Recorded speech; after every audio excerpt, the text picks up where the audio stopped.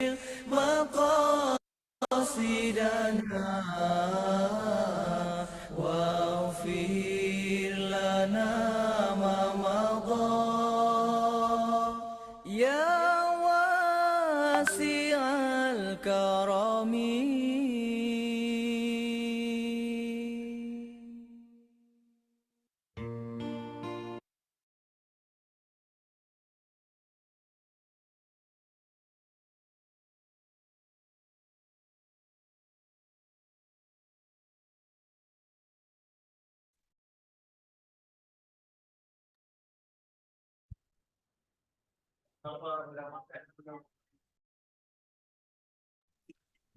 Assalamualaikum warahmatullahi wabarakatuh. Good morning, distinguished guests, ladies and gentlemen. Welcome back. Welcome back. Welcome back to the second day of the Taaruf Week, Semester 2, Session 2023-2024. A very warm greeting to each and every one of you once again. Let me reintroduce myself. I am Muhammad Yasir Maulana, the Vice President 1 of Postgraduate Student Society IIUM, and I will be the MC for today's program.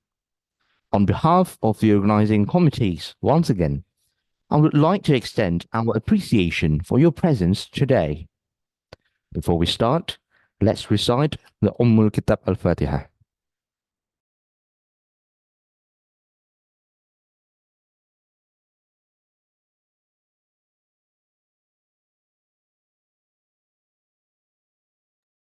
Amin, amin, ya Rabbal Alamin. And now, I would like to have our attendants, meaning every one of you, to get their attention ready because we will begin the program soon. Your cooperation is appreciated. Thank you.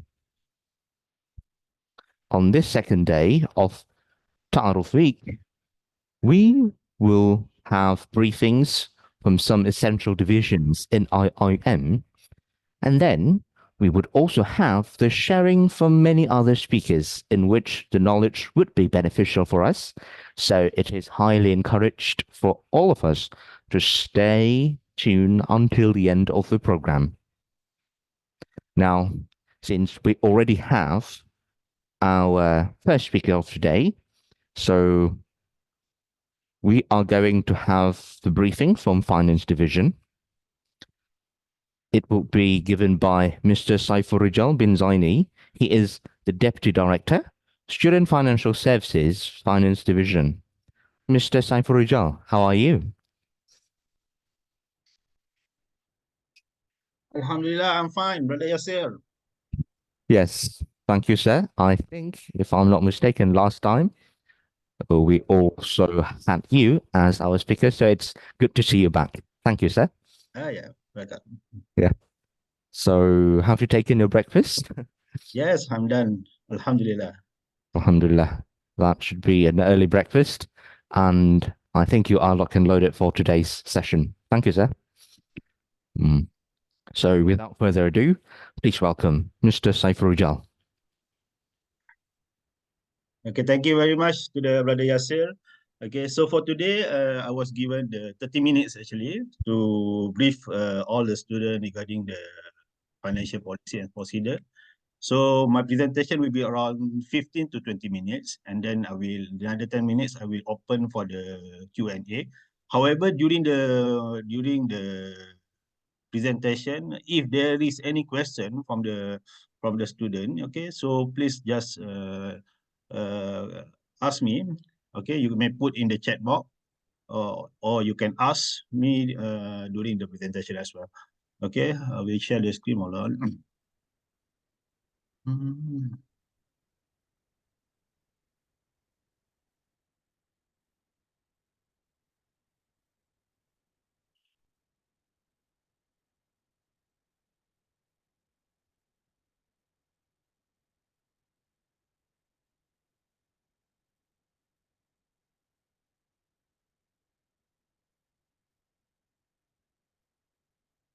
Okay, so can you see my slide?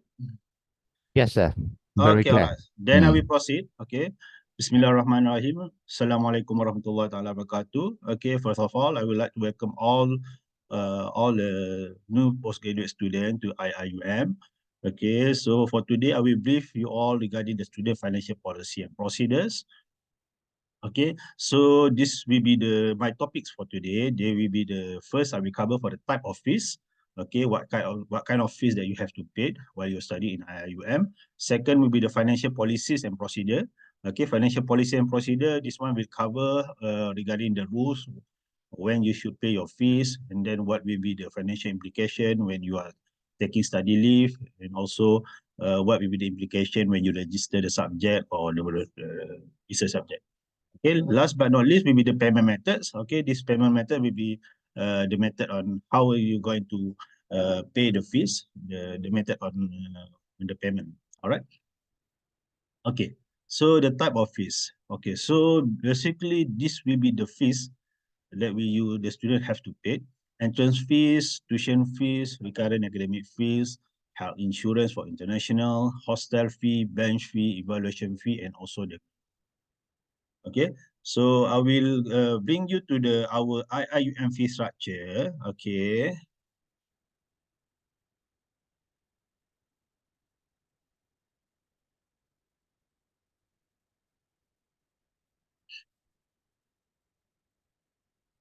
Okay, hold on. Okay, can you see the website that I bring you the tuition fee actually? Yes. Yes. Okay, all right. Thank you very much. Okay. All right. So this is the tuition fee at our finance division website. Okay. So for this one, you can go through. We have the bachelor program, master program, and also the PhD program. Okay. So I will go through for the master program. Okay. We'll look at for example of for the Malaysian.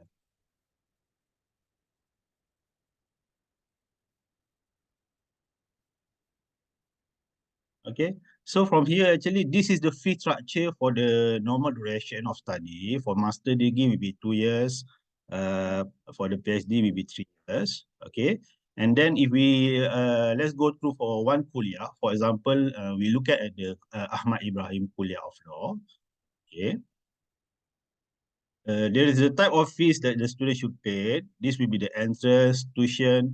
For the tuition, there is the fees for the coursework and also the research. Will be separate. Okay. Okay, we look at there is the three mode over here, program by coursework, program by research, and also program by base mode. Okay, so if we go to for the program by coursework, 40 credit hours, this will be the normal for the master program in I call. However, the actual credit will be determined by the kuliah. Okay, which means that, for example, there are some students, they might be required to take the prerequisite subject or additional subject during their study. So the total credit hour not going to be 40, will be more. Okay, so which means that the tuition fee for the coursework will be charged based on the credit hour basis. Okay.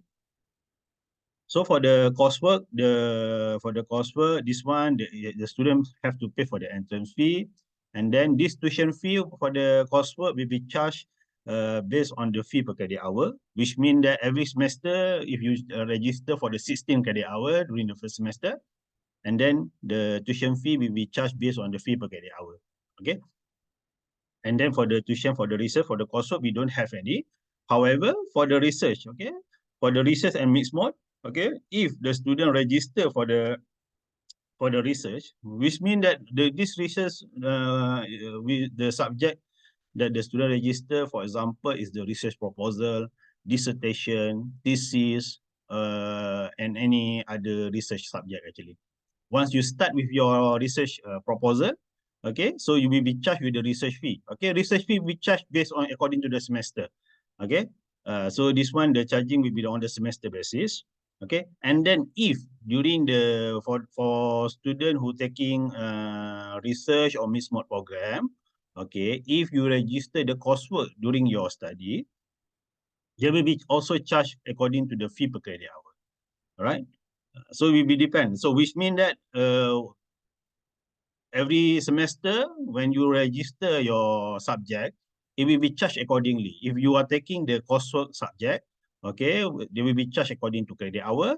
And then if you register for the research subjects, for example, for the research proposal, thesis, dissertation, okay, it will be charged according to the fee per semester basis, all right? And then you also going to have to pay for the recurrent fee, okay? Recurrent fee will be recurring every semester. And then this recurrent fee, basically, it will be the fee for the library, and then for the medical facility, and then for the, what they call it, for the ICT facilities, okay? Will be recurring every semester, okay? And then all this fee in the fee, this fee structure, this is the fee for the 2 years, 4 semester, okay? And then for the evaluation fee, this one only applicable for the program with the research and also for the base mode. Okay, and then we have the graduation fee also. Graduation fee, this one will be the one-off once the student graduated. Okay, all right. So this will be the basically the fee structure to apply for all the students. Okay, and then you can look at this one. This for the part-time. Okay, this one for the full-time. Okay, this one for the kuliah of economics. Okay, you can go through actually. Basically, the way it's presented was this one for the part above will be the full time, okay, full time basis, and then the next will be the part time basis, okay. So that will be the basis of the charging actually. How to read the fee structure in our website, okay. So I will get back to my slide. All right.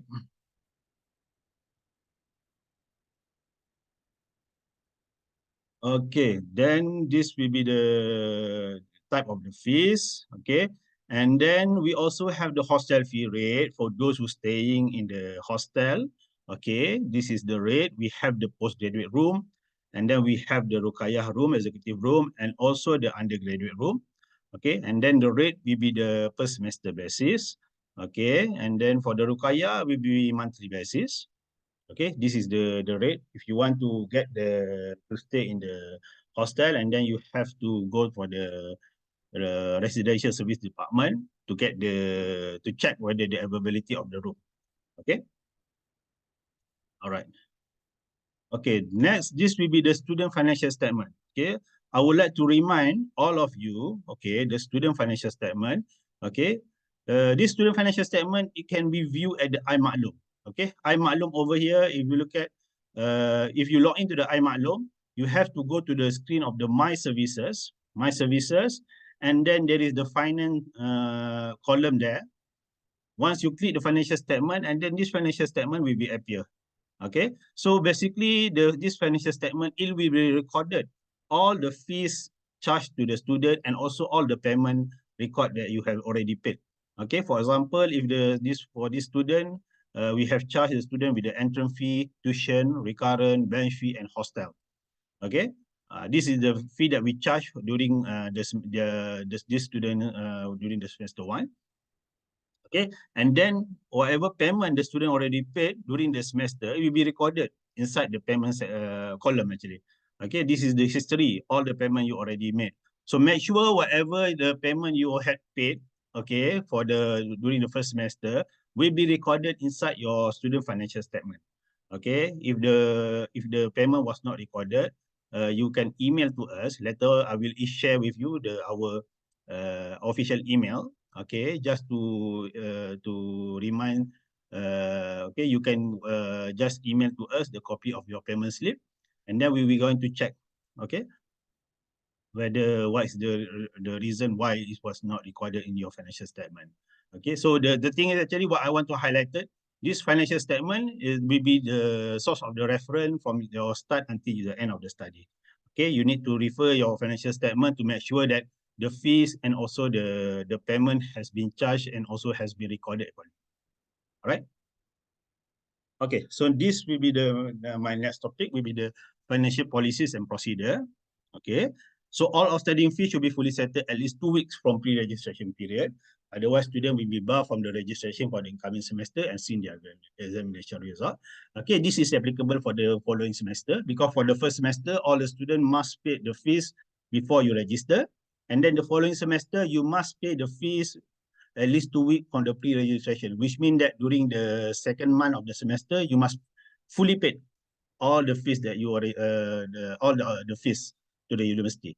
Okay, and then entrance fee will not refunded in the event the student withdraws from the university. Okay, if you are want to plan to withdraw from the university after you register, entrance fee will not be refunded. Okay. And then the tuition fee and related fee paid will be refunded as follows in the event of withdrawal or study leave. Okay, remember, if you plan to withdraw or start taking study leave during the semester, okay, this will be the financial implication. Okay, 90% refund from the first day up to the first month. If you want to withdraw or taking study leave, okay, within the first month, we only going to refund you 90%, which means that will be chargeable for 10%. Okay, from the first month up to the second month, it will be 60% refund, which means that you will be charged 40%, only 60% will be refund. No refund after the second semester. No, after second month of semester, which means that if you take the study leave or withdraw after the second month, the semester began, okay, after the second month. So there is no refund, which means that you have to pay the full fee. Okay. So what I want to highlight here, actually, please plan accordingly. If you want to take the study leave and also or withdraw from the university, okay, please take note, there will be the financial implication. Okay, maybe you not remember later on, you can refer back to the final division on the financial implication. Okay, during the short semester, the tuition fee will be charged according to the fee credit hour registered, and the related fee will be charged half from the normal fee. Students studying for a short semester at hostel will be charged 600 ringgit for the postgraduate student or postgraduate room. Okay, for study extension, students should pay full research fee plus credit hour, if any, and the current academic fee during the extension period. Okay, during your extension of your study, you have to pay the full fee. Okay, audited fee, the fee per credit hour for audited subject will be half from the normal rate. Okay, and then graduation fee 200 is compulsory to be paid for graduated.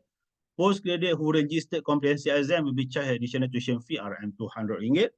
All right, prerequisite subject, the fee per credit hour for prerequisite subject will be charged according to the type of the subject register. Okay, this prerequisite subject, for example, if you are the PhD student, you register for the master subject, the rate will be charged according to the rate of the master subject. Okay, the university has the right to revise the fee without notification. For further details, kindly visit the final division website, the link. Okay, find www.iam.my/finance. And then we also have the Facebook Student Unit Finance Hub. Okay, so that if you can refer if there is any announcement.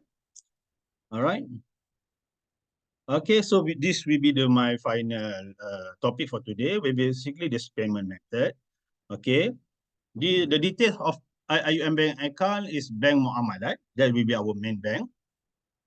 The account number is 1407-000-000-5719. And then the name of the account is the UIEM student account.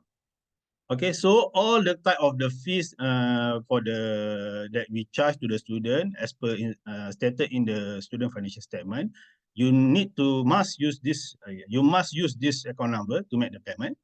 Okay, and then we highly recommend it for the student to use the JomPay actually. Okay, we have if you want to use, this one is a highly recommended method of payment, JomPay. Okay, you can insert the billing code of the 75903, and then you key in your matric number for the reference one, and also your IC or passport number in the reference two. Okay, so this JomPay, we highly recommend it because it will be updated inside your financial, after you make the payment using JomPay, it will be updated inside your financial statement the next working day. Okay, and then for the overseas payment, we are recommended to use the Flywire. Okay, Flywire, this one only can accept for the payment from the overseas bank.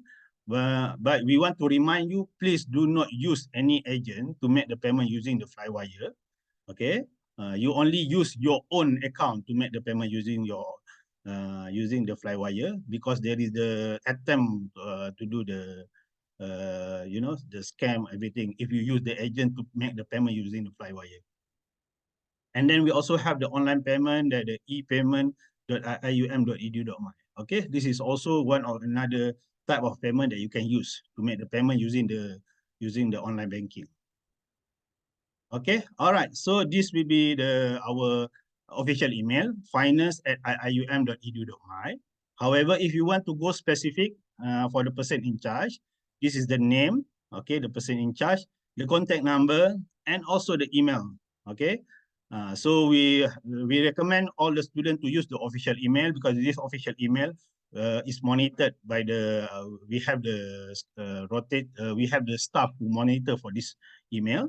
Okay, but however, if you want to directly email to us, if you have the specific question, anything, you can directly email to the person in charge as stated in the email.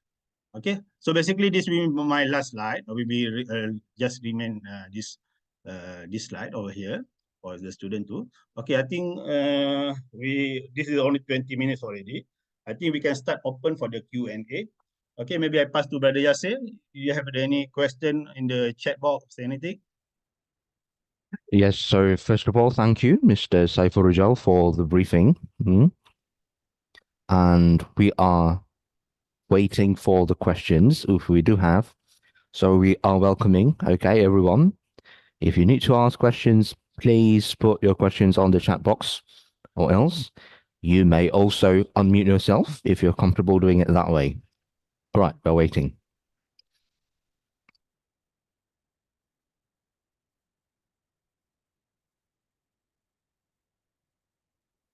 All right, we have one question from our president, president of Postgraduate Student Society. So how long after graduation must we settle the graduation fees? Okay, so after your status change to graduated, you must settle the graduation fee as soon as possible to make sure that you can do the clearance to get your academic transcript for the program. Okay. Okay, as soon as graduating, fees should be settled. Yes. Okay, sure. Okay, next question. What is bench fee? Bench? The bench fee, okay. This bench fee actually is only applicable for kuliah which have the so-called science and technology. Basically, all the kuliah all the program at kuliah in Kuantan campus will be charged with the bench fee. And also for the Gombak campus, only program at the kuliah of engineering and also program at the INHAT. So basically, this bench fee actually the fees for the research related to the particular program actually. Okay, we will cover is not only cover for the chemical or consumable item, is only also will be used for the fees also cover for the software and also anything related to the expenses for the research of the program actually. Okay. Okay, sure. So it's applicable only for certain Kuliah kuliahs. program, the program. For software and things like that, yeah? Yes. All right, next question. If I pay for insurance twice in eval and registration fee, how would it be refunded? Okay, all right. For the insurance, because this insurance is compulsory for all the international student. Okay, for the eval and okay, this one because once you get the insurance, okay, the insurance is compulsory. Okay, which means that if for let's say you already pay for the insurance in eval, what you can do actually you can refer back to the state office, the office who in charge for the insurance to check whether the insurance that you pay for the eval can be used to we have the same coverage as the IIUM or not actually. Okay, this one you need to liaise with the state. Okay, because if the insurance is not comprehensive as the IIUM, then you still have to pay the insurance for the IIUM. Okay, because the coverage will be covered for the student, which is inclusive of the outpatient and the inpatient as well. Okay. Okay, thank you, sir. So let's move on to the next question. So someone is asking, he's not really sure if it's related to finance, but he's asking, is it compulsory to open RHB, Rashid Hussain Okay. Bank? Yes, Account. this is all students of the IIUM, not only IIUM actually, all students in the public university in Malaysia are compulsory to open the RHB bank account, because if you realize your metric card actually is the RHB bank metric card actually, Mm. RHB bank card. So now actually all the students in the public university in Malaysia, all the 20 public university in Malaysia, UM, UKM, UPN and all the university, I actually utilize the RHB bank card as the student metric card. So all students are compulsory to open the RHB bank account. Okay. Okay. Thank you, Next. sir. So yes, it's compulsory for us to have RHB bank accounts being opened, not just here in IIM, but also in what public universities, right, sir? Public university is the university under the Ministry of Higher Education. Yeah. Okay. Okay. All right. All right. So okay, next question is the entrance payment made for this semester, semester 2, yeah, already reflected in our finance statement? So this person is asking because she checked on her financial statement. It's not there yet. Okay, all right. So for this particular reason, like I mentioned just now, what you can do, you can email to emailfinance@ium.edu.my. Okay, and then you just attach together your payment slip in the email, and then you just inform the person in charge, okay, to check back whether the payment has been recorded or not actually. Okay, so this one, if like I mentioned earlier, if your payment was not recorded in your financial statement, okay, kindly email to us the copy of the payment slip, and then our staff will do the necessary action to check and update accordingly. Okay.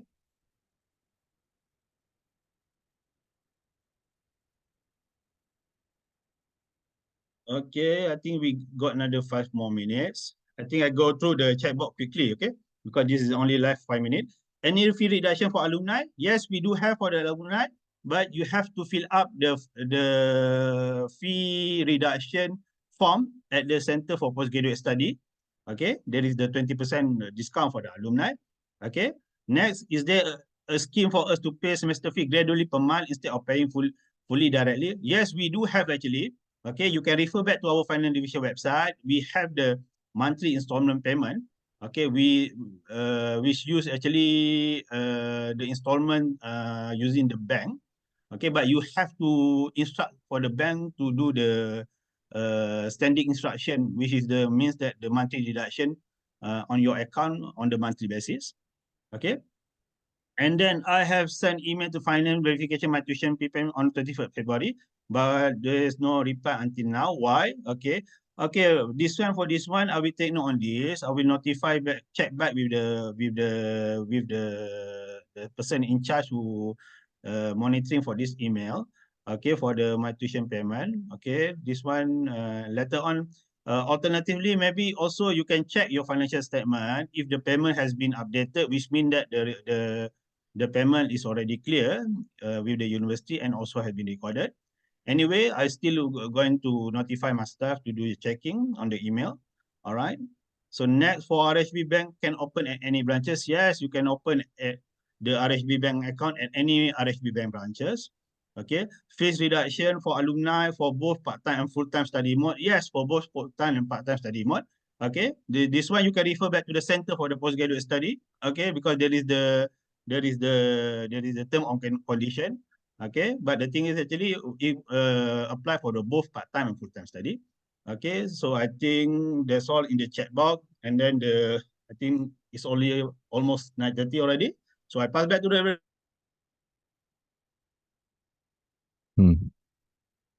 Yes, sure, Mr. Saifur, no problem. Okay, can you hear me now? Yes. Yeah. Okay. So you have answered many questions, and thank you very much for that. I think we really need to move on to the next on to the next part. Now, for those who still want to ask questions, please feel free to contact the hotline numbers given on the slide, as everyone can see. And also, Mr. Rijal is reachable through that number and also his email. So please contact him through there, okay? Okay. Thank you, everyone. And of course, once again, thank you very much, Mr. Saifur Rijal. All right, that's all. Thank you. Assalamualaikum. Walaikum salam rahmatullah. Okay, so that was our session with Finance Division. Thank you very much, everyone, for paying attention and also asking whatever things that you wanted to ask. Now, we are going to have the next session, quite interesting session. So we will actually have Mr. Muhammad Abdul Latif, the Deputy Director of IIUM World Debate and Oratory Center, to share with us on how to have a good academic presentation and communication skill. Mr. Muhammad Abdul Latif, are you there? Assalamu alaikum. Can you hear me? Walaikum salam. Yes, you are loud and clear. How are you, sir? Alhamdulillah. Good morning. Good morning to you too. Okay, so I think without further ado, we'll pass the floor to you. Please welcome Mr. Muhammad Abdul Latif. Thank you. Thank you, Brother MC. And first of all, let me welcome all of you, the new postgraduate students, to this garden of knowledge and virtue. Probably you are virtually here already, but I'm not sure how many of you are physically here yet. But it would be great to, when you are here, we can meet up and inshallah, we can continue our discussion. Praise be to Allah subhanahu wa ta'ala, who has given us the ability this morning, particularly me, to share some of my experiences and some of the thoughts I have regarding presentation skills or communication skills with you all. Right? I believe there are almost about 90 students, so it's not going to be easy to actually communicate with all of you, particularly when it's not face-to-face. I can't really see you, but let's try. Let's our best. What is the purpose of this session today is for me to share some of the basic things that I have learned in terms of presenting or giving a speech, more so presenting in your class, your papers, in conferences, or in class workshop, or even in your courses where the teachers require you to present your papers or your research work to the rest of the students, right? So the focus for this session is how to probably best achieve a good presentation for that purposes, right? Are you all ready? I think everyone should be ready. I'm ready, sir. All right, all right. So I will share some slides and I'll probably share screen. And I would try to see if there is a way to make it interactive, because I've got specific questions to ask you and probably hear your responses. Either you can speak up or you can just write in the chat box. I will be able to read them and perhaps we can talk along that line, right? Because I have almost more than an hour, and talking for more than an hour would be probably the most boring thing.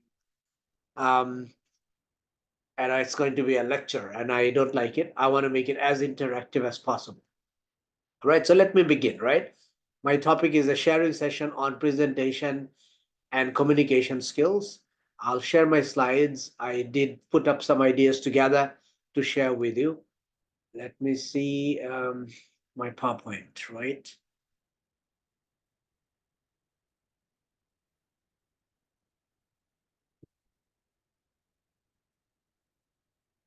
All right, are you able to see the first slide that I have shared? Yes, sir. We can see it. That's great, right? Mm. Okay. So it's a sharing session on presentation and communication skills. Let me introduce myself. My name is Muhammad Abdul Latif. As mentioned by Brother MC, that I am the Deputy Director for World Debate and Oratory Center. Just give me a second. I'll close my door. I'm still at the office.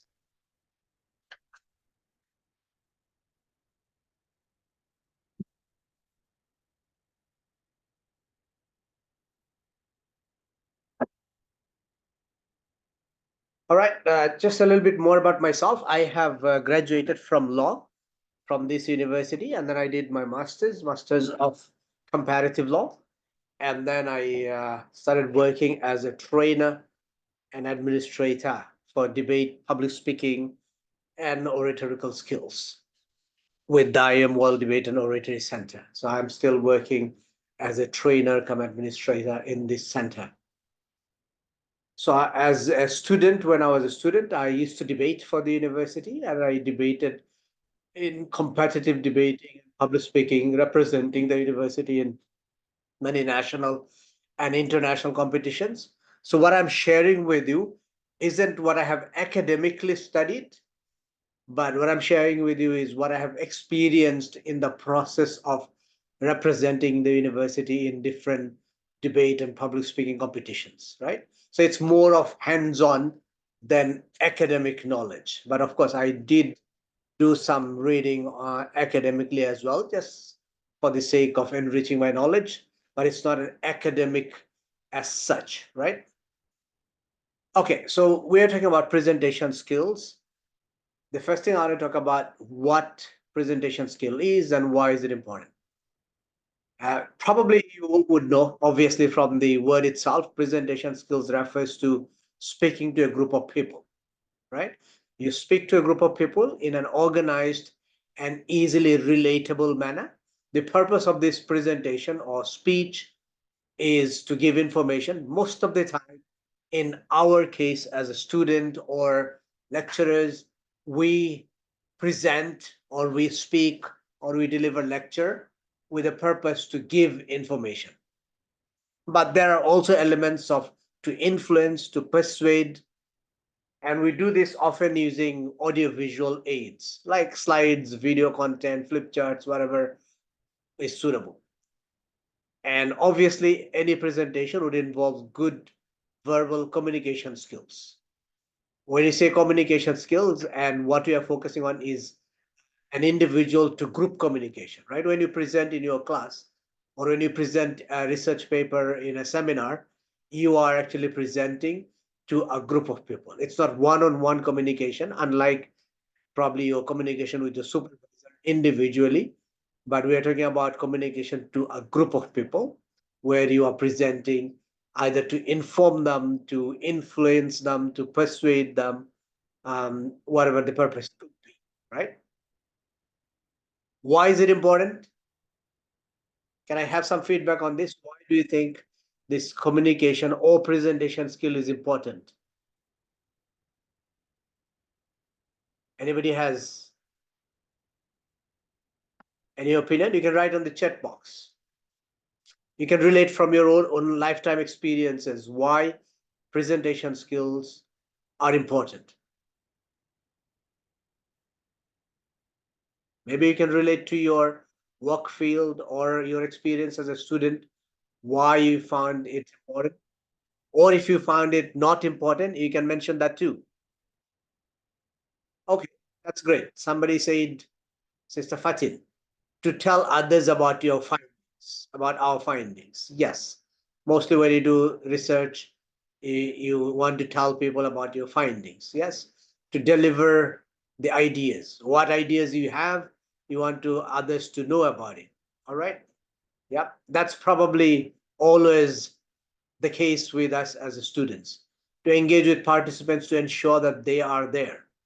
All right, that's probably refers to more of what is the nature of your presentation. You want to engage participants, make them feel like they are with you there, right? It helps keep audience engaged and interested. Their skills will help you to keep audience interested and involved in your presentation in order to convey information effectively, to disseminate information.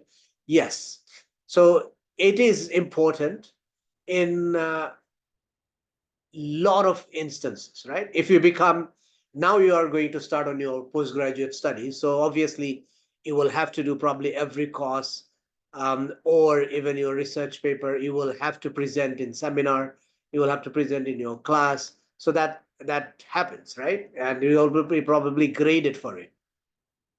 But beyond this, even after you graduate, you start working. If you are teaching, obviously you will be presenting every day in your class as a lecturer, professor, whatever is in your capacity, right? Or if you become a teacher, then you will be probably teaching. And that obviously will involve a lot of presentation skills, right? In case you are not, let's say you become an engineer. or you become a programmer, IT programmer, do you still need any presentation skills? Any idea of that? I'm not sure which kulia you are from, but obviously some of you must be from very technical backgrounds, maybe studying programming or computer science, or perhaps engineering, or what, quantitative survey, the architecture, right? Do you still need the presentation skills? Anybody from those faculties? Yes, those from engineering or science-based kuliahs, please respond to Mr. Latif. Still need, Uh, in case mm. let's say you are from programming or maybe cybersecurity or whatever, right? And very technical in nature. Do you still need presentation skill once you graduate? Of course, during graduation, probably you would still have to make presentation in your class, but you start working, do you still need presentation skill? Or you are just doing back end, right? Sitting in front of the computer, doing programming, and then sending it to your employer or to your customer or clients. Do you still need presentation skills, or it's a waste of time?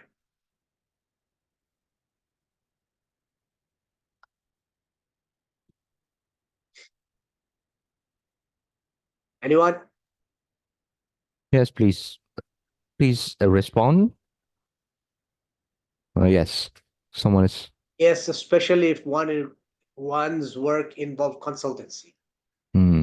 All right. So if you are a consultant, then you will probably have to sell your product, convince your client that you are offering the best service, and that obviously will require presentation, technical as well as probably some of the non-technical elements, right? Yeah, particularly if you are the group leader, you are not only programmer, but you are the leader of the programming team, then you are probably involved a lot more in sales and convincing companies to give you the contract to build their backend, build their whatever interface, build their softwares. Then why will they give it to you if you are not able to convince them, right, that you can actually do a good job? No matter how great a job you can, but you must be able to sell them. If you are particularly in a consultancy or in a private firm that is working on its own, right? Even freelancing, if you do freelancing, then you have to be able to convince sometimes, right? Any other situation? If you take up a leadership position, right? Of course, a lot of engineers will take up leadership position, managerial, CEOs, right? Then you will be ending up not just doing the programming or the technical side of it, but you will be also leading a team. And leading a team will always involve very clearly communicating to your employees, right? So no matter what your discipline is, right? Even if it is very technical and science-based, where talking is less important, but you will be in a situation, if you want to go up your career, you will have to have that skill. And having that skills would always put you at a higher pedestal than others in your field, right? So it's very important that you are able to master presentation skills or speaking skills or good communication skills. They are all very similar, right? So that you are able to actually progress in your career, right? But if you go beyond career, right? You join politics or you join social work, NGOs, or you are doing something like let's take an example, right? You are running a campaign about, let's say, boycott some products, or you are running a campaign, donate for the needy, or you're running a campaign, for example, donate for Palestine, right? So no matter which discipline you are, you take up some social activities. And if you do these fulfilling social activities, I think if you are involved in them, obviously you will need a strong level of communication to talk to people, to motivate them, and to garner their support behind your cause, right? Or for your cause. So it's important that you will need these skills. I think the last situation where you will need good communication skill is probably if you have a family and you have kids and you want to impart values to your kids, then you must be able to speak to them in a way that they find it interesting, they find it relatable, they find it appealing, right? So these are skills that you cannot avoid and you can't do without, no matter what your discipline is, and no matter what kind of job that you land at the end, right? I have a quotation there, you might be interested. I'll just read it out for you. If I went back to college again, I would concentrate on two things or two areas: learning to write and to speak before an audience. Nothing in life is more important than the ability to communicate effectively. This is Gerald Ford, American president, I think, during late 70s, right? All right, so am I clear on what are we talking about today? Presentation skills and why is it important, right?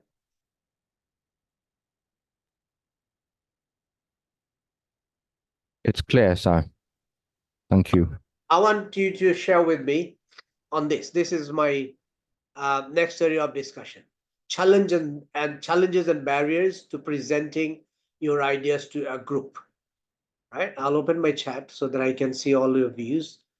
Right, so let's say you have to make a presentation. All right, the classes have begun, and your lecturer says this is your topic, and I want you to present in 2 weeks. Right?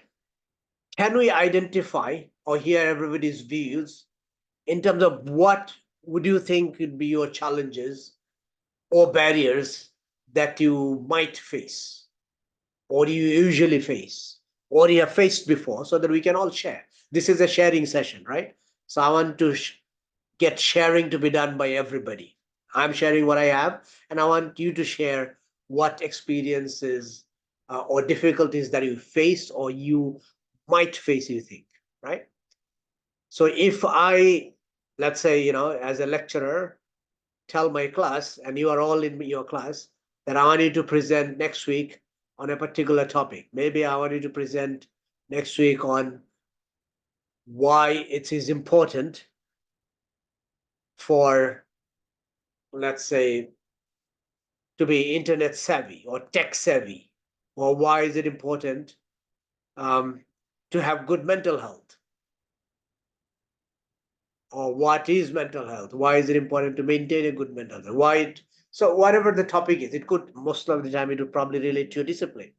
But I want you to share with me what challenges and barriers you think you might have to overcome, or anybody else might have to deal with. Right. Am I clear with my questions? What I want you to share?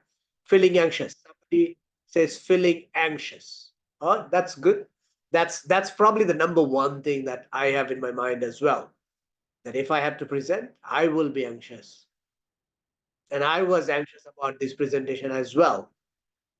That what am I going to say, and what would be relevant, and what would interest you, right? So that's number one. All right, that's great. Thank you, Sister Khadija. Feeling anxious. Sometimes we call it feeling nervousness or being a bit fearful, not being able to prepare adequately. All right, not being prepared adequately. Right, difficulty in finding the required information. Certainly, these are challenges. Any other?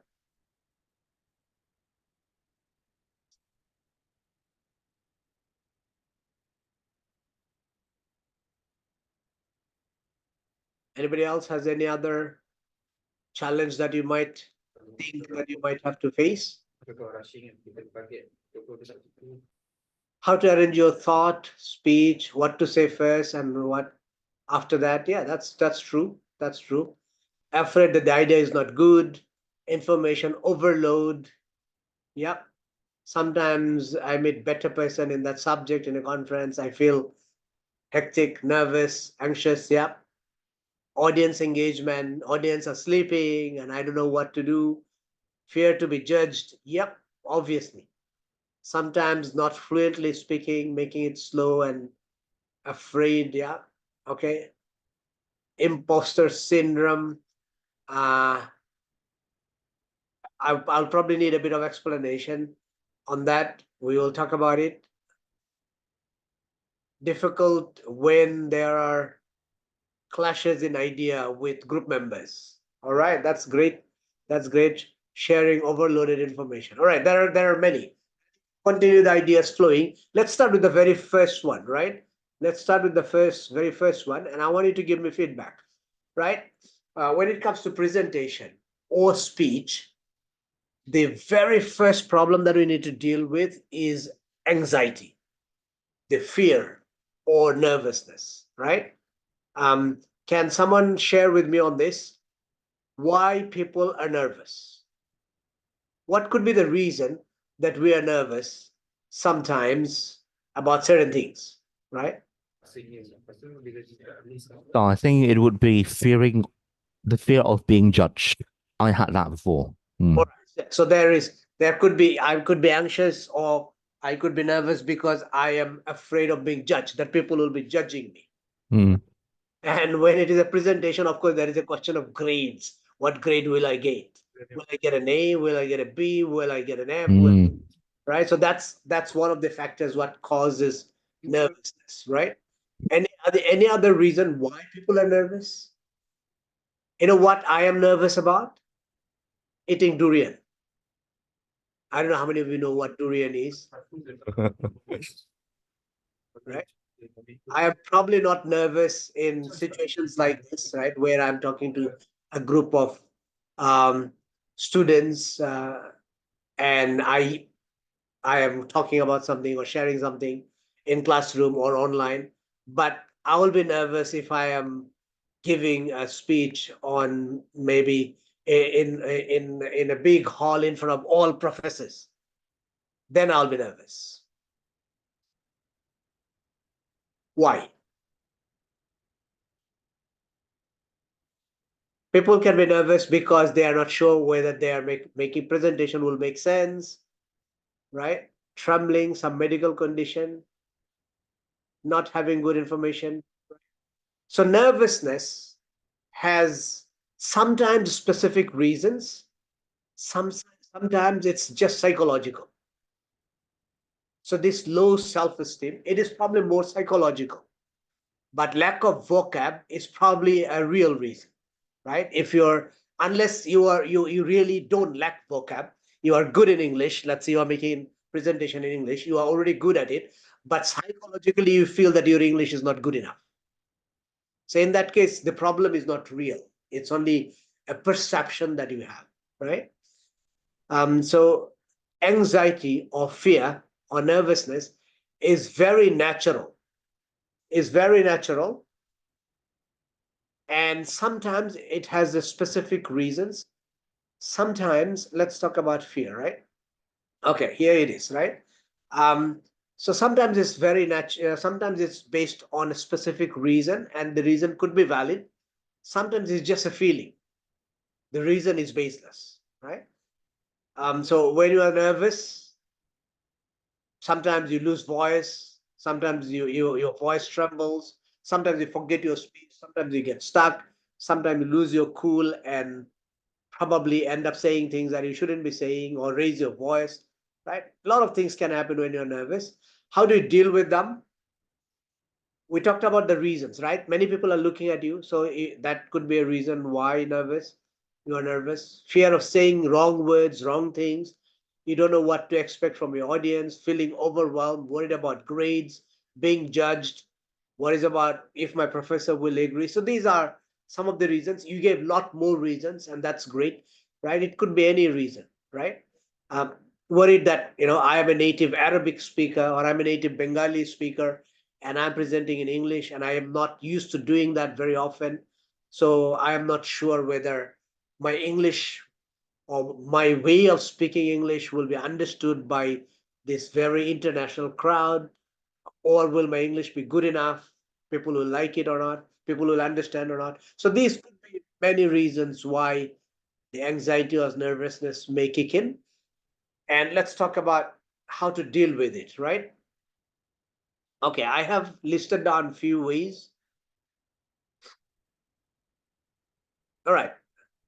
But you can also share your own, right? How do you deal with your nervousness?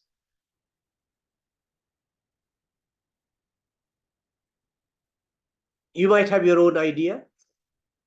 Of course, the very first reason is if you know why you are nervous, you must look at that particular problem. If you are nervous because of your language barrier, right? You are not very used to presenting in English. All your life you have been teaching in Arabic and now you have to switch to English. If that is the reason for your nervousness, it is real and I have faced it in my life. So that one you have to give a little bit of time and you have to practice a lot and you do it over again few times, few months. Then you will be very comfortable doing that in the future, right? So repeatedly exposing yourself to the same situation, you normalize, right? You can say that you are normalizing presenting in English, right? For me, it took me 1 year. But of course, I was way behind compared to all of you, probably.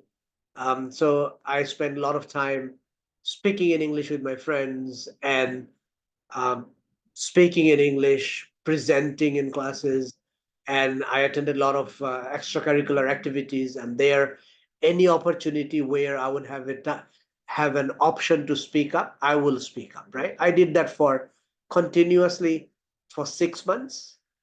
But then when I became busy with academics, I couldn't focus on it. But yes, 6 months would be minimum for you to actually gain some level of comfort with the language, right? Unless you are already very used to presenting in English or Arabic or whatever, right? So that could be one. If it is not real, if it is only your um, feeling, right? You are actually good. You prepared well. You speak well, and everybody appreciates. And when I listen to you, I think, wow, that's good. But somehow, personally, in your own mind, you are not confident. How to deal with that? Any suggestion? Probably anybody studying psychology here might be able to help. How to just give yourself the real confidence that I am good. I can do it well, and I have been doing it well, right? So if your fear is baseless, right, that's more of psychological, that you are worried, you are nervous, but there is no reason to be nervous. You will probably end up doing well. So in that case, you just have to give yourself the due credit, right? If you are presenting, right, unless it's like a class presentation which everybody has to do, but if you are presenting on behalf of your group, let's say it's a group presentation and your group mates choose you. For me, I will be asking why my group mates chose me and not somebody else in the group.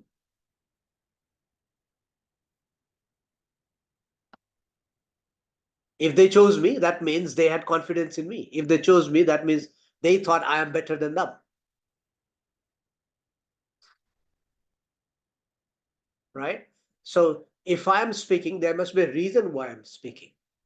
If it is people chose me to represent them, so I have to give the confidence that people have confidence in me. Why should I not have the confidence in myself? Right? So give yourself that boost. And then also give yourself that I have actually prepared enough. I've prepared enough. What I have prepared is solid materials. So why should I not be confident? Right? Practice few times, confidence will increase, right? So these are probably some of the things. Brother Khairul says talking in front of mirror, right? So that's probably one of the ways a lot of people will practice, right? Somebody says speaking a bit loudly, nervousness go away. That might work for you, not for everybody, but yeah, you can try that if that helps. Don't be too loud. People will say you are screaming for no reason, right? And let's see what I have put in earlier, right? Deal with underlying reasons. Yes, we talked about it. If your nervousness is because you feel you haven't done enough research, then make sure that you do enough research. Unless it's a very last minute thing, then of course it's difficult to handle. But if you have enough time, then do enough research. And then, so if your nervousness is because you don't think you have enough information, then we just obviously need to try to find out enough information. And if there is no information, then you just have to be frank about it. Prepare well, research, review, visualize your presentation. So you basically deliver it a few times. Also, you run it through your mind, how you are presenting for that 30 minutes or 20 minutes, whatever time you have. Familiarize yourself with the settings. If it is your ordinary classroom, if it is a speech or a presentation in a bigger crowd, maybe in a big seminar, then you might want to look at the hall. You might want to use the slides before. So just familiarize yourself with the setting. If it is a physical setting, go to the hall, go up the stage. So that might help you to deal a little bit with nervousness because you are very familiar with surroundings.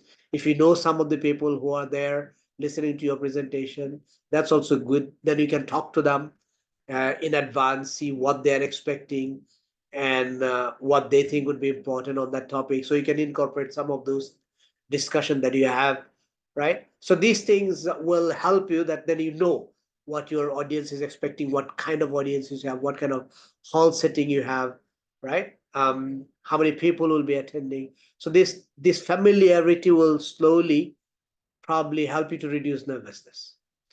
Be realistic. No one is perfect. We make mistakes and we learn, right? So there is no need to be a perfectionist either, right? So obviously, if you make mistakes, that's normal. All of us do. Even professors do. Grammar mistakes, I am probably doing it a lot as I'm speaking now, right? But nobody is there to pinpoint like how many grammar mistakes you make, right? So it is a question of if you are able to speak clearly, then they understand, and it's a generally relatable, enjoyable, informative speech, you have done your job, right? It doesn't mean that there were no mistakes, there were no pronunciation errors, there were no grammar errors, and there were probably some ideas which people may agree or which people may disagree. Some people may agree, some people may disagree. That's part of academic life, right? So that realism, right, is something that you have to keep in mind. Build faith in yourself, but do not be overconfident. That's another issue, right? Of course, there are some people who are good, but psychologically they lack confidence. They are good, and when they speak, you can see they are making sense, but for some reason they feel nervous because I think there is an issue of them being confident with themselves. This one, I think they must learn that they are actually doing a good job. One of the ways would be probably for them to record their presentation and later see it. And if they see that they actually did well, slowly that feeling that I don't do well, I don't speak well, will go away. It can be opposite as well. If you think you are doing great, but on video after you record, you see you are doing horrible, then it can be the other way around. It did happen to me, right? My very first speech that I delivered, when I listened to the record, I thought, oh my God, I spoke in such, with such, what I'll say, with so many grammar errors. Because when we speak, right, when we speak, we don't focus on grammars. We focus on, am I able to deliver the content that I am delivering? So grammar errors are normal. So when I listened to my very first speech recorded, then I realized there are just too many mistakes that I made. Right? I was like, oh my God, I didn't know that I'm making these mistakes, right? Because when you speak, you are usually not aware of how you are speaking, but you are more aware of what content you are delivering, right?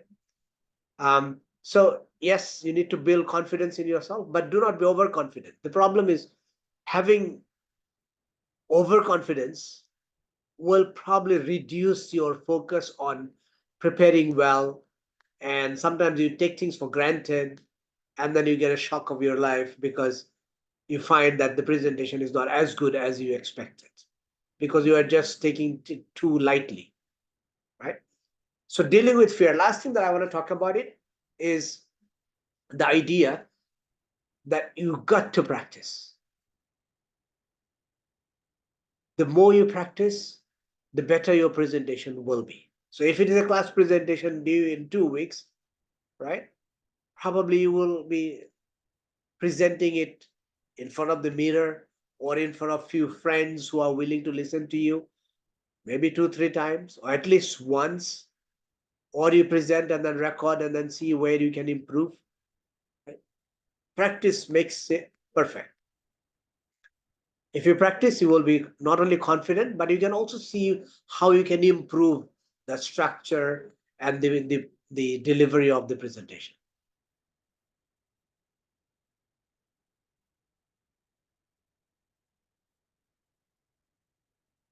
Let's go next.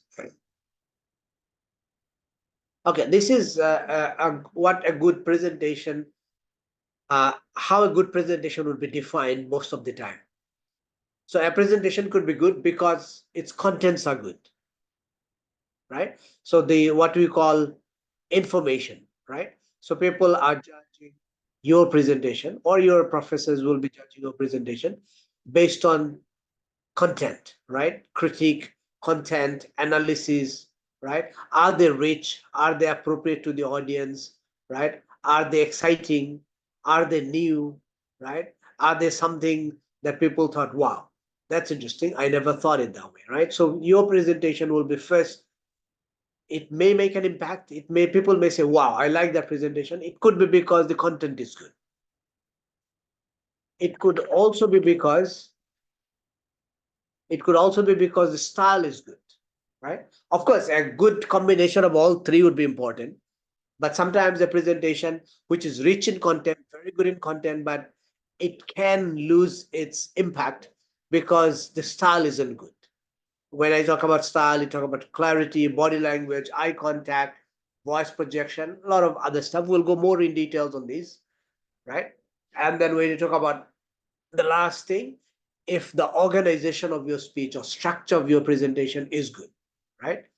If it is very well structured, it actually helps maintain people's attention, and also helps you to maintain people's retention capability, right? So when you speak for 20 minutes, how much of it people will remember? Not much. But if you're organized, the chances are they will remember more of your presentation, because you organize. You say, let's say I'm going to talk about 5 things today to you, then people will remember the word 5. Because they remember the word 5, is you said it at the very beginning, they will be actually looking for those 5 things that you plan to say. If you miss out one, they will be asking, what was the number 5? Or if you actually delivered, but they missed it out because they didn't pay attention, or somebody didn't pay attention, and therefore is looking for what was the number 4. And then he will be feeling guilty, like, oh, he said 5, I must have missed one in the middle. So you make him conscious that he probably missed out one, right? And he will be actively looking for it. So being organized means it's easier to be understood, and it's easier to be remembered of most of the content. Nobody will remember everything that you say, but the important points people should remember. If you're structured, chances are they will remember those important points. So the summary of this is, a good presentation is good because of its content, style, and structure. Content has to be good, style has to be good, and structure has to be good. If all three are good, then it's a great presentation. If content is good but style is not, then again it will probably not be as effective, right?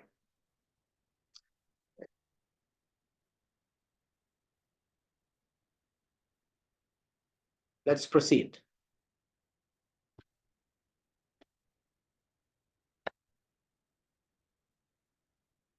Okay, so we're talking about content, right?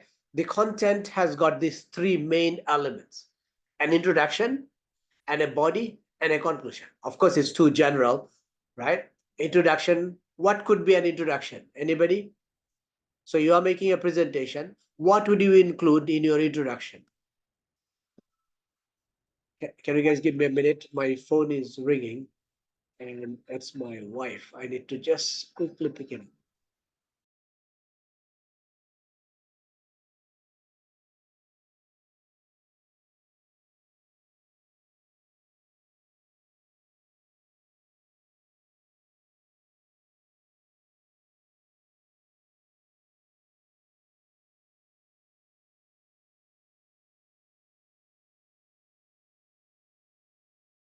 My apology. Right. So we talk about introduction, right? So what would you do as introduction to your presentation? Definition of key terms, obviously, right? Defining the key terms, the terms of your presentation, what does each one mean, and what you are actually meaning for the purpose of that presentation. Right here, if you noticed at the very beginning, when I talked about communication skills, I have already excluded one-on-one communication, right? I have said it's a communication that we are talking about today is a person to a group. So if you're talking to your supervisor in his room, one-on-one, I am not talking about that communication in today's presentation, right? So I have already narrowed down the definition of my scope, right? Yeah, so defining the key terms is important. That was Janet, right? Okay, anything else that you will do as part of your introduction? Let's speak up. If anybody wants to speak instead of typing, feel free to. Just unmute yourself and speak it out.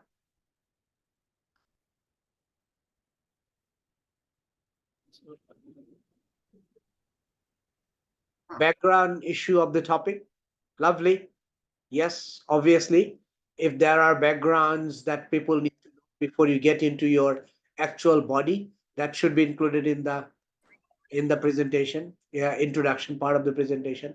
What else can you do? Introduction.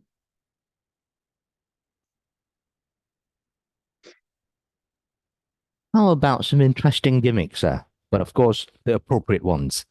Yeah, obviously, that will probably get the attention of the audience.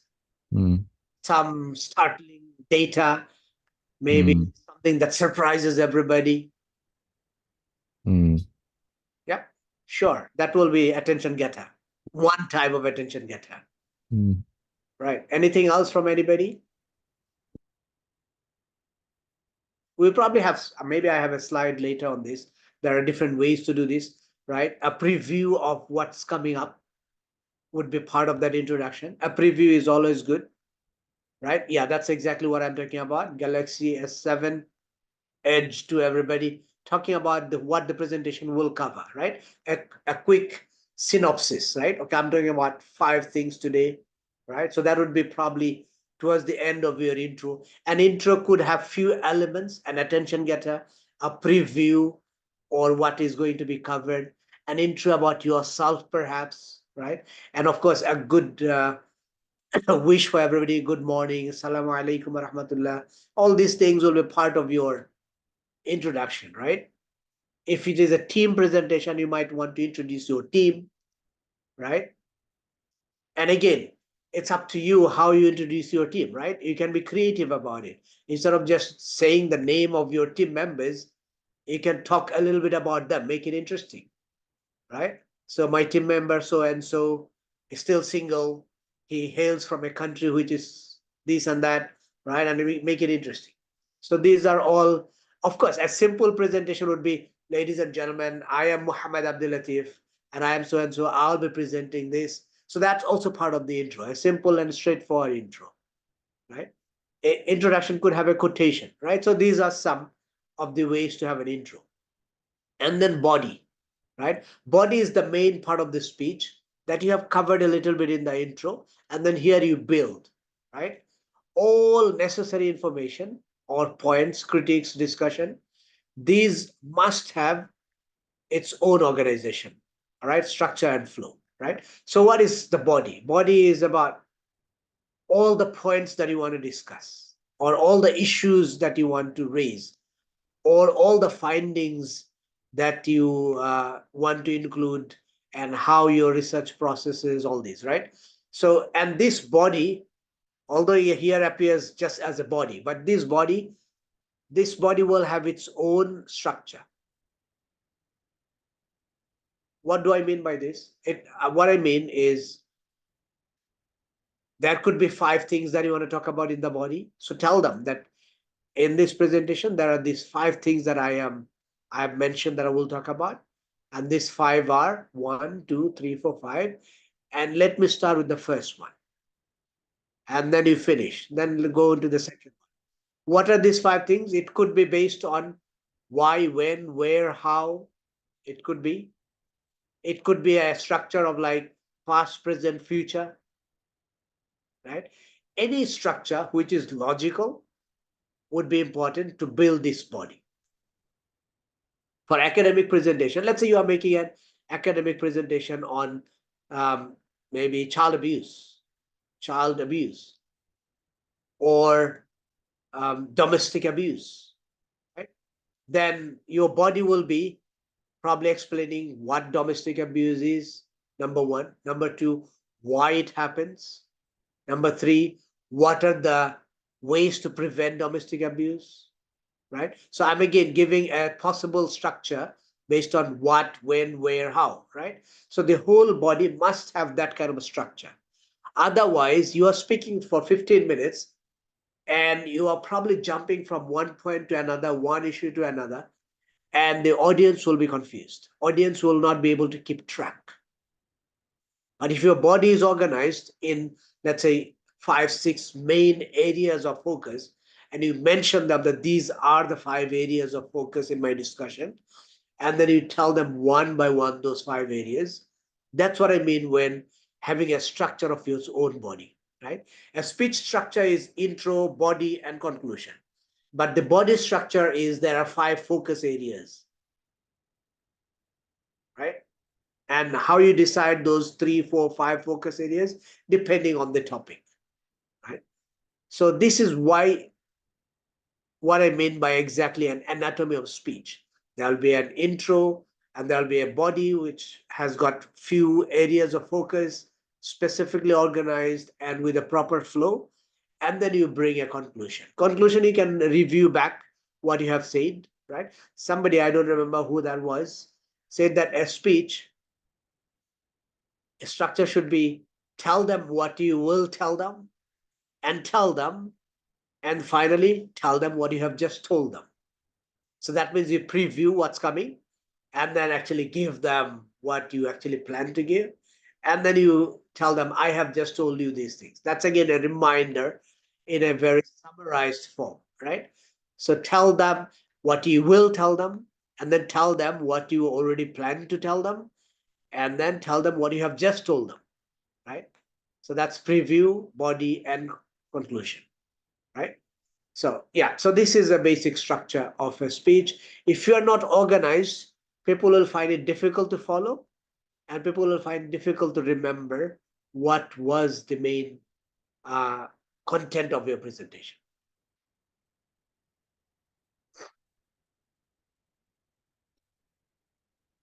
All right, a little bit more about introduction. We probably talked about some of it, right? Introduction is important because it creates the first impression, how the audience perceives you versus how you want them to perceive you. So if you want them to perceive it a certain way, then you probably prepare an introduction that leads them to think of you and along that line. Audience is judging you based on your first few words, behavior, appearance. Of course, you wouldn't want them to judge you, but they end up making an impression. Oh, I like this guy. You started a very clear speech in the first 15 seconds, 20 seconds, they start paying attention. You become confusing in the first 15, 20 seconds, they switch off.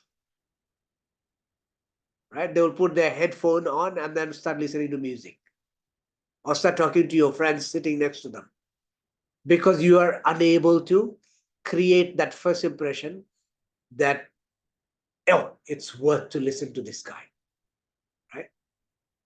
So that kind of impression that you want to create, it's first 15 seconds, 20 seconds that will create that impression.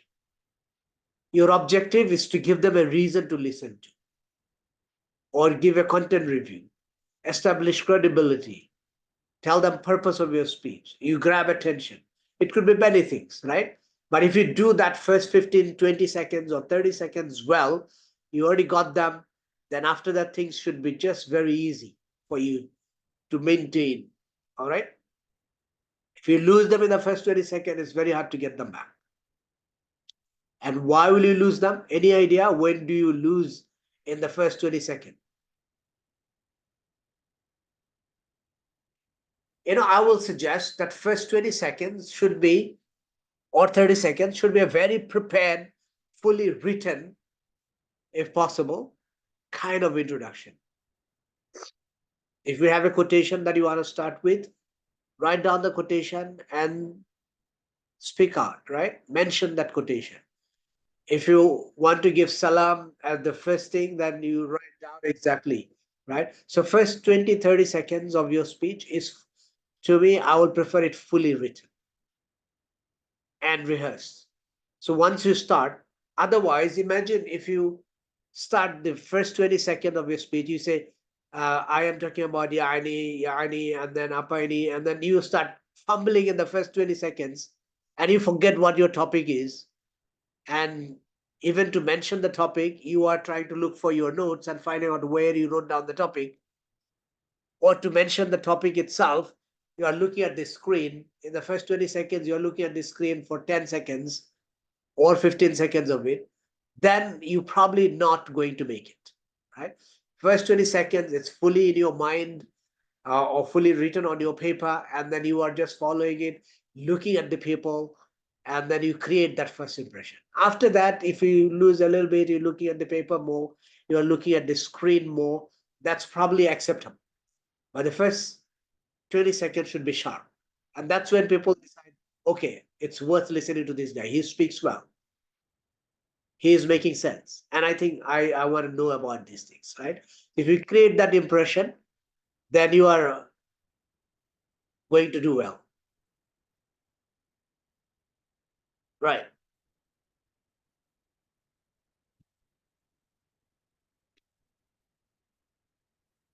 So it's probably continuing on those.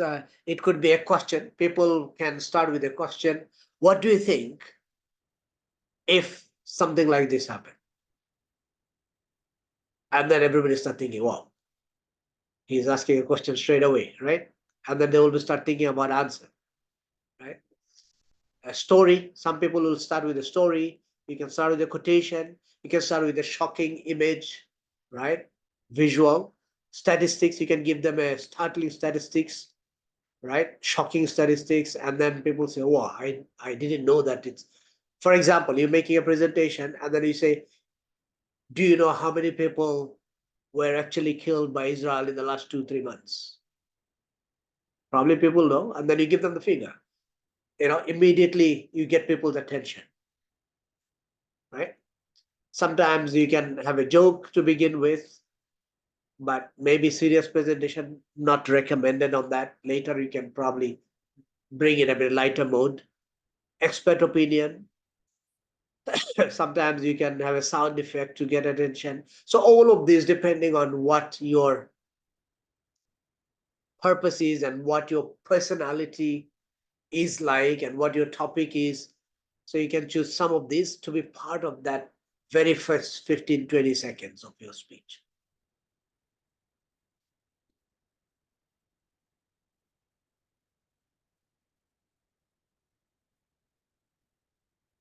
All right, so I have covered some of the issues of content, right?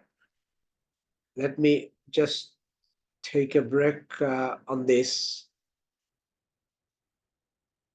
So any other ideas on content and structure? We have talked about content and structure generally, right? Any question on this so far?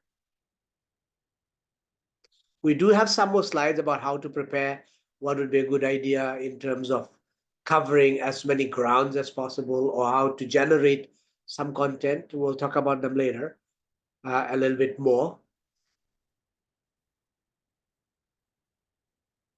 Right, let's talk about style, right? Style of speaking or presentation.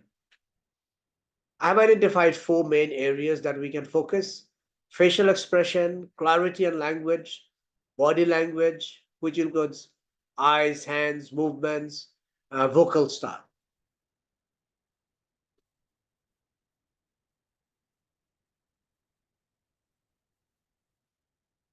Okay, let's share your ideas on this.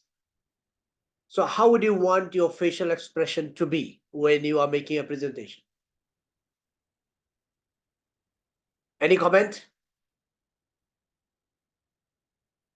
We're looking at number 1, right? Facial expression. How would you want your facial expression to be when you're presenting? If I can just say in simple word, I want it to be pleasant, right? Calm without looking too serious. Yeah. You want to be pleasant. You want to be pleasant. You want to be confident. Yeah. Cool. Yeah. Enthusiastic face, I think, would be important too, sir.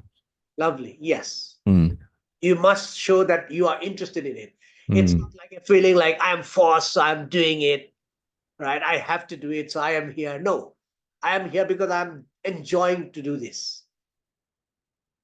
Don't frown. Yeah. Yeah. Great. Great. Maybe a smiling face. Yes, of course. When I say pleasant, probably smiling face is one of the great. Right? Let's look at number 2, right? Clarity and language.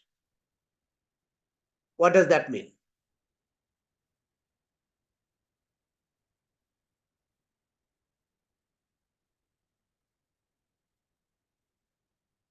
It's very obvious, isn't it? Right?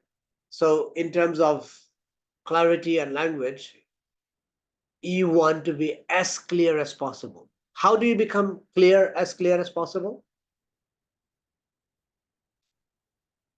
Any tips on being clear?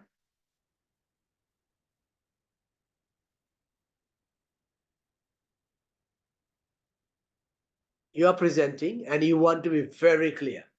What would be things that you would want to remember?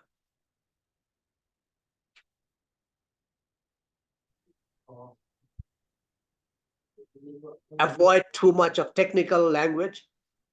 Excellent. Very sure. Do not use too much of technical language. If you use some technical language, then you might need to explain what that means, because not everybody might be from your field, and not everybody, even if they're from your field, may know exactly right at that time what that technical word means, right? If that technical word means something that they have read before but they don't remember now, they may not be able to understand your presentation. So either minimize, and if you have to use it, explain to them what it means. Voice should be heard. We will talk about this number 4, vocal style.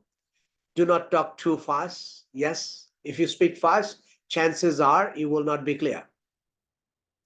Use a simple English that everyone will be able to understand. Yes, there is a famous saying that do not use 2 words when 1 word will do, and do not use a more difficult word when a simple one will do, right? So when a simple word which everybody is familiar with serves your purpose, use that. Do not look for dictionary and then find out all the most difficult word to be impressive. Maybe that will work to some extent for your written papers, research papers, but that will not work for your presentation. If you are presenting based on your paper may have all the difficult words, and for the sake of giving certain impression to your readers, but when you are speaking, you will not be using those words. Although you are presenting the same paper, you will be using as simple word as possible to explain. Okay?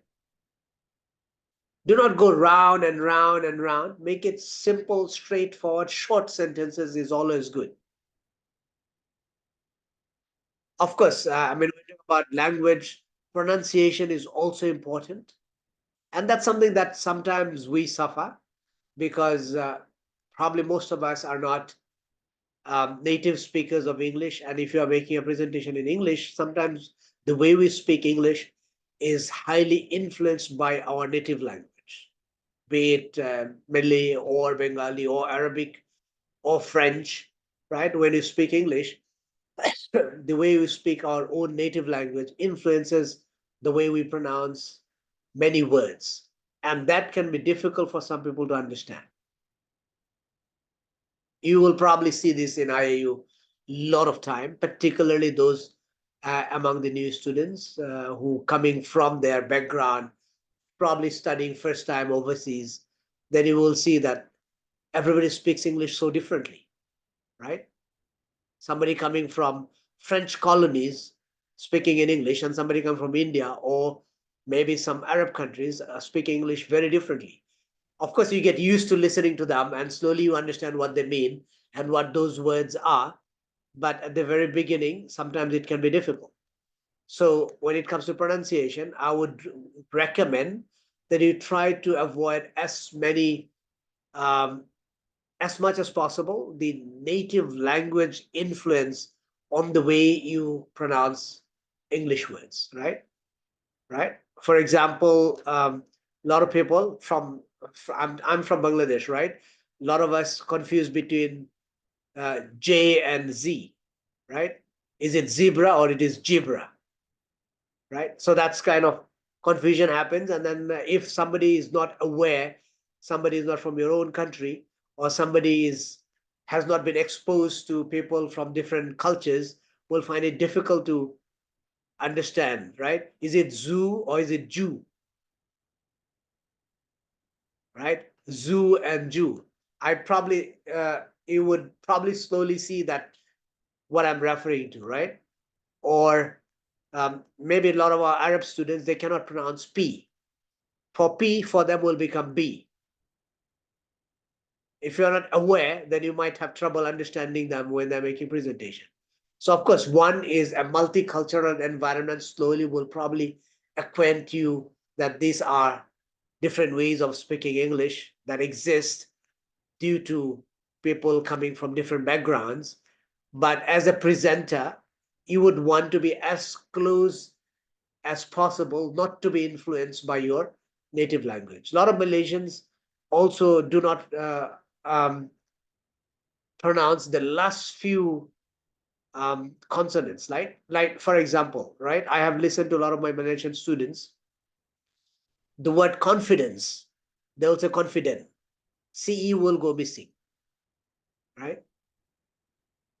And now is he saying confident or confidence? I will be confused, right? Slowly, of course, we will know that this is what he or she means, but these are potentially things that might give not a great impression when you start your presentation, right?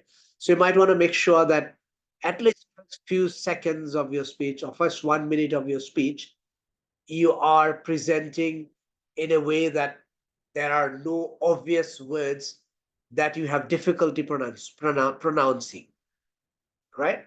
It is natural, it happens to all of us, and it's not a big problem, particularly when you are speaking to your fellow countrymates.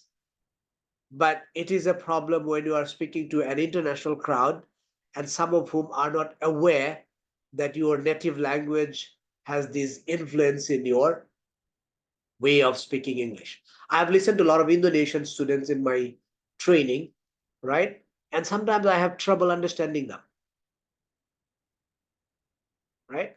Because they speak too fast a lot of time. And the way they speak English is also very different from how I speak English, right? So these could be things that you might want to look into a little bit and then modify. Of course, at your age in postgraduate studies, it's not going to be easy for you to change.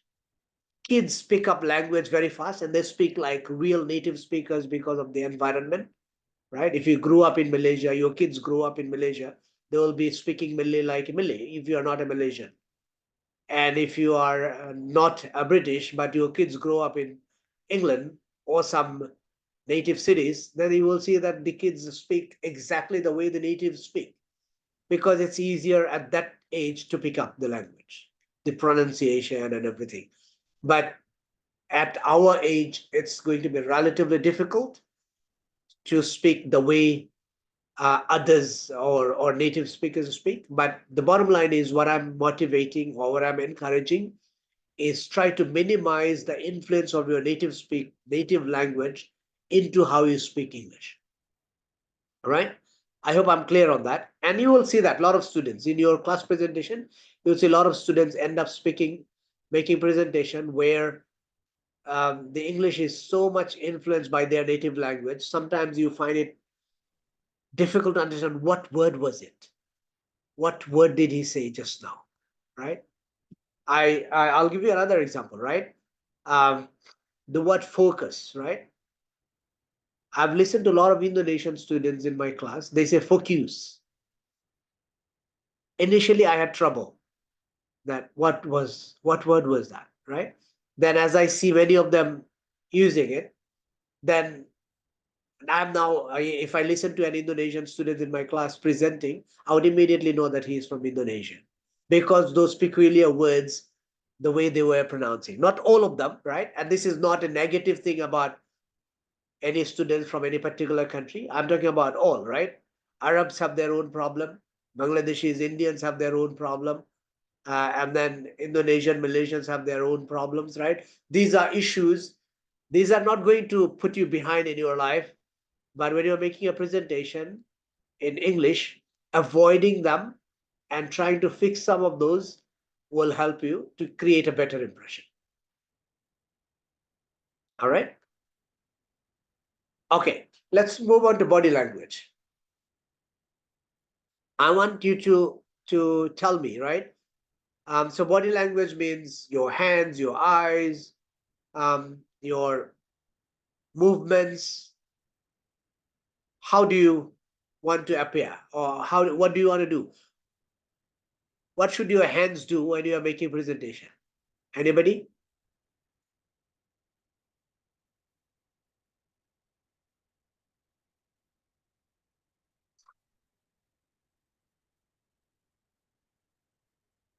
What kind of body language things that you, maybe let's put it this way. Can you mention some do's and don'ts on in terms of body language? Do's and don'ts of body language when you are making a presentation? So I think for especially eye contact, the don'ts is especially to not read the slide all the time and have eye contact with the audiences. Look at them in the eyes if possible. Excellent, excellent. Number one is you don't want to read from slides. If you read from slides, then people will probably be able to read it themselves. Why do you need to be there? Just give them the slide, email them the slide, WhatsApp them the slide. That's good enough, right? If you're reading from the slides, then you are obviously not making eye contact with the people. Okay, slides are just to guide you what to cover. So what should your eyes do? As I think you are the MC, right? I didn't get your name, but okay. So as he said, you want to look into people's eyes, right? Yes. A small group in particular, if you are presenting in front of like 15, 20 people in a small classroom, what do you want to do? You want to look at everyone into their eyes at some point in time, right? Yes. What is the natural reaction? If you look into somebody's eyes, like the natural reaction that you expect. I'm looking at you, right into your eyes. You will be probably looking back at me. And what does that mean? That means for that point in time, your attention is mostly towards me. You looked at me. That means I already achieved the purpose of your attention. Right? That's the way to maintain eye contact. But I couldn't be probably continuing staring at you throughout my presentation. Sure, Then of course. what's wrong with me? Or what's wrong with this guy? Why is he so much focused on me, right? So you will be looking at everybody or segment of the crowd into their eyes occasionally and move to somebody else, right? So Yes, that yes. everybody is part of it, right? If you're a guy and presenting and then you are always looking at this particular girl, then something is wrong with your presentation. Sure. So eye contact means you are evenly distributing Yes. your direct eye contact to everybody in the crowd. This is very effective if you are making a presentation to a small group of people. maybe 15, 20, 30 in your classroom. But if you are delivering a lecture in front of maybe 200 people in a big hall, and you are up on the stage and they are down on the floor, right? So it could be difficult to look directly into their eyes. Even if you are looking at them, they don't realize that you are looking at them in particular, or that person in particular. Right?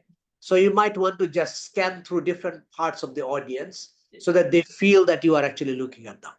In a big hall, direct eye contact is difficult to achieve, but you must give an impression that you are actually communicating with that particular segment of the crowd at different point in time. So you look at left, you look at the far end, you look at in the middle, you look at the left side of the crowd at different point in time and focus on them a little bit so they know that you are actually talking to them and you are not just talking at them or you are not just reading out the slides, right? So you maintain eye contact.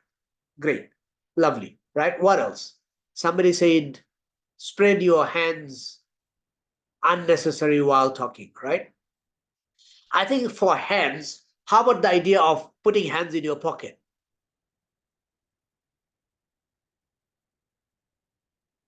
Gemma, right? You said you should not spread your hands unnecessarily while talking. What will you do with your hands? You can speak up if you unmute and speak. I am fine. Go ahead.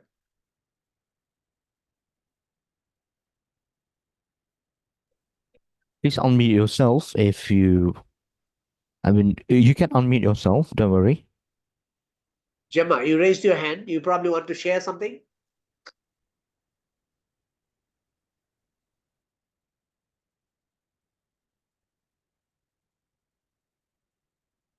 Your hands, when you talk to your friends, do you put your hands in your pocket? Usually you don't. Similarly with your presentation, you would be doing what is natural, right? There is no need to over dramatize. There is no need to over dramatize, right? Moving hands everywhere. But how you do naturally, talking to people, sometimes you raise your hands, sometimes your hands move in a different direction. So you do that, right? There is no point putting your hands in the pocket and then probably playing with your keys inside your pocket. It will probably distract your audience from your presentation, right? So your hands should be naturally where it should be. Sometimes you feel like, I don't need these hands because I'm talking. My hands don't talk, right? So you don't know what to do with your hands. Put it in your pocket or put it in your chin while you talk. I don't know. Some people have very weird reaction with their hands, with weird kind of positioning of hands when they are speaking. You must be consciously making sure that you avoid those things. Let your hands be naturally doing what it's supposed to do. Sometimes it will be raised, sometimes you will raise one hand, sometimes you will raise both, right? These are natural reactions. Some people are overly expressive. Their hands move a little bit more than the others. Some people's hands move a bit less than the others. They're less expressive with their body. That's fine. But what you want to avoid is maybe repetitive gestures, maybe things that look a little bit odd to people, like you are making a 10 minutes presentation and the whole 10 minutes your hands are in the pocket, or for the whole 10 minutes your hands are on the rostrum, you never moved it an inch, right? That would be odd, right? Let your hands be natural. When you talk to your friends, your hands will move. Let that also happen when you are talking to a group of people making your presentation, right? Movements. You sometimes want to go, unless you have a rostrum and you're speaking behind the rostrum with a microphone, unless you have that kind of environment for your class, you can move. You can go towards the right side of your crowd and a bit closer to them, not too close. You must maintain some, distance. Otherwise, they might feel like a bit awkward, right? or you can move a little bit on the left side of your crowd and you are making presentation, right? If you are using a hands-free, you have a cordless microphone, then of course you will be more free to move all over your audience and make them more engaged, right? So those are also good style. But if you are behind the rostrum, then probably your movements are limited, but your hands will probably move, right? So these are probably some part of the videos. I think we have more slides and more details on this coming up. Vocal style, right? Let's talk about vocal style. What to note about vocal style? Somebody says simple, slow, and natural movement of hands. Yes, very good. In terms of vocal style, somebody said earlier, right? Do not be too loud, but do not also speak too much with a low voice that people have trouble hearing you. You must consciously choose your volume, right? You can adjust, right? As if you have a switch there, how loud you want to be. Right? Some people, they speak with such an understated voice that only the first two rows can hear them. People in the first two rows can hear them. The people at the back rows can't hear them. Right? So you need to have loud enough voice that everybody can hear, but not too loud that people feel that you are screaming. That's the most important thing to remember. Not too loud, but not too understated that people can't hear you properly. That must be the minimum standard.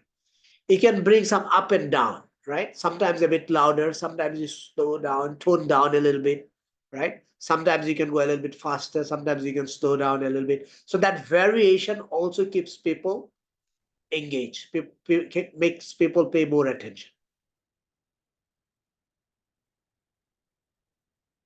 If you have a microphone, then you must make sure that you actually try out the microphone, because sometimes you are speaking with a normal voice, but you are speaking too close to the microphone.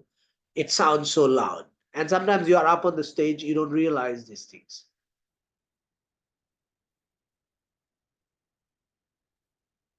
Yeah, avoid being monotonous, add varied tones as well. Yeah, great, great. I'm very glad that today we are able to actually see the people participating with their own ideas. You must be, probably you are postgraduate students, you must have been doing lots of these presentations in your class. Some of you probably are coming here to do PhD with your teaching experiences. You probably have way more experiences than I do. And so having your ideas is definitely enriching my own understanding of these subjects, right? So style, basic things is be clear, be simple, be straightforward. Do not read from text, do not appear unsure, do not look for approval, speak with confidence, avoid stop gaps, fillers like or now. Some people say now too many times in their presentation, or basically Arabs will probably say yani, right? Malaysian will say apa ini, right? These are called fillers. These come in your sentences because you're not sure what word to use next or what sentence coming next, right? Sometimes it happens because you are unprepared, right? So you must avoid these fillers or stop gaps. Consciously choose your volume. Pace, you should not be speaking too fast. Be gracious, 120 to 160 words per minute. 160 might be too much for a speech, maybe acceptable for a debate. In debate situation, people speak fast because they have very limited time and they have to cover a lot of stuff, right? Vary your tone from time to time, right? I actually did word count for some of Obama's speeches, and then I think that's great. Like they speak sometimes, probably majority of the time, I think they speak less than 120 words a minute. Body language, look at everybody, look at all segments of the people. hand gestures. You shouldn't be predictable, natural, right? Predictable means I have seen people making presentation. They go backward and forward, right? So it's like now they go forward, then go backward, or their hands go left and right, all the way continuously. Right? These are called predictable movements, and this is not natural. Every body language must have a purpose. So if your hands are moving, that is also to attract people's attention. If you're going towards a particular segment of the crowd because it's an open presentation, right? You're not stuck behind a rostrum or behind a table. You have the slides and you are able to move, then your movement must have a purpose. If you go towards the right side of the crowd, that means you want to get their attention. You cannot move towards right side of your crowd, but looking at the people on the left. Then that's a purposeless movement. Why do you go to the right side of your crowd when you are actually looking at the people on the left? When you are moving towards right, you are actually supposed to looking at them, and then you get their attention, and then you move to the left, and then you look at them, right? So every movement that you do in your presentation must have a purpose. The purpose is try to get the attention of that particular segments of the listeners. Of course, these are difficult to achieve when you are online, but in your actual class presentation, you will probably be able to apply these strategies. Somebody says emphasizing main ideas by changing tone of voice. Yes. Sometimes it's also, I'm not sure if I have it in the slides, pauses, right? Pauses. How to improve from being monotonous. How to improve from being monotonous? I can, offhand, I can think of two strategies. One is vary your voice. Sometimes speak a bit louder, sometimes tone down a bit. That will avoid being monotonous. Number two, you give pauses, right? You finish one point, you talked about, okay, let me tell you why domestic abuse happened. So I talk why it happens. It could have 2-3 reasons, blah, blah, blah. Then I give a pause. I just wait for maybe 10 seconds. Then I say, let me now go on to the second point I want to talk about, how to prevent them. And then I give a pause because I have already seen what my headline is. My headline is how to prevent them. And then I give a pause. And then I say, when it comes about preventing, there are 2-3 ways, right? So the pauses also avoid being monotonous. Pauses also give people a breather, and it also tells them that you have finished one focus point and you are moving into your next focus point, right? Do not continuously speak for the 20 minutes or 15 minutes that are given.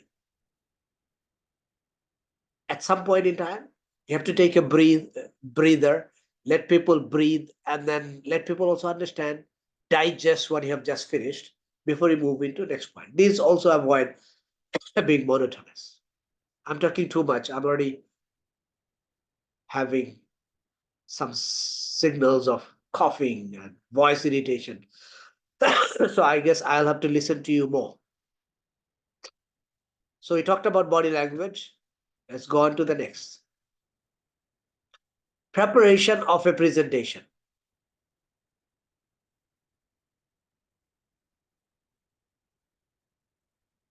Okay, somebody asked, what is the meaning of body language and must not over dramatize? I have this because I sometimes judge public speaking, and I have seen school students, when they present, they dramatize their presentation. Not just dramatize, they over dramatize. Maybe because they have been rehearsed, they have been coached by the teacher to do this kind of expression when they deliver those particular content. So when they will say, let's say they tell you a story, I came across this big snake next to a small stone, right? So there's like every word has a corresponding body expression. That's called over dramatize. If you're natural, you don't do that. If you are coached, then you end up doing it, right? That's what I mean by over dramatizing. But a little bit of, we talked about shocking effect. If there you do dramatize a little bit, acceptable, right? You need to do that to have some special effects. That's fine. Just not overdoing it, not going beyond the limit, and not doing it again and again. Over dramatizing would be appropriate for an audience of children, certainly. Good point. Yes, dramatizing. I have to tell a story to my baby kid. She is only 4 years old now, right? So at night when I'm in bed with her, she said, "Papa, tell me a story." The way I tell her the story would be something that would be really odd if I'm using that same style in my presentation in class. Impossible. I wouldn't even think of it, right?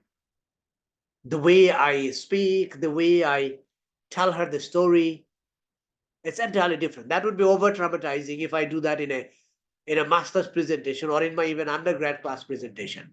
But if I'm teaching it in a kindergarten, maybe that will be very helpful, telling the story, right? That probably not over dramatizing because I'm doing it there. But it'll be over dramatizing if I'm doing it in my class presentation. I think you understand, right? It's good that you raised this point. With kids, you have to dramatize. Otherwise, they will not listen to you.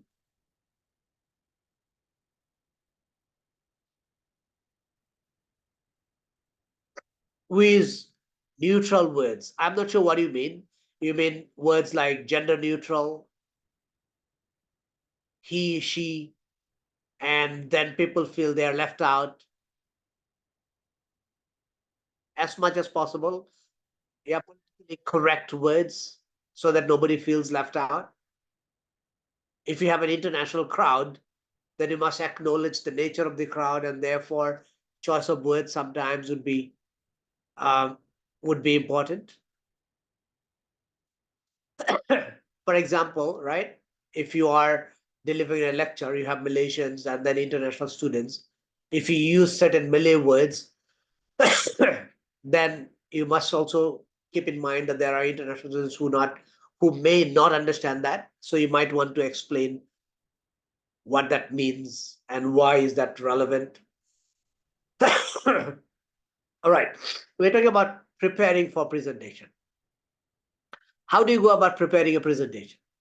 I put in some steps, but you can have your own ideas. First is you brainstorm. You just think about what are the things that you want to include, an initial outline. Then you continue your research, probably add more stuff in that initial outline. Then you finalize your content and notes on delivery style. So notes on delivery style means where will you pause? Where will you speak a bit slower? Where will you vary your tone?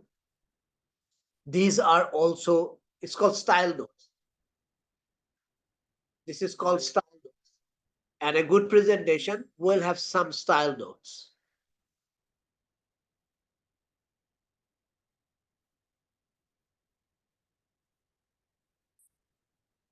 Sometimes your presentation could be a fully written or partly written presentation. So these are finalizing points. Sometimes you might have like, okay, these are the 5 points in my body of this speech. Those 5 points, it could be like you write down 2-3 lines for initial explanation, and then you just make some points which will probably indicate how you want to build that point, right? It's possible to write down a presentation in full if you have time, but the risk is if you have a fully written presentation, you might end up reading from it. You must avoid it. If you have a fully written presentation, no harm, but you must make sure that you are not too focused on the paper. All right?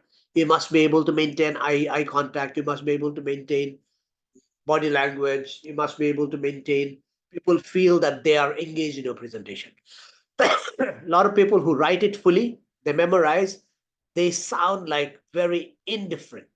They are just out there to regurgitate what they have written or they have memorized, and it does not become a communication anymore, right? So it depends on you, what you feel comfortable. It can be fully written, it can be partly written, right? But the bottom line is you want to have some words written that you want to make sure that you don't miss out important things, right? The last stage is practice and visualization, right? Even if I don't have time to practice because it's a last minute thing or it's an impromptu thing, I would at least visualize how I'm delivering that point in my mind before I actually appear in my class. All right? You want to share anything? How you prepare your presentation? If you have slides, of course, you will be preparing slides and you will be going through. There is always a value in delivering your presentation before your friend and get your feedback. Get his or her feedback so that you can improve. Or you can share your slides with your friend. Can you go through my slide, please? See if there is anything that I should improve. Maybe some grammar errors, maybe some spelling errors, maybe something that you wrote in your slide which is not clear to him. Then you can reword so that it becomes clear, right? A third eye view, right? A neutral person's view before you actually present in your class is always going to help to improve your presentation, right? So you can do that before you finalize your content. But, or maybe after you finalize your content, you send it to your friend. Hey, can you give me a feedback on this? This is my presentation next week. Just tell me if this is nice. He might suggest something which might improve your presentation, or he might say it's just great, right? But getting a neutral view, a review from somebody is always helpful before your final presentation. All right? Okay, I think I'm probably approaching towards the end.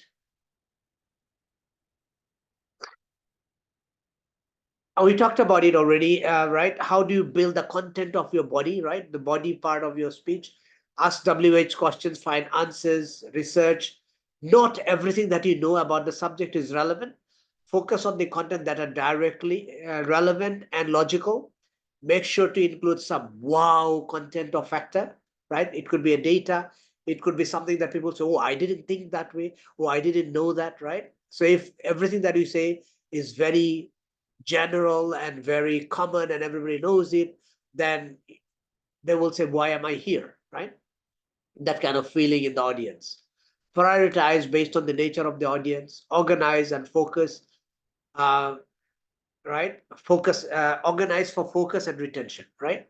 So we talked about it at length earlier. During presentation, focus on style and clarity because you have already prepared. Now, as you're presenting, you make sure that you are clear, right? You look at the reaction from the audience. People who are listening, what kind of reaction they are doing. General reaction, not just one or two individuals.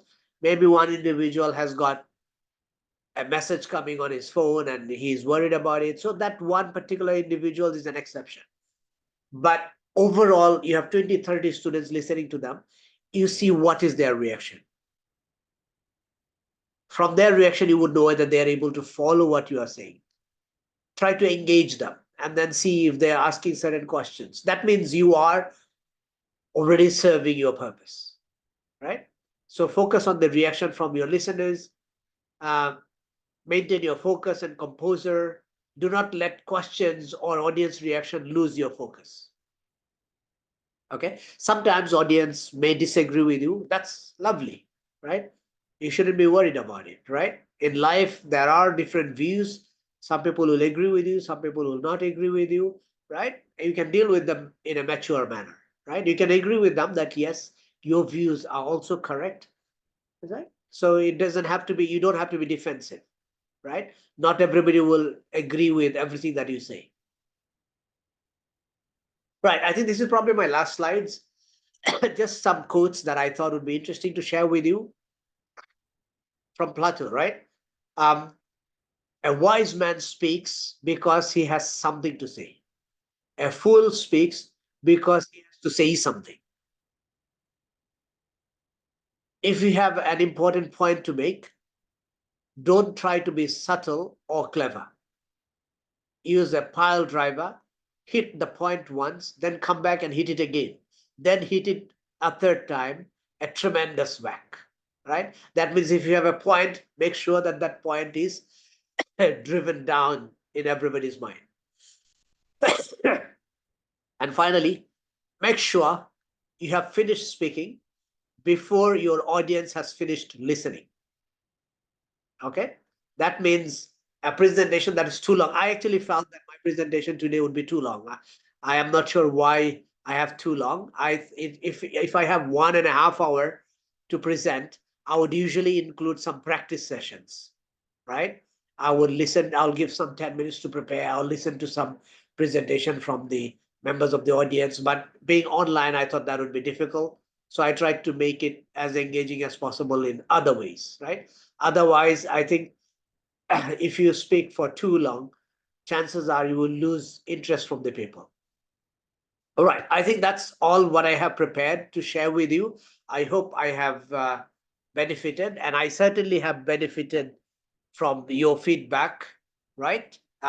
We can have some questions and answers if there is anything, and we can probably listen to your side of the stories if anybody is willing to speak up. All right.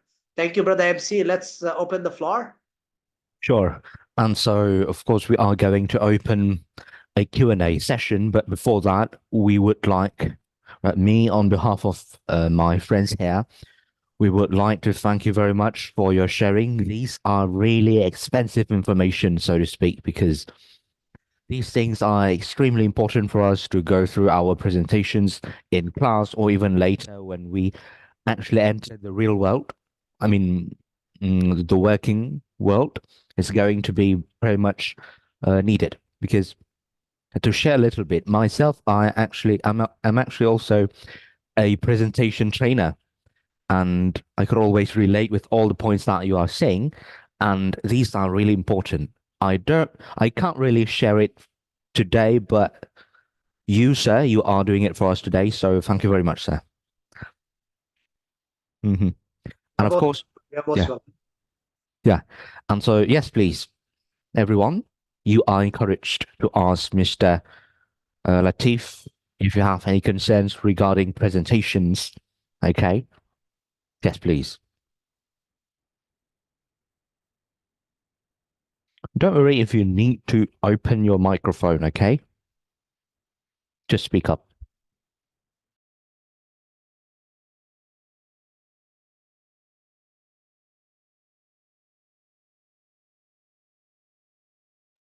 Anyone? Maybe about the experiences that you had in your presentation that you wish to change, right? Maybe you can consult with Mr. Latif here, okay? And we can work on it together too.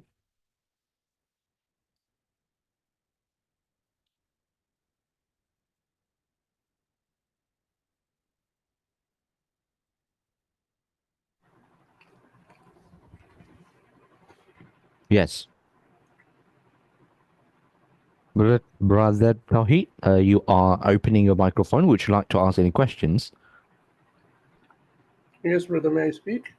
Yes, of course. Go ahead, sir. I will express my gratitude to your program. That's wonderful program you have arranged for the newcomers and those who have landed in Malaysia from abroad.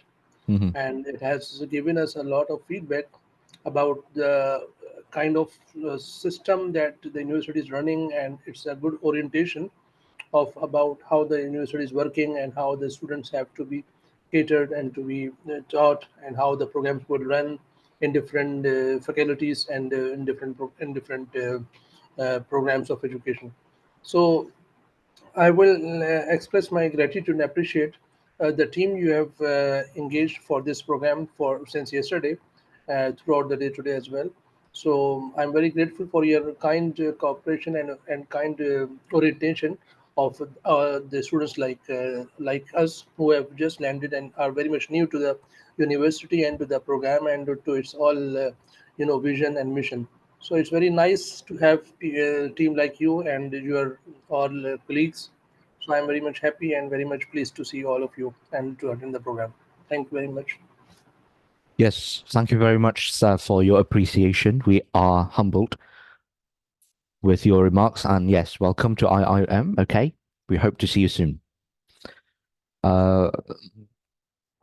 Anyway, if we look at questions, okay, someone is asking, Mr. Latif, if you're still there, there's a question here.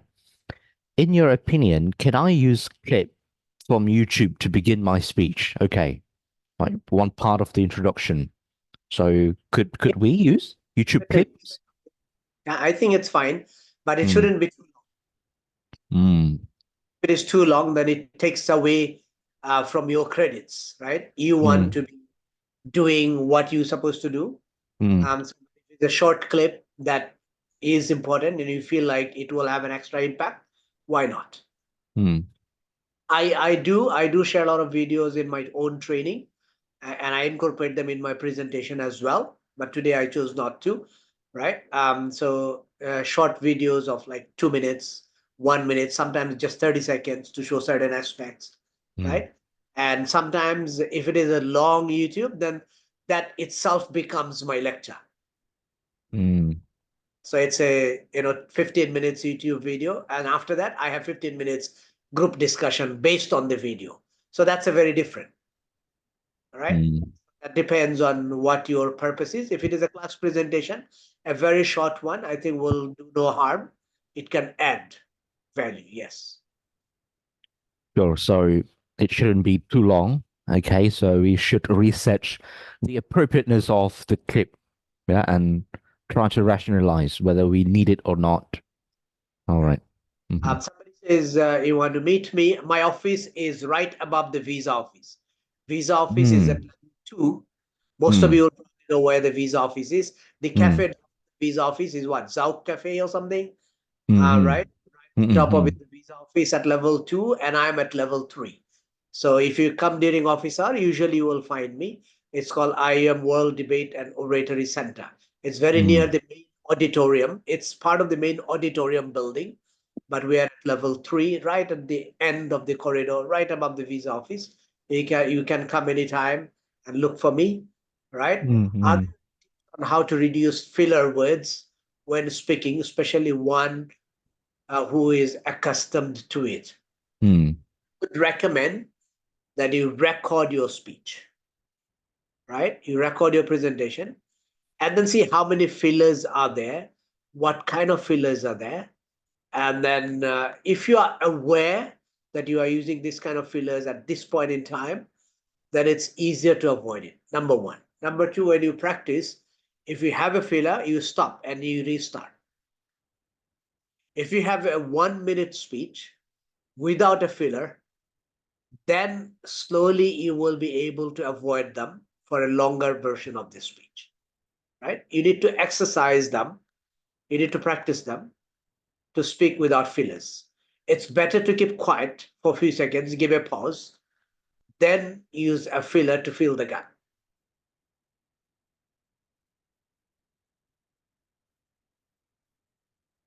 How do you handle any sort of unexpected questions, perhaps during defense or viva? Avoid subtly or how?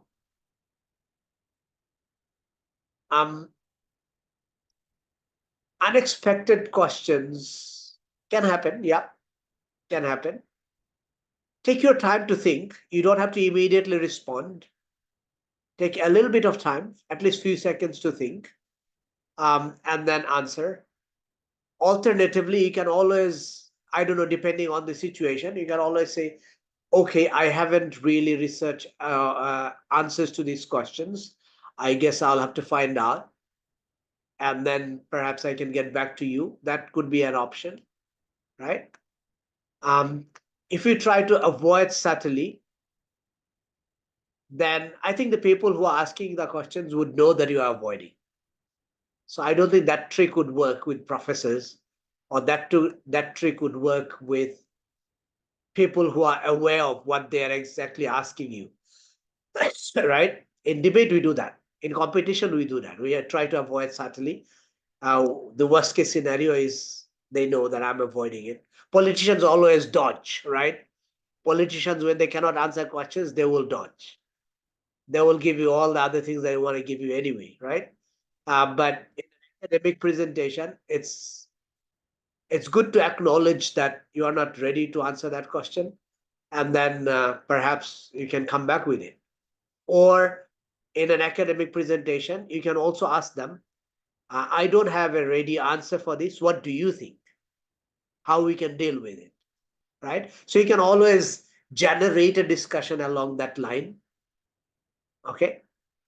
So, and you can also say that, okay, I find it interesting and I will find out more about it and include in my part of my research or include in my next presentation. So these could be potential options. It depends on what was the purpose of the question and how you can handle it, right? Okay.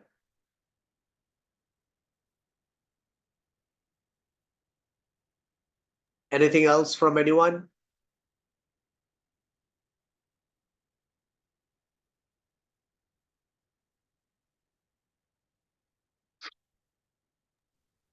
Yes, so I think all of the questions are already answered. Okay, so I think on my part, I thank you for inviting me. And it would have been, of course, a great experience if I could face-to-face meet you all in a hall, and we could be probably sharing a lot more directly. But what to do? This is the age of technology, and it's convenient for everybody to join online. But hopefully, when you are free, please do drop by in my office. We can have a chat. We can get to know each other. I am here. Inshallah, we'll meet up. And I can invite you in advance if any of you are interested in debate, public speaking. We do have training face-to-face weekly on a weekly basis when the semester begins. You can just see me, WhatsApp me, or email me, communicate with me to find out more. We can probably help each other improve and be more skilled person, inshallah. Thank you so much. Thank you and all the best. Assalamu alaikum wa rahmatullahi wa barakatuh. Wa alaikum salam wa rahmatullah. Thank you so much, Mr. Latif. As I said, these are really important information that everyone here actually needs. Okay, so we have to move on to the next part of our agenda today because our speaker is already here. So we will have a sharing regarding writing research proposal. The speaker of this topic will be Professor Dr. Muhammad Raisuddin Khan. He is a professor from Engineering and Technology, Kuliah of Engineering, IIM. Without further ado, please welcome Professor Raisuddin.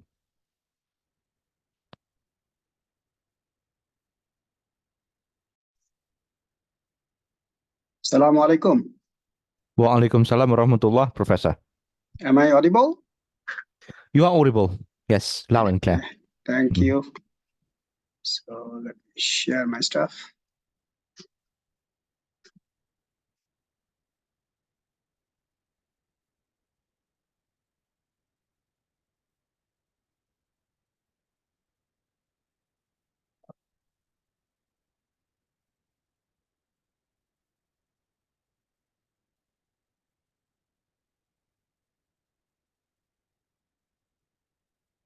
Is my screen visible? It is visible, but we are yet to see your slides. Yeah, slides are coming. Mm.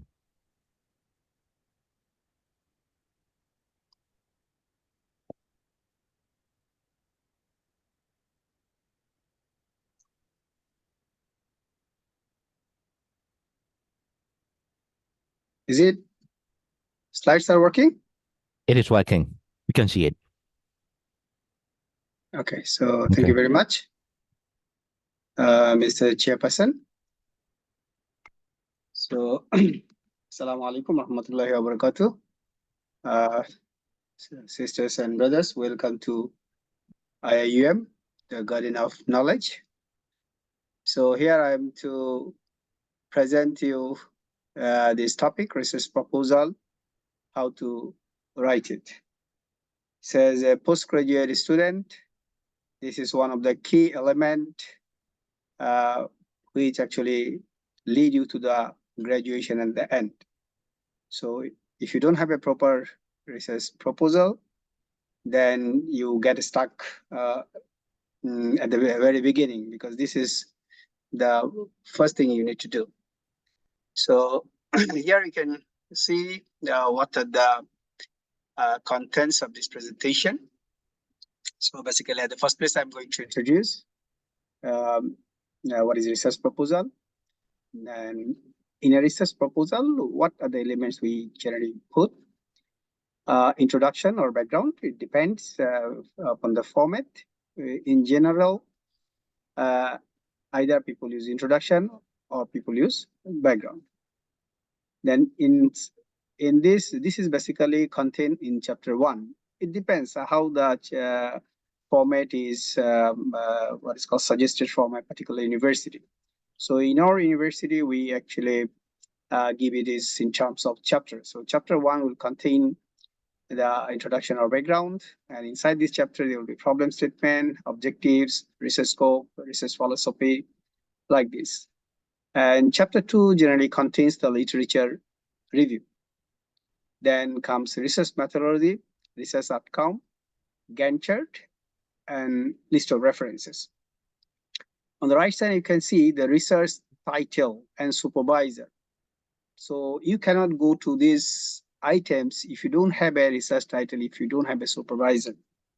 Maybe on your own, you can plan, this is my title.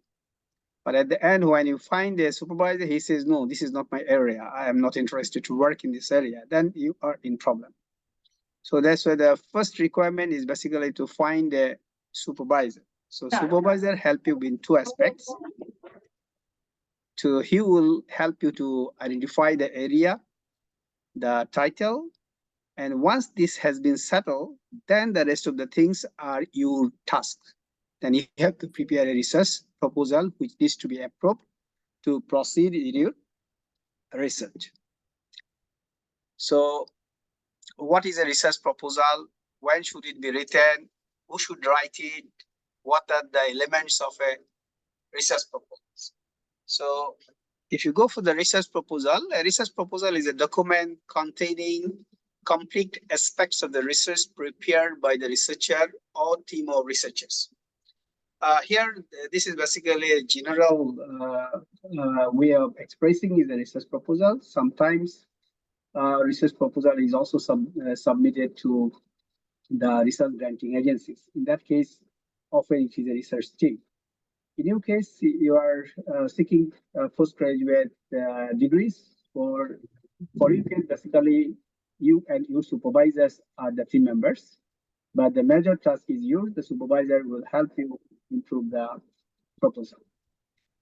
It is normally prepared by a person or a team according to a format set by the relevant agency. So IIUM has our own template of submitting a research proposal. So we have to submit it according to their template. It is evaluated by a committee. So they will set a committee from the Kulia. They will listen to your presentation. They will also evaluate the submission of the report itself, and they will finalize whether it is acceptable or not. If it is not very bad, they will give some suggestion. Mana bayar ni? Apa pakai kat luar? Bayar kat mana? Bayar kat tingkat 2. Kat 2? Ha. Pakai kat luar sana? Tu dekat situ boleh. Okay. Kat TM tu. Okay. Important items that are evaluated in a research proposal, importance of the problems. The problem you have to solve. How important is the problem? State of the art. So what is the current state of the art? What level of the problem has been already solved? What are still remaining to be solved? Okay. And what are the appearance of these researches in the journals and conferences? This is basically state of the art, which is basically presented in the chapter 2, which is the literature review. Then objectives. So you have to set the objectives. What are objectives? We'll tell later. Then you have to give the methodology. Generally, it is chapter 3. Knowledge of the investigators, because when you present your methodology, that actually shows how much you know and how capable are you to solve the problem. So methodology actually plays a crucial role to show the strength of the researcher. And in our case, we generally do not put any budget, but for receiving research grant, we need to put also budget. So we are not going to talk about budgets. And timeline. So how we start the research and item-wise, we present a Gantt chart. In the Gantt chart, we can show so how the research will be conducted. Some activities will be in parallel, some activities will be in series like this. And the outcome of the evaluation, approval of the proposal for research grant, if it is a grant application, or approval of thesis title for awarding master or PhD degrees. That means research proposal is just beginning of your postgraduate study. If the proposal is accepted, so your title and objectives has been actually approved. Now we can proceed to fulfill the objectives. Excuse me, Prof. Yep. Excuse me. Sorry to interrupt you a bit, but we are hearing that your audio is breaking a little bit. I'm hearing it, and the audience is facing the same thing. So it's like breaking signals, maybe. Mm-hmm. But slides are clear. Everything is clear, except that your voice is slightly. Apparently, it's your connection. Connection should be okay. So for Connection okay. So.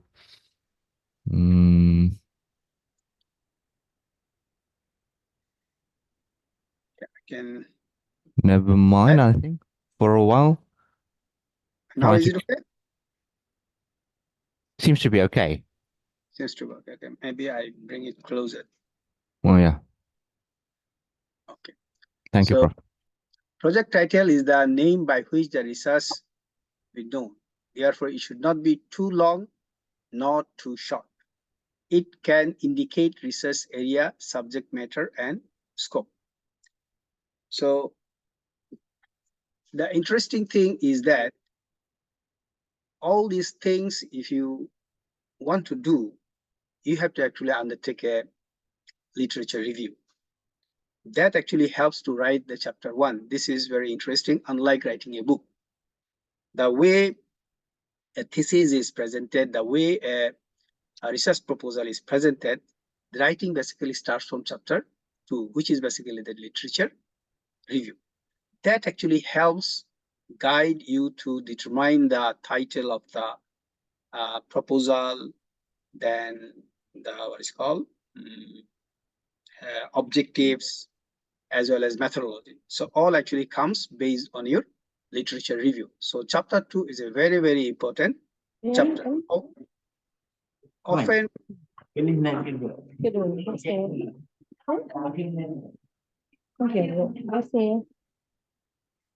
okay.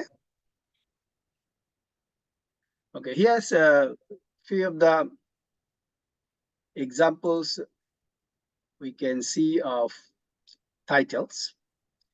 So on the left, you can see the titles acceptable. On the right, the titles are not acceptable. Development of a prosthetic thumb based on thumb tip force estimation.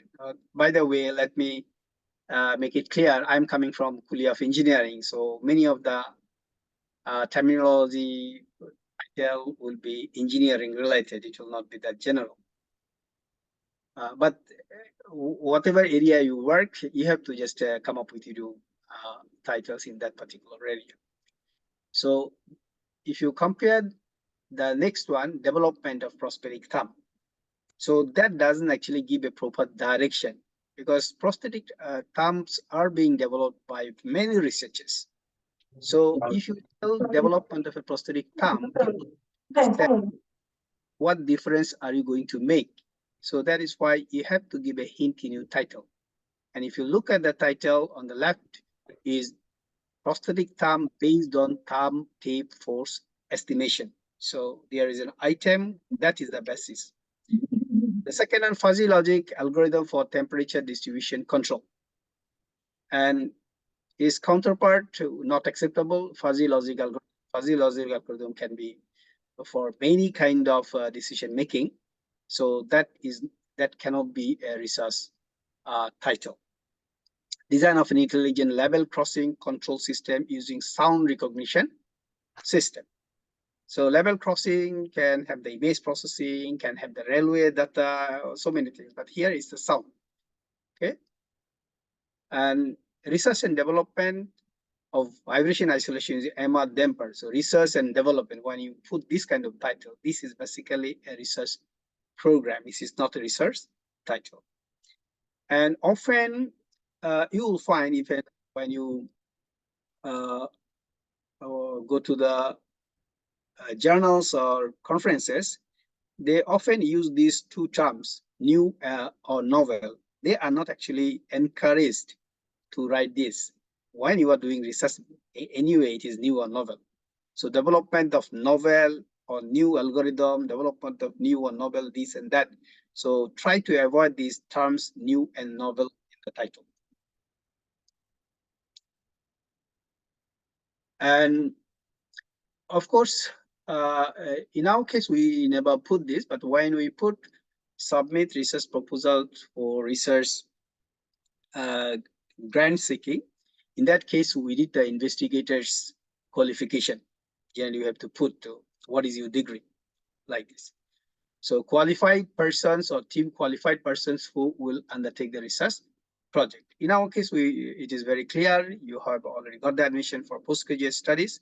So you are qualified. We have already chosen you as a qualified candidate to proceed on for you research. So you don't have this issue. Okay, the chapter 1, let me go. So chapter 1 is generally written after chapter 2. Okay, so this chapter is generally written after chapter 2, literature review. As I said before, chapter 2 is the first thing you have to do, which is basically literature review, which is the crucial and important part of any research. So that you have to do at the first place. Then all the materials actually get from chapter 2. And that actually you can compile in chapter 1. So chapter 1, the standard name, even in thesis, introduction. And the first topic or section in chapter 1, generally, it is introduction or background. Sometimes they put the rationale. Yeah, so but common is introduction or background. If the chapter name is introduction and chapter subtopic is introduction, it is acceptable. It is not that if it is introduction is the name of the chapter and I put introduction. Here again, it's not a no, it's acceptable in case of research proposal, even in for books. There is no harm to put the introduction. But if you believe that, okay, I don't like it. So, okay, you put introduction, the name of the chapter, which is common, then you put background under this section. So this section introduces the research area in brief. Generally, we don't go make it very long. 1 or 2 pages should be enough. And what are the highlights of this section? The highlights of this section are research area. Generally in the introduction, I will show an example later. So you have to introduce the area. So what people are doing in this area and brief review of the topic addressed by the title. Because title we have chosen actually based on the literature review. And literature review has extensive review in that chapter. Then what review you put here? This review basically very current literature which are leading to your problem. Those literature actually we highlight here to show the background. So we don't put everything there. Interestingly, writing thesis, writing this kind of proposal has got a very weird kind of stuff, but that is the way we do. You have the literature review, you have the problem statement in the literature review, but we have a problem statement in chapter 1. Just we change the language in a different format we place it. And the research problem, you have to highlight under this, and significance of the problem or solution. We do not tell how we are going to solve the problem. Here, we never tell how we are going to solve the problem. We tell what is the significance of the problem. Either if it's a significance, so what problem it is causing to the society system, this is significant, or benefit of the problem. Okay, so if you solve the problem, so what benefits we get out of it?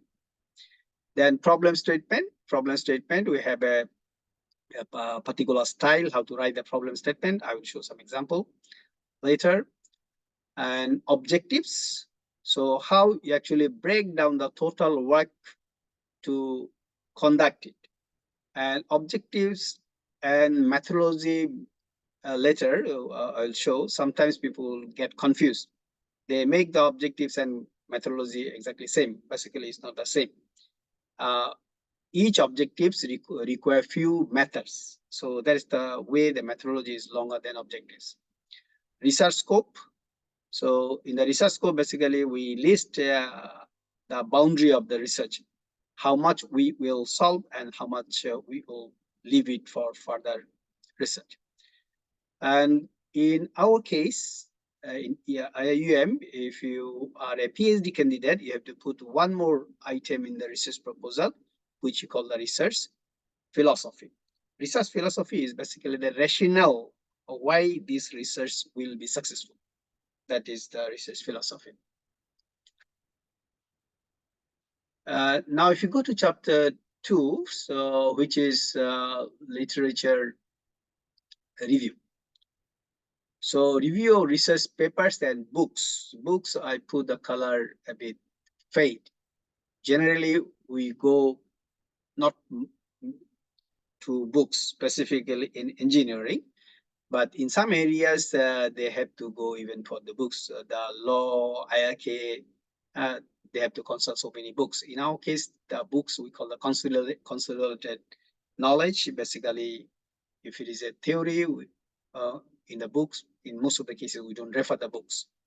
But if it's a classical book, then we refer. But mostly these are the articles or journal papers and conferences that we actually review. So in this chapter, we have to introduce the critical research area relevant to the proposed research. So when we go for the research, we have to identify what people are doing and have got the successes, and where people are doing the similar things and has got the partial success. And generally, nobody reports the failures. Maybe they will tell they have not done this, but they will never tell, I did it and I failed it. It is very rare. Okay. Analysis of valid methods and results that are going to support the methodology. Because in case of the methodology has two components. Some of the elements, basically, they are well-established methods. We accept them, we use it. Like in science, they have their specific protocols for different areas. So they just cannot come up with a new method. Maybe the material is new, the results will be new. But it can happen that the complete methodology is new. Then it is a contribution itself. The method is a contribution itself. Weakness of other research in the proposed area. Weakness of other research in the proposed area, that actually help you to identify the research gap. And research gap is what has not been done yet or is not conclusive yet. So many research has been done in the same area, but if you put them together, you can find that a clear-cut conclusion cannot be derived out of this results. That means there are some gaps.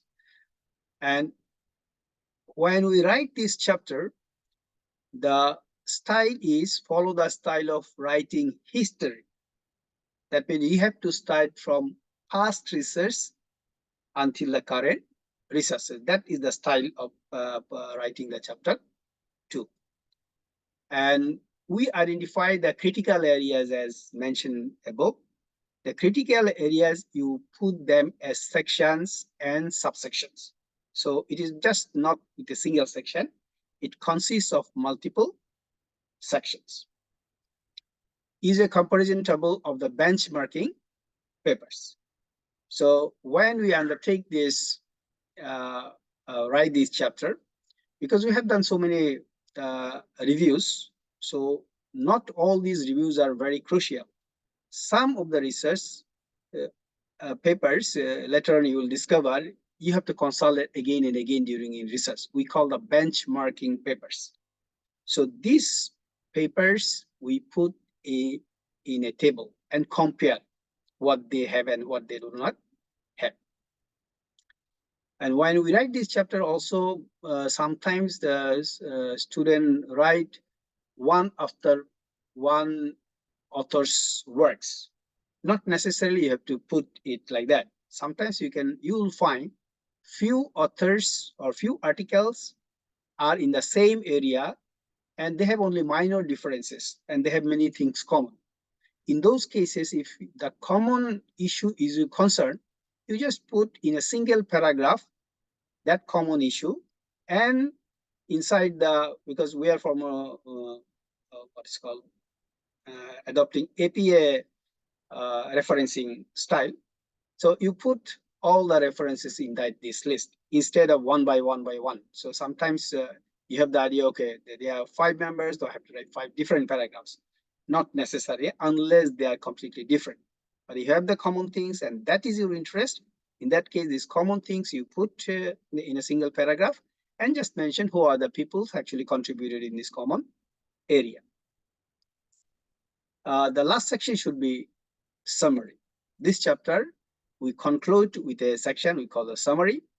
This should list the knowledge to be used and problems to be addressed.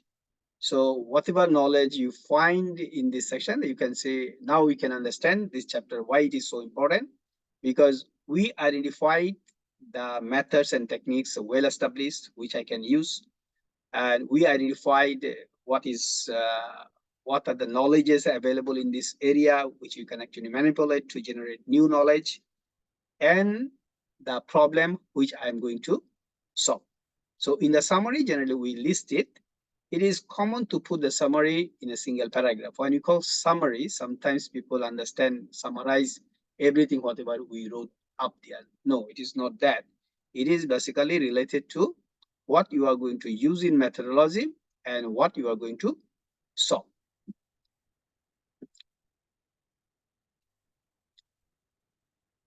Okay, the problem statement. So problems in literature review, in the summary, actually the problem statement is hidden there. But when you say the problem statement, which is actually an item in chapter 1. So how to put it there and how to write the problem statement. 1 or 2 statements on the problem has to be presented in this section. If we just put 1 statement and that is enough to be work for 2 years or 3 years, it's okay. But if you find that it is very small and simple, in that case, the 2 or 3 problems can come together under the same problem statement. In that case, it can have 2 or 3 paragraphs. Each problem statement should be a paragraph of few sentences. A minimum of 1 sentence paragraph is also acceptable. Because when you go to write anything, the standard rule is that you introduce anything, there should be, if you say it is a paragraph, there should be at least more than 1 line. But in case of the problem statement, a single sentence can be a paragraph. This statement must not be a description of the problem. Statement must not be description of the problem. So statement is statement. So I think many of you have got this what is called, every action has an opposite reaction of equal and opposite reaction. This is a statement. This is Newton's third law. So this we call a statement. It is not the description of the phenomenon. So when we write a statement, statement should be like that. It should not be, okay, when there are a body coming, it hits a body, there will be force, it will be equal, the direction will be here. That is called the description. We should not describe. The solution of the problem is not part of it. When you present the problem statement, we should not tell how we are going to solve it. However, the benefit of the solution may be presented. That means this is the problem. The solution of this problem will bring about this kind of benefit. That we can write there, but do not put the methodology or solution procedure under the problem statement. So here you can see the comparison between a problem description and a problem statement. Up there with yellow shadings, you can see a problem description. So this ULEG, as a part of its R&D program to develop innovative highway and traffic surveillance and control system, ACME Corporation plans to develop an automated vehicle license plate.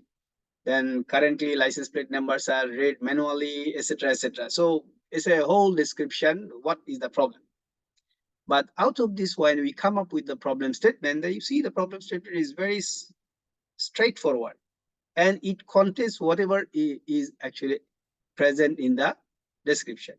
How well can trained license plate inspectors recognize partially obscured characters on license plates? So that is a problem statement. Problem statement can affirmative sentence, can be interrogative sentence.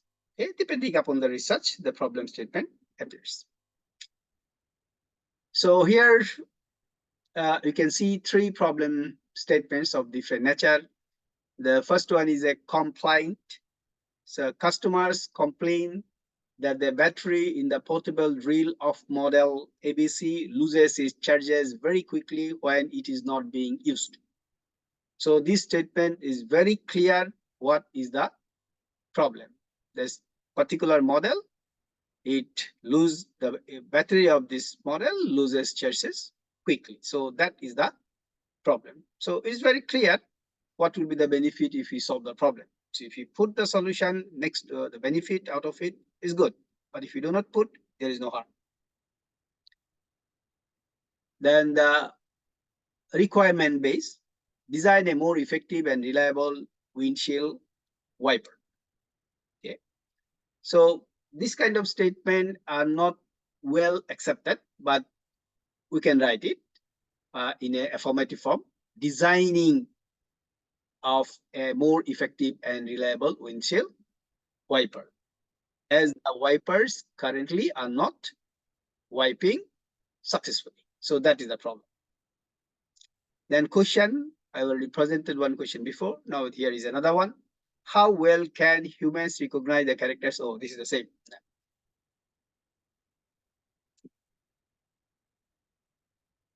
Okay, so then comes the research objectives.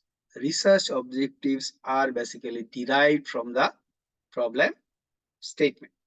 So if you go for in sequences, the first is the research title, then the research problem, which is actually expressed as a problem statement. And out of the problem statement, we derive the research objectives. The research objective is a statement of what the research is intended to achieve, expressed as an infinitive phrase. The research objective is a contract between the research team and the management. Word carefully to avoid partial or total failure. So this is a very general way of looking at research objective. But for students, research objectives, basically, it is a contract between you and your supervisor. And where comes sometimes supervisor says you have not fulfilled all the objectives, so you are not allowed to submit the thesis. So that kind of situation happened.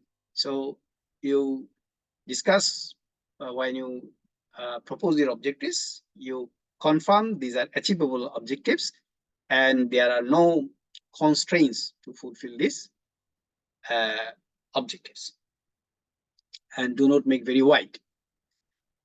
So it is said the objective should be smart, specific, that is what specific you are going to attain with that particular objective, measurable. So you can say this is a method, this is a correlation, like this. This is we call the measurable. Attainable, that is we don't go for an objective which is not attainable. You say, okay, I want to reach the furthest star in the universe. This is not attainable. Okay. Then realistic, we understand what means realistic. That means whatever you plan, the resources are available, knowledge are available, supports are available. So if you have any shortcoming out of this list, then it is not realistic. And sometimes unrealistic situation arises. Specifically, if I talk about in engineering, if you have the experience of watching, there are a lot of YouTube videos available, free energy machines. So free energy machines are not possible. We have a law, we call the second law of thermodynamics. It restricts. This law says it is impossible. It has been already concluded. So those are giving this free energy machine, they are just fake. Time frame. So you have a degree, master's or PhD. So the duration has got limitation. For masters, you are supposed to finish within 1.5 years or 2. For PhD, the standard is you are supposed to finish within 2 to 3 years. Of course, there you can still extend. There are set time frame how far you can extend. So the time frame should be, so don't choose anything which will take a longer duration. Okay, so maybe the experiment will take a very long time. You want to check some behavior of some system, how it behaves in 10 years. So you don't have the 10 years time for this research. So we cannot go for that kind of research. Okay, so here you can see the example of 2 objectives from research.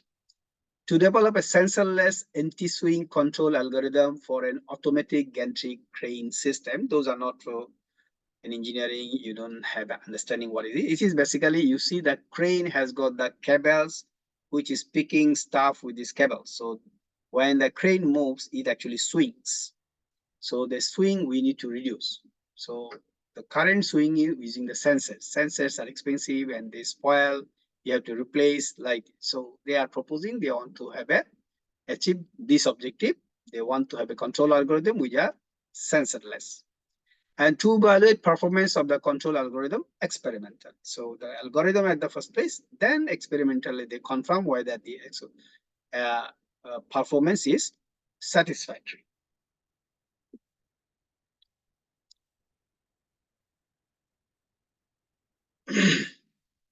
Okay. Then, as I mentioned before, the objectives and methodology are not same. So basically, each objective needs a few methods for its achievement. So when we want to tell one objective, under that objective, there will be few activities, the research activities, which we call the methods. Okay. So if you say the objective and the method is same, then it is actually, you have chosen the wrong objective or the wrong method.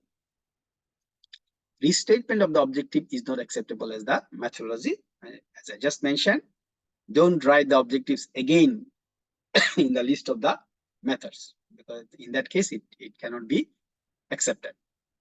A methodology flowchart needs to be presented in this section. So under the methodology, we need to put a methodology flowchart.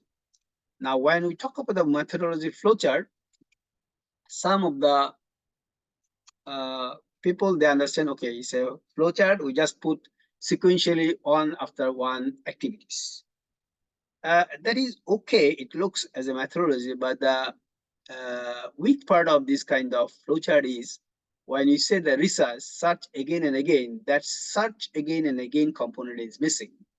That means if you have a failure at any point where you restart your research, that means it must have some feedback in that methodology flowchart.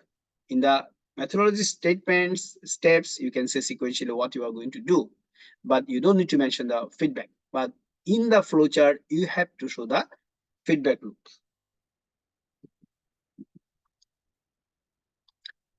Then also we present the outcome of the research.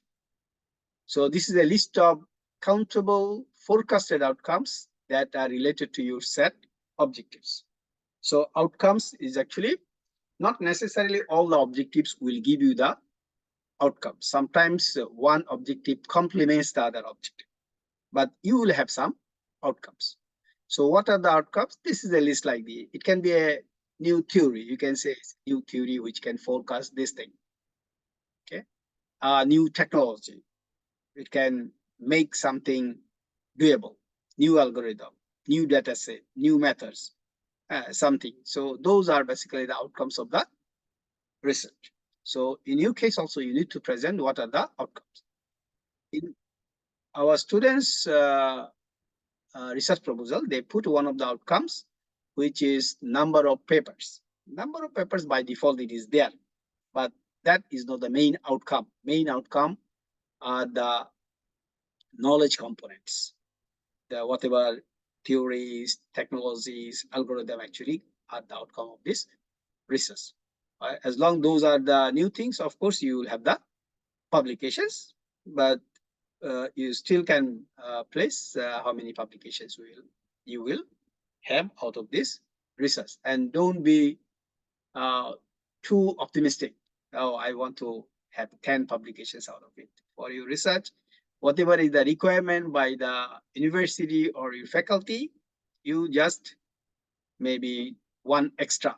If you have more than that, it's fine. It is in your credit, but don't promise excessive numbers. And then you have to put the schedule of research, which is basically presented using a Gantt chart. A Gantt chart is a bar chart of timelines of research activities. It shows the start and end of each activities. The activity timelines also show dependency and relationship between the activities. Some of the activities will depend on each other. Once you finish one, the second one you can start. And sometimes some of the activities will be running parallel, like the literature review. Literature review is always a parallel work. Still, while you are doing literature review, still you can continue other tasks. Okay, so this is an example of a Gantt chart. You can see on the right is the activities. So here you can see the develop prototype. So month 1, then create detailed design. That is month 2, study potential market. That is month 2 and 3. And here you can see month 2 is overlapping for create detailed design and study potential market. Similarly, you can see in month 3, there are a lot of 4 activities has got overlapping. So this is, you have to put prudently so that you don't miss where it will have the overlap and where it cannot have the overlap. Some of the activities you cannot do without the previous activity is done. Say in here, the first activity, develop prototype and create detailed design. So they have to come on after another. Then the references. So references are a list of works that have to be presented and cited in the document. And there is another terminology called the bibliography. Bibliography is same as reference, only it has one slot. All the papers consulted are not necessarily has to be cited in bibliography. So this is the advantage. In our case, this is references, list of references. That means whatever you put in the list you have to refer it inside the main text. All the references you have to put in the main text as reference. So you cannot just put extra. You refer 10 and you put in the list 20. That is bibliography, but we are not accepting bibliography in our case. And we are adopting APA format, APA, Association of Psychologists, American Psychologists Association, something APA stands for. So here, the way we put the references, how we put, you can see, when we organize the references, we put the last name first, then the rest of the name as abbreviation.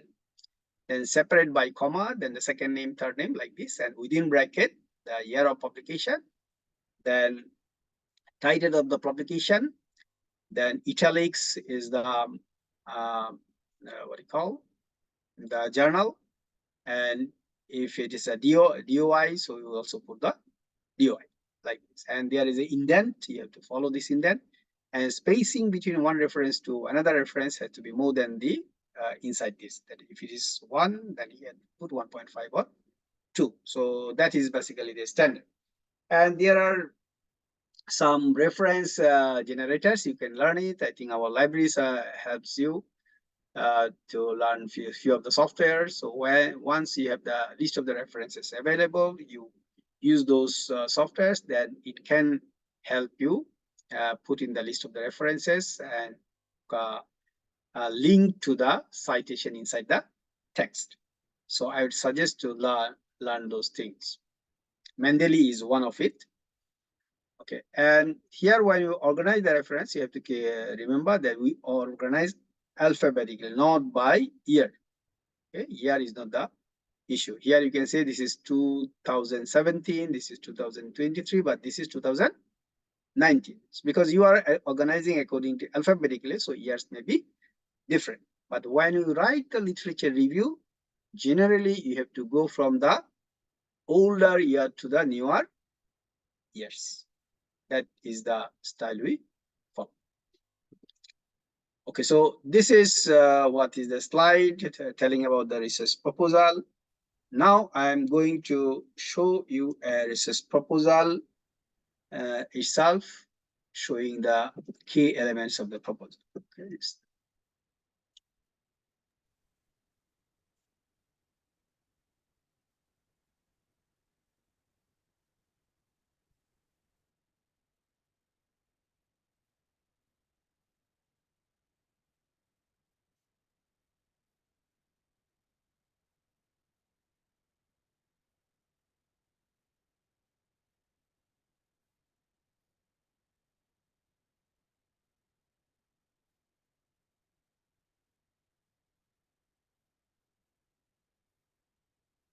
Here, this is the research proposal. So this is the first page of the research proposal, which we call the title page. Can you see the page? Yes, Prof. Hybrid deep. So this is the title page. In the title page, we put the title of the research, the name of the student, and the name of the supervisors and co-supervisors. Okay, so this is called the title page. So here, if you look at the title, the way we write the title, it is not necessarily to be a full sentence. It can be a part sentence with meaning. It's not a part sentence. We're still waiting for a few more words. It's not like that. So here, formulating doesn't fit well. As long as this part is there, it's okay. Hybrid, deep reinforcement, learning, and evolutionary competition for multi-robot cooperative exploration. So what technique this research group is going to apply for the solution of multi-robot cooperative exploration, so that multiple robots will make some mappings, something like that. So that is basically the research. So title gives a clear idea. So how he's going to solve the problem and what is the problem itself. Okay. chapter 1. The title of the chapter 1 is Introduction. And here he put background of study. Actually, background of study is not necessary, just put background. Okay. Now, if you look how the background is written, background is basically at the first place, you have to introduce the area. So if we look at this area, the quest for efficient exploration by mobile robots in unknown territories remain a pivotal goal, encompassing mapping accuracy, coverage, and exploration. Okay, so not necessarily this has to be referred in, but he has referred it. The reference is available. Okay, when you put the references, basically this is the sentence. It came from this outline, so he had the reference. So this is the way we put the reference in case of the APA format. We call that, and this must be available in the list of the references. Then autonomous mobile robots have demonstrated their prowess in navigating risky environment, providing solution of localization, mapping, and motion control.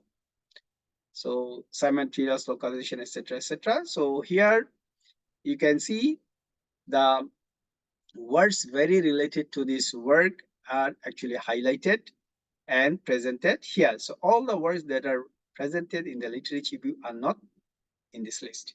Okay, they are basically which is leading to his problem. Those literature has been put as a supporting. So this exists as a problem, and I want to solve this problem. Okay.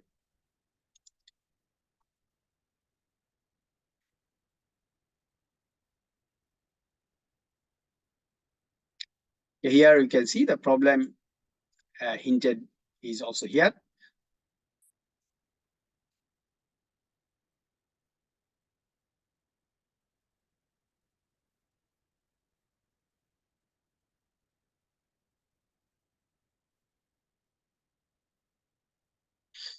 Singular robot exploration encounters constraints and potential failure risks. Motivation exploration into the realm of multi-robot systems. That means he's highlighting what are the problems if you use a single robot. So if the robot fails, then your what is called the mapping actually stops. But if you have a multiple robots, if one fails, then with the other still you can continue. Okay, so, and if you have a multiple robot, of course, it brings some benefit and as well as brings up problems. How to coordinate among the multiple robots. If the two robots are exploring the same space, because they are not human, so we have to give them human-like behavior. If it finds, okay, one robot is moving in this direction, the other robot should not go in that direction.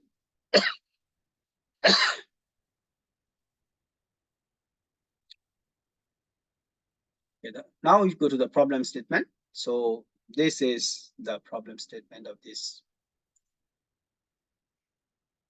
So the transition from single agent exploration to multi-agent exploration. You see, he didn't put what are the problems with single agent. What his research, he straight away he went there. The transition from single agent exploration to multi-agent exploration has been effective, but presents a critical challenge in complexity. Collaboration among multiple agents is essential for effective multi-agent framework.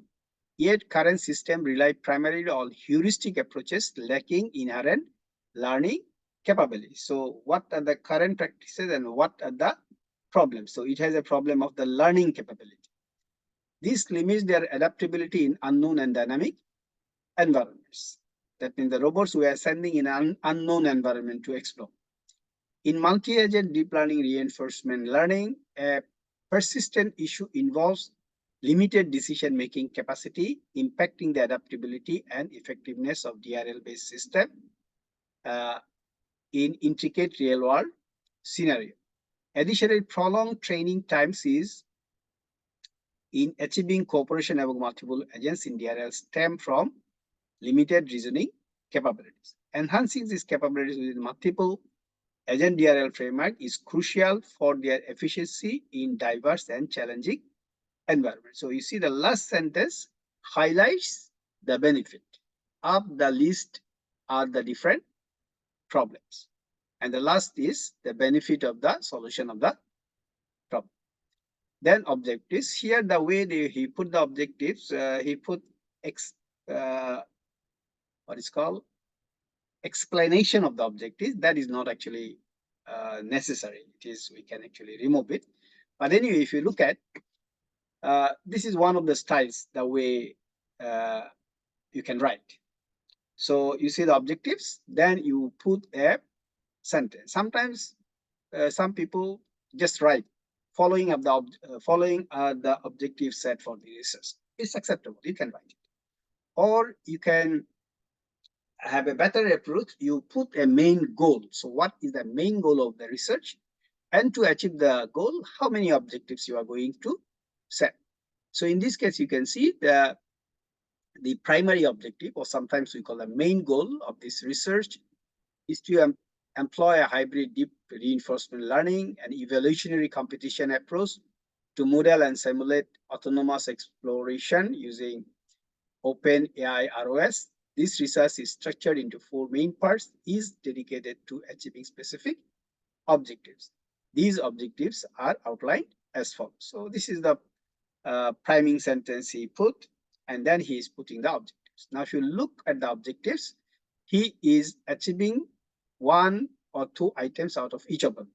Generally, we consider 1. That is the best. To develop a mathematical model that accurately represents interactions between multiple robots and their environment to facilitate exploration by implementing multi-agent deep learning algorithms. So I think until here is more than enough.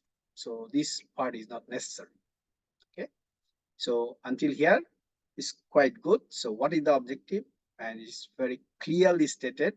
So what are the elements of it? So basically, it is a mathematical model which will actually incorporate the multiple robots, and the model will incorporate deep reinforcement learning. Then to develop an evolutionary competition algorithm. So here is an algorithm, there is a mathematical model that guides the exploration process and generates dynamic reward functions derived from objective function of enhancing the training, convergence time, multi-robot cooperation, and autonomous exploration. Then to simulate and model the hybridization. Here you see the objectives are coming sequentially. That is the way you actually write, because one objective depends on the other. Sometimes it can be independent. In this case, they are dependent. The first objective is the mathematical model. Second objective is the algorithm to solve this model. Third objectives is to develop the coding and do the simulation inside the computer. And the fourth is the evaluate the performance of the proposed algorithm for multi-robot cooperation in autonomous exploration. That is, in the real field, they will bring the robots and they will check how good is this algorithm to achieve the cooperation in an unknown environment. Then the research scope. Research scope, you can put point-wise. What is research scope? Research scope, basically, it is the boundary, what very special you are going to do, and what items people may suspect or expect you are supposed to do, but you are not going to do. So list those you are not going to do and what special you are going to do. So these 2 lists actually come in the research scope. But some people only they list what they are not going to do. Just the boundary, you can set the border of the boundary from inside, that means what you are going to do, and outside the border, what you are not going to do. So both are actually valid. So that is the way you put the what you call the research scope. You can put point-wise, you can put paragraph-wise, that way. Okay. So this is a PhD proposal. So here it is presenting the research philosophy. So what research philosophy contains? It contains, so why the approach he is going to adapt will lead to the solution to this problem. That means it is either scientifically valid background you are using for the solution of the problem, or logically established paradigms you are actually applying for the solution of the problem. If they are not acceptable, that means we are in doubt whether the research is achievable. This is one. So if you now look at this research philosophy, the hybrid approach acknowledges the complex nature of multi-robot systems and aims to pragmatically combine elements of deep reinforced learning and evolutionary computation. So you see that because the complex nature, so it is using deep reinforcement and the evolutionary computation. So deep reinforcement learning is established, evolutionary computation is also established. So these you can merge. This is possible. It can help you give benefit. The study recognizes the importance of both quantitative insights from deep reinforced learning and the adaptive capabilities of evolutionary computation. That means what are the merits of each of these methods and how they can help solve the problem. By integrating MADRL, that is deep reinforced learning, and EC, evolutionary computation, the agents will optimize collective performance in indoor environment. MADRL will be used. Okay. MADRL will be used to fine-tune individual robot behavior, harnessing in deep learning capabilities, while EC's evaluation mechanism will be leveraged to dynamically adapt exploration strategies. So you can see the way research philosophy has been placed here. It is understandable that well-established methods are putting together, taking care of relative advantages so that it can lead to the solution. Okay, now we go to chapter 2, literature review. Okay, sometimes literature review also start with some introduction here. You can have 2.1 as the introduction. If it is an introduction in the literature review, in that case, basically we tell what kind of resources you have reviewed. That list basically you just name, and to achieve what kind of findings. If you put the introduction, if you do not put introduction, just start like this. So here he just started like this. Okay. Now when you do the literature review, how to write the literature review? To present the literature review, you have to choose, of course, the right sections and subsections. At the beginning, generally, we try to introduce the area. That means some definitions related to this, which we need to introduce, and how far people are working in this area defined in this terminology, like this. So this can be the beginning. Then we proceed. Okay. Then we have the what we call in the literature review. I mentioned before, we put the merits and demerits both. It is not only the merits, because the some of the merits we will be using, and some of the demerits we will be solving. So we need to put both of the list. So here you can see this is one. Then multi-agent deep reinforcement learning. So you can see here still this is the definitions. Deep reinforcement learning is one. Multi-agent deep reinforcement learning is another. So these are definition related stuffs and corresponding works. Okay, here he presented a comparison table. As I said before, you can have the comparison table, and you can also present the critical mathematics. Those are working in science who needs the mathematics. You can also put the mathematical formulas already standard used by the other people, which you are also going to use or modify. Those also you can list under the literature review, so that it makes the reader convinced that, okay, you know this is the area, you know the area quite well, and this is you are going to use. Okay. And optimization of deep reinforcement learning. So these are the techniques. So how optimization is done, what kind of optimization is possible, what people are doing, what are the up-to-dates. And of course, if you look, I think this is, so he made some mistakes here. I highlight you. This is not acceptable. Similarly, this is not acceptable. In APA, you have to put the last name only. When you refer here, then you are not even allowed to put this Z. Okay, only the last name at all. Only the last name at all. So that is the way you have to do the citation.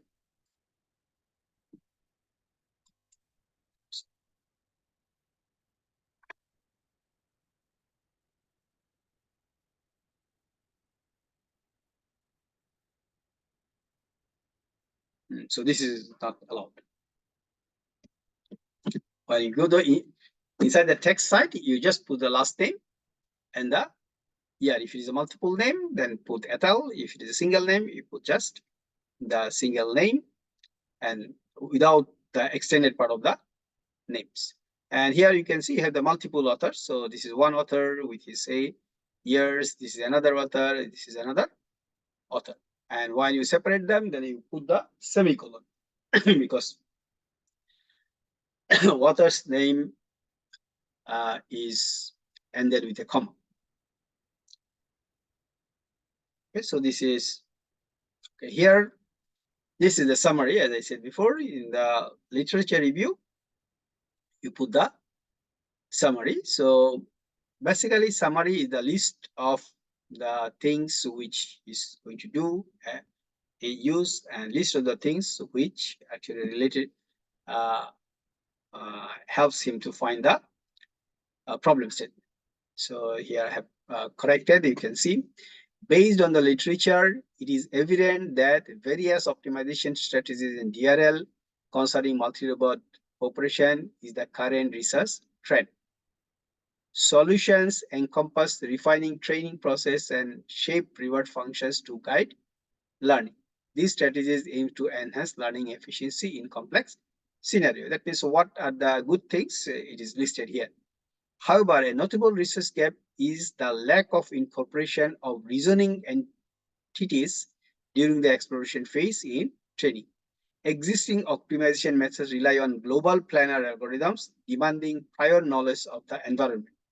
This limitation underscores the need for exploration strategies embedded with reasoning capabilities and optimization techniques. Okay, so here you can see the benefits, what are the things already available and good, and what are the things missing in the research area. So they are listed here. So basically, when you go to frame your problem statement, the last part of it actually helps to identify the problem statement in a problem statement format.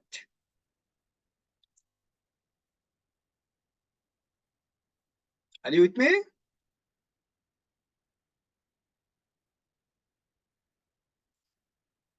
Okay. Chapter 3.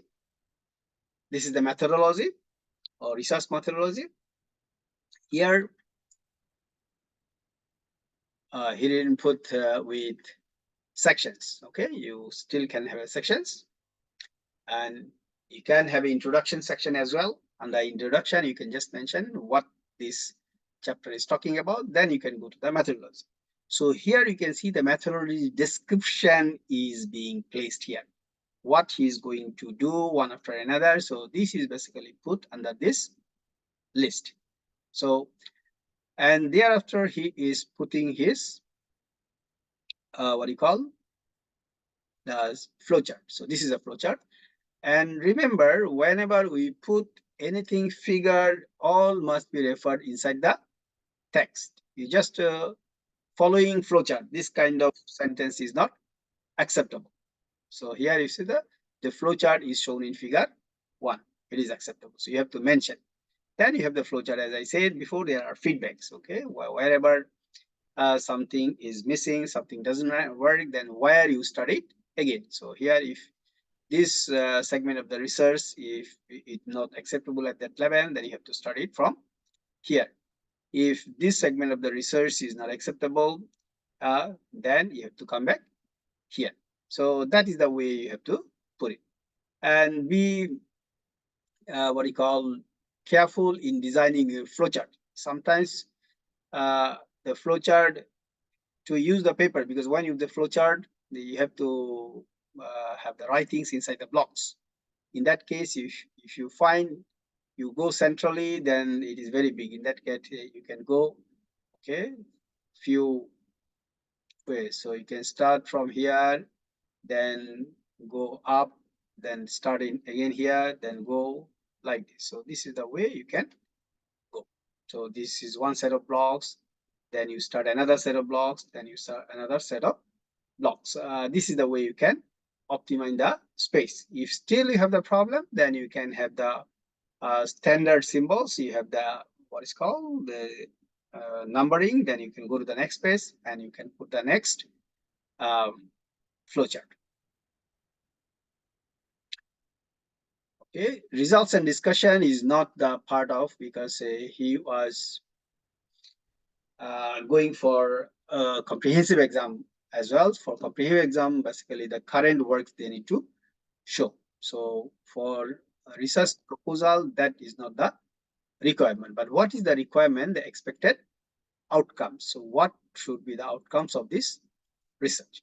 So here, if you look at the expected outcomes, a multi-agent exploration model will enable robots to cooperate in achieving the exploration objective. So that means it's a countable, a multi-agent exploration model. Then hybrid MADRL and EC model in terms of training time, convergence, accuracy, cooperation, and time taken to complete exploration. So basically, these are the two expected outcomes of this research. Then we have the flowcharts. So as we mentioned, the Gantt chart, in the Gantt chart, we put in UIA, in most of the cases, we put the literature review.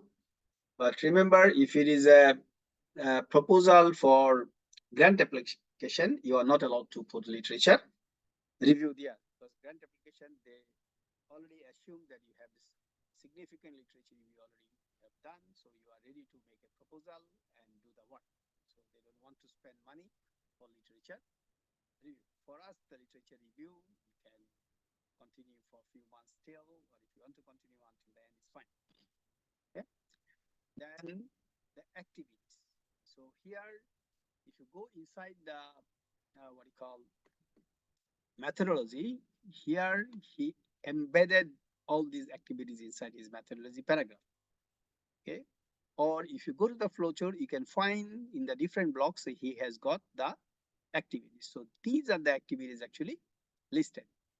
In some cases, they actually identify, say, objective 1 encompasses how many activities. Objective 2, how many activities. So this is the way they actually make it clear that this is the way you are going to fulfill each of the objectives. So that is basically the presentation of the flowchart. So, and we can have, so here we are putting in terms of months, April, May, June, July, August, September, like this. So this is what you have. And the references, list of references, as I mentioned, these references, if you go back, you will find they have already been referred to here. So here, the way you write now, there is no ethel business anymore unless the number of authors are more than 6. Okay. Otherwise, you have to write all the author's name, the way it comes. The last name comes first, then the rest of the name has abbreviation. So you can see here, this is the 1 author, this is the 2nd author, this is the 3rd author, this is the 4th author. Before the last author, you put ampersand n, but normal n is also acceptable. Okay, ampersand n is good, you save some space. Okay, then within bracket is the year, and where you have the italics, where you have the normal, all these things you can cross-check with the APA style in the internet. They have that. Okay. So when you organize in this list, as I said before, it must be alphabetically, the last name alphabet. So A, B, C, F, G, H. Okay, this is the way it goes all along. Okay. So these are the, I think, yeah, until Z. So he has all the letters actually almost here. So this is what is my portion of the presentation so far. Now, if you have some interest and any burning questions, we can discuss. Okay, so thank you. Thank you so much, Prof, for sharing. And I think it's already time for us to ask questions. I would say there should be a lot of questions because writing research proposal is a vast thing to do. So we have around 15 minutes, okay, until we have our break for Zuhur. So please, everyone, if you need to ask questions, please type in the chat box, or you may also, once again, unmute yourselves.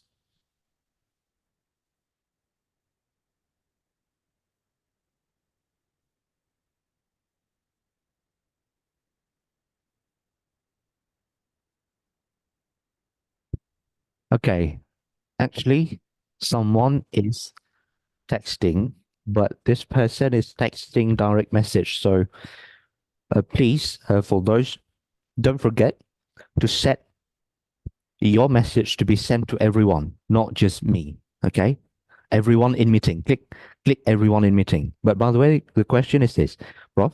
So what is the accepted length for a proposal, Prof? Pardon? What is the accepted length for a proposal? Apparently, word limit or pages. Okay. If it is a master's proposal, maximum 10 pages is okay. But if it's a PhD, it can be 15 to 20 pages. Literature review in the PhD has to be longer. But 10 pages is optimum in either case. Even the 10 pages we accept for PhD, as long the what's called proper latest researches relevant are presented in the literature review. I see. All right. So thank you, Prof. And let's take a look at the next question. How many references are required? That is a very interesting question.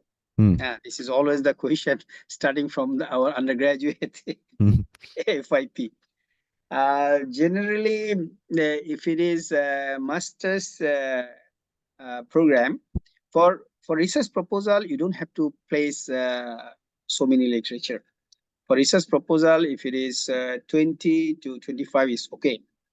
But when you go for your thesis submission, in that case, you must have support of 50 plus for masters, and for PhD, around 80 plus. But when you submit the research proposal, in that case, 20 plus minus should be okay. So in research proposal, don't put very old researchers. Just try to concentrate within the last 10 years. The 10 years are into two span. 5 years, the first 5 years, the older 5 years, you put very classical things, just put. And the latest 5 years, very relevant to your problem. Yes. So not only the number of references is important, but also how all those literatures are. Right, Prof? Yep. And so perhaps to everyone who's not really familiar with about that, I mean, we can actually, when we are searching for the literature, let's say from Google Scholar or Emerald Insight, we can actually set in the filter the years, right? Let's say from 2014 to 2024. So the results are limited with researchers coming from those years. All right. Actually, nowadays, ChatGPT also can help you find the relevant research very quickly. But when you write a literature review, do not depend on ChatGPT alone, because we can see now the students are using ChatGPT. What problem that creates, because when you read the material, the methodology is basically your own writing. So if you rely on the ChatGPT is not that good in methodology, because you are going to have pull some, and you can force ChatGPT to have a good methodology. In that case, you must be very conversant how to handle ChatGPT. And the language in the literature review, language in the first chapter and third chapter, if you have the mismatch, that actually creates confusion among the evaluators. Okay. So thank you, Prof, for that answer. Now, another question would be, sir, what tips and tricks that you may suggest us to get the research grant for PhD? Research grant. Okay. For the students to apply for research grant is very difficult. It is always the what is called the lecturers. So lecturers together with the students, they can find which proposal can fit the student, can benefit the student, because research grant, if it comes for a different topic, that the student cannot benefit from that research unless it is a resource.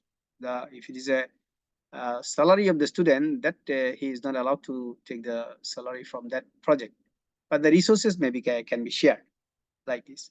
So that is why it is in consultation with the lecturer all the time. And you have to check what are the what you call grants available. In Malaysia, there are some government grants. Some are from MOHI, called FRGS. Then PRGS is not basically for your degree. PRGS is meant for prototype development, so you cannot benefit out of the PRGS. But FRGS is there, and some other organizations are also offering grants, and you have to write the research grants. And if you fail one grant because you find there are comments on your grants, then you polish your grants, you apply again in the next spell or in another organization. So that is the way you can. Do not jump from topic to topic. That doesn't help him, because you change the topic, you come with the new errors again. But if you have the topic selected at the first place, it was rejected for some mistakes or some shortcomings, you polish it, you improve it, submit it again. If it is rejected again, you modify it again, you submit it again. Hopefully in the third spell, you will get it. Okay, but this is basically the tips for the lecturers. Students can help the lecturer in the literature review, writing the methodology, all these things. So because lecturers are also very busy. If it is a professor, it's worse.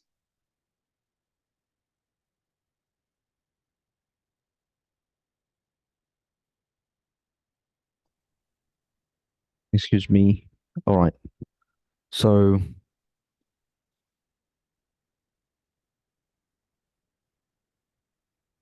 Prof, may we move to the next question? Maybe two more questions. Mentioned for PhD, 10 to 15 pages, including references. Actually, this is a very tricky question. Including references, you put the reference list 3 pages or 4 pages. So now how many pages you have the content? So don't go that way. You try to keep, say, at least 8 pages, the main content. Okay, then references maybe 2 pages. Okay, don't say, okay, I have 15 pages, but out of 15 pages, 5 pages are references. That doesn't look nice. Okay, thank you. Okay, Prof, thank you. Maybe one more question because we are approaching 12:45.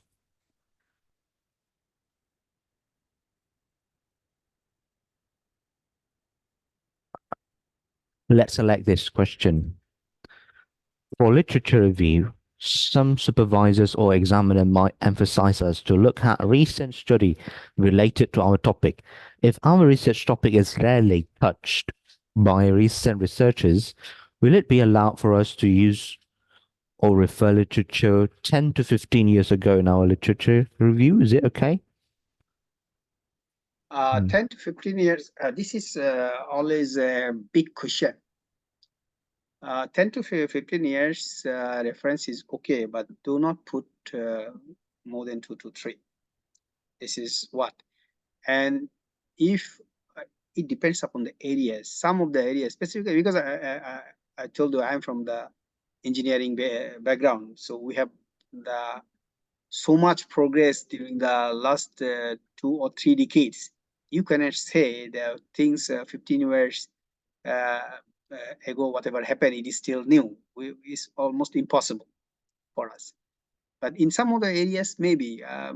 In that case, it is which faculty you are working with. Your professors, they know actually what should be the, what is called, bottom line of the years. It is 15 years, 20 years, or 30 years. They can decide. For us, in engineering, we always say, okay, you can go until 15 years old, but try to keep the most of the references within the last 10 years and 5 years more of many of them. Okay. Does it answer? I hope so. Yes. The person said noted. Thanks, Prof. Okay, so it seems to be very clear to him. All right. So I think we may need to have a break for our first half of the session today. But of course, before that, we would like to extend our gratitude to Professor. Thank you so much for your intricate explanation, very clear explanation about research proposal. Thank you, Prof. Okay, thank you very much. See you Welcome, again. Prof. See you, Prof. Wa alaikum salam warahmatullah, and see you, Prof.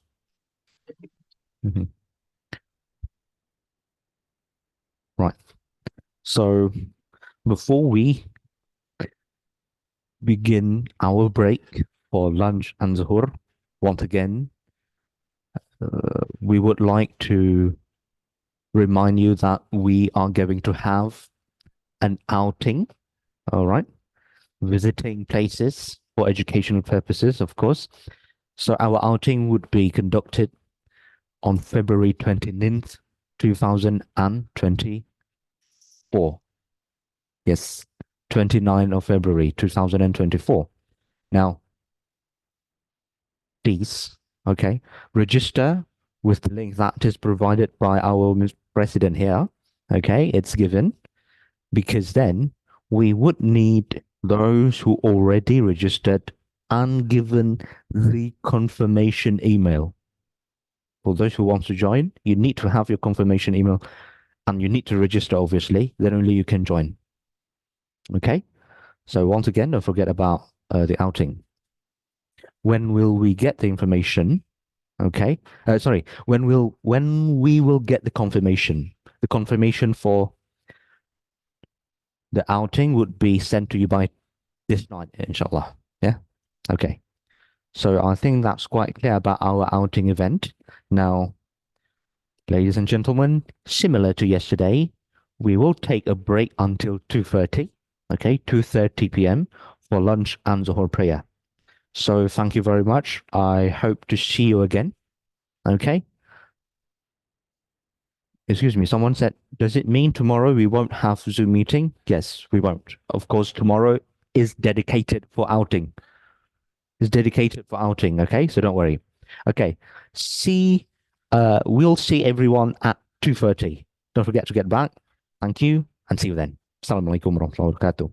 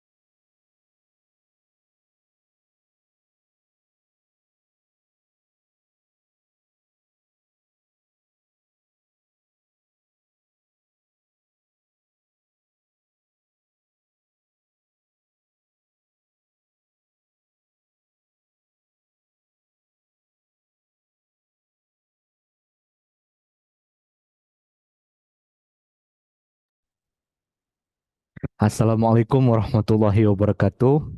Welcome back, everyone. And thank you very much for coming back from the break. Okay, so we had, and I hope that everyone had their zuhur and also nice lunch today. So we are going to proceed, right?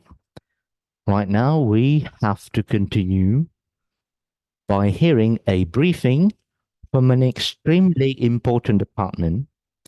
Briefing is about Education Malaysia Global Services, or EMGS, and it will be brought to you by Mr. Zinnun Rashid. He is an officer from International Student Management Services, EMGS. Mr. Zinnun, are you there? Yeah, brother, I'm here. Thank you. Assalamualaikum. Waalaikumsalam warahmatullah, and thank you for confirming. How are you, sir? I'm good. Alhamdulillah. How are you? Alhamdulillah, glad to know that. I am doing fantastic as well. Thank you. So, as you can get ready now, so please welcome Mr. Zinnun Rashid. Thank you.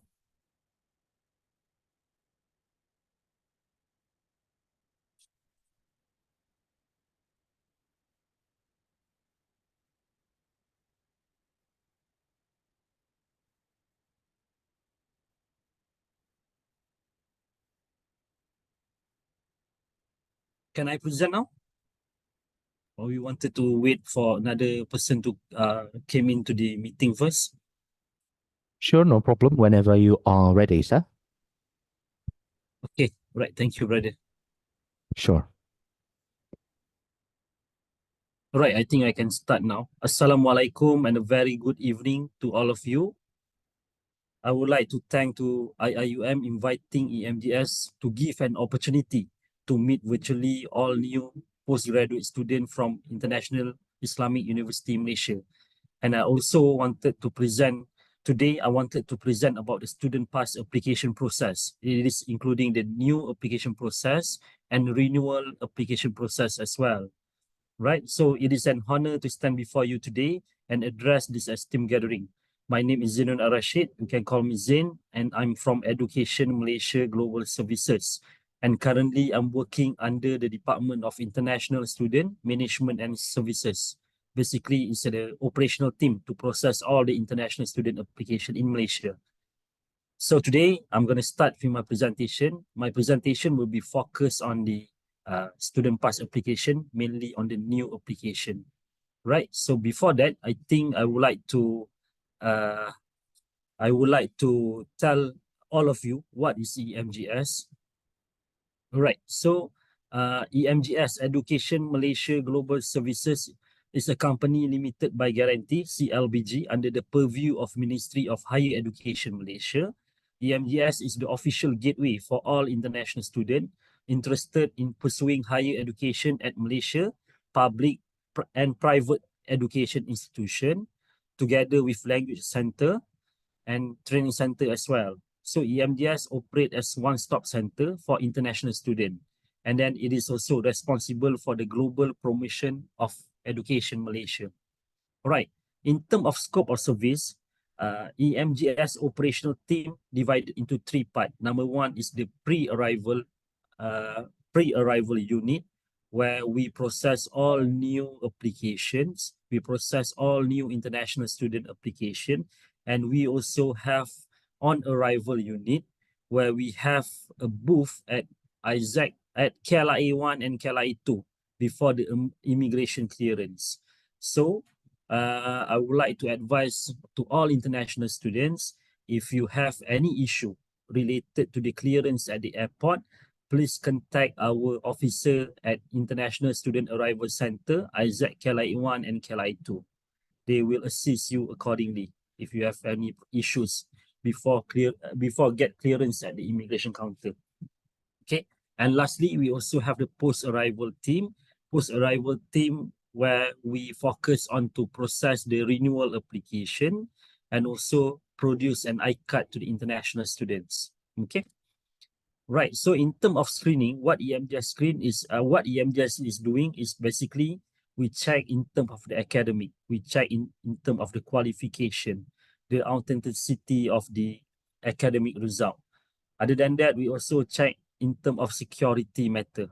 Is there any issue about the security? If no issue, you will be given a visa approval letter by the Department of Immigration Malaysia.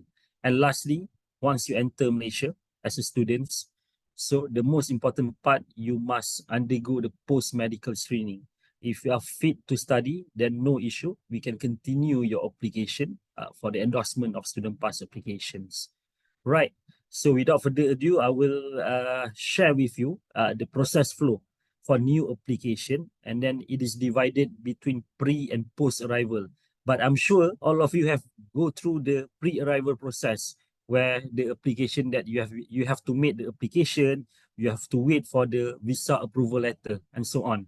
So I will more focus or enhance on the post-arrival process after this. The next slide. So for the new application for student visa, this is like common, and then I believe that all of you have undergo this process. Number one, the student apply to an education institution in Malaysia and receive an offer letter. And then for your cases, of course, you apply to UIA, then UIA issue an offer letter to the candidates. So once you already receive the offer letter, then you can make the application.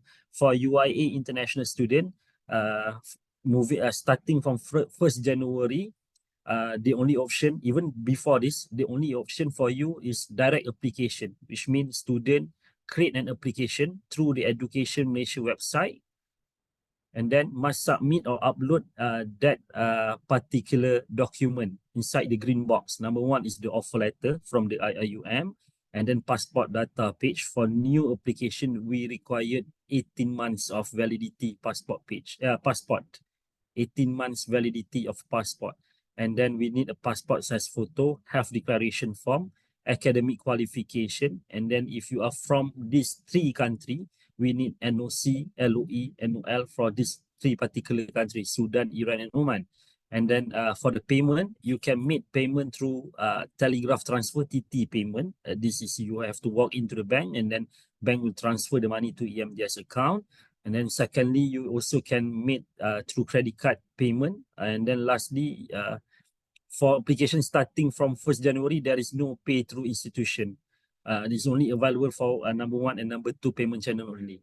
Okay. So next, what we advise you, you can download EMDS Connect, EMDS Connect mobile app. It is available on iOS and Android Play Store. So this is just to register and activate your account. You can get the digital ID. Later on, once you get the student pass endorsement, you will receive your EI card and medical card as well if you are taking the insurance from EMDS. Okay. So once you already upload your application into the EMDS system, so EMDS officer will vet through the application, and then EMDS will review the documents and forward the application to the immigration for val issuance. Basically, if you are uploading incomplete document, EMDS will ask the additional document from your end. If no, we're going to support the application and submit to the immigration on the next business day. So once immigration receive the application from us, Immigration Malaysia will do vetting on the security matters. If there is no issue on the security, the student will be get the VAL, which means the immigration department approve the application and issue the VAL. So you must be informed that the VAL validity is only 6 months. There is no extension toward the VAL validity once it is been issued by the immigration department. Okay. So after you get the VAL, you can download the VAL from the EMDS website. Whether the institution, the student can download the VAL from the EMDS website. So after that, you can apply for the SCV. Okay, from now on, since 2020, the method to apply for SCV, there are 2. Number 1, you can walk in directly to the Malaysian embassy if you are required to obtain the single entry visa before coming to Malaysia. Another way around is you can apply e-visa, which means you go to the immigration website and apply for the e-visa. It takes 2 to 3 days, working days, for the approval. So once you receive the e-visa, then only you travel to Malaysia. You cannot travel without obtaining the single entry visa unless you are coming from Commonwealth country. You are coming from the Commonwealth country, you just show your visa approval letter and offer letter at the immigration KLIA, you can get clearance. If you are coming from the country that require visa, you must get the single entry visa or e-visa approved before travel. If not, you might not get a clearance at the airport. Okay, so after that, prepare documentation for travel to Malaysia. This is like a simple requirement before you are traveling to Malaysia. Make sure you have the original passport. Don't leave your passport at home country because you will not be get in travel if you are not bring your original passport. And then of course the single entry visa, like I mentioned before, together with visa approval letter. Okay, so you make a travel arrangement, discuss and inform institution about your arrival date and time, port of entry, flight numbers. Okay, so before you travel as well, you already download the EMDS Connect just now. You can update the travel detail EMDS Connect mobile app.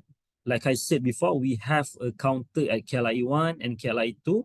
So our officer there, once you update into the app, they will know what is your ETA. So they can stand by there to assist you accordingly when you arrive. Okay. Right, so next you travel to Malaysia. I believe that all of you have go through this pre-arrival process. So once you travel to Malaysia, okay, this is the most important thing. The current process that you need to finish. This is very important because all of you will get this special pass at the airport only 30 days. So we need to ensure that all the students must obtain the right stamping at the airport, number one. After that, complete the medical screening, purchase insurance, and then submit your passport to EMGS at International Office counter. So EMGS will bring your passport for the endorsement of student pass. After that, we send back the passport to all of you. Okay.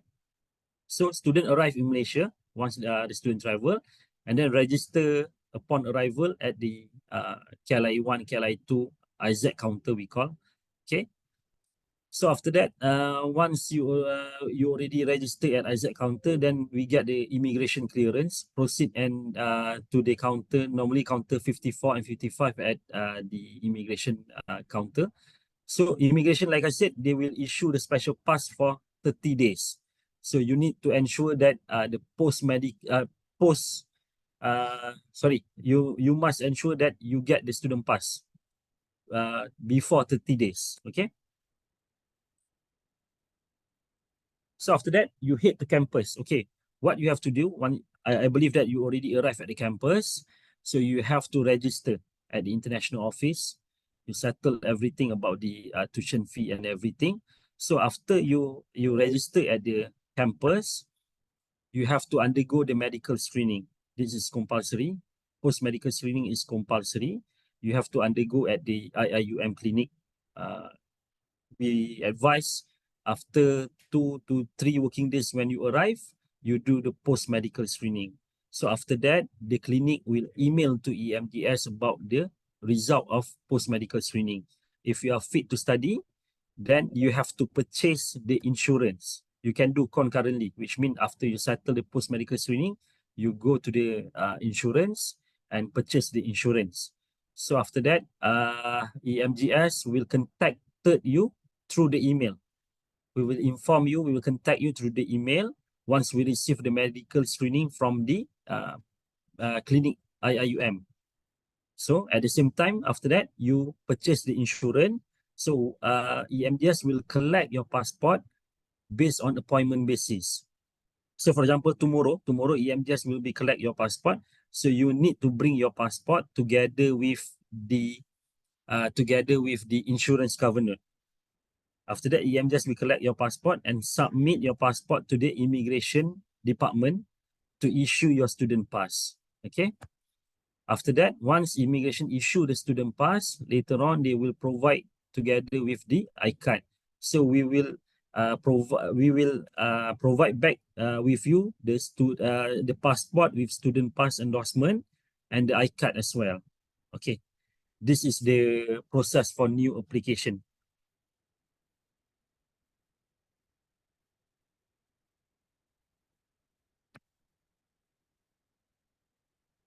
All right, so I continue. Maybe I open the Q&A at the last session.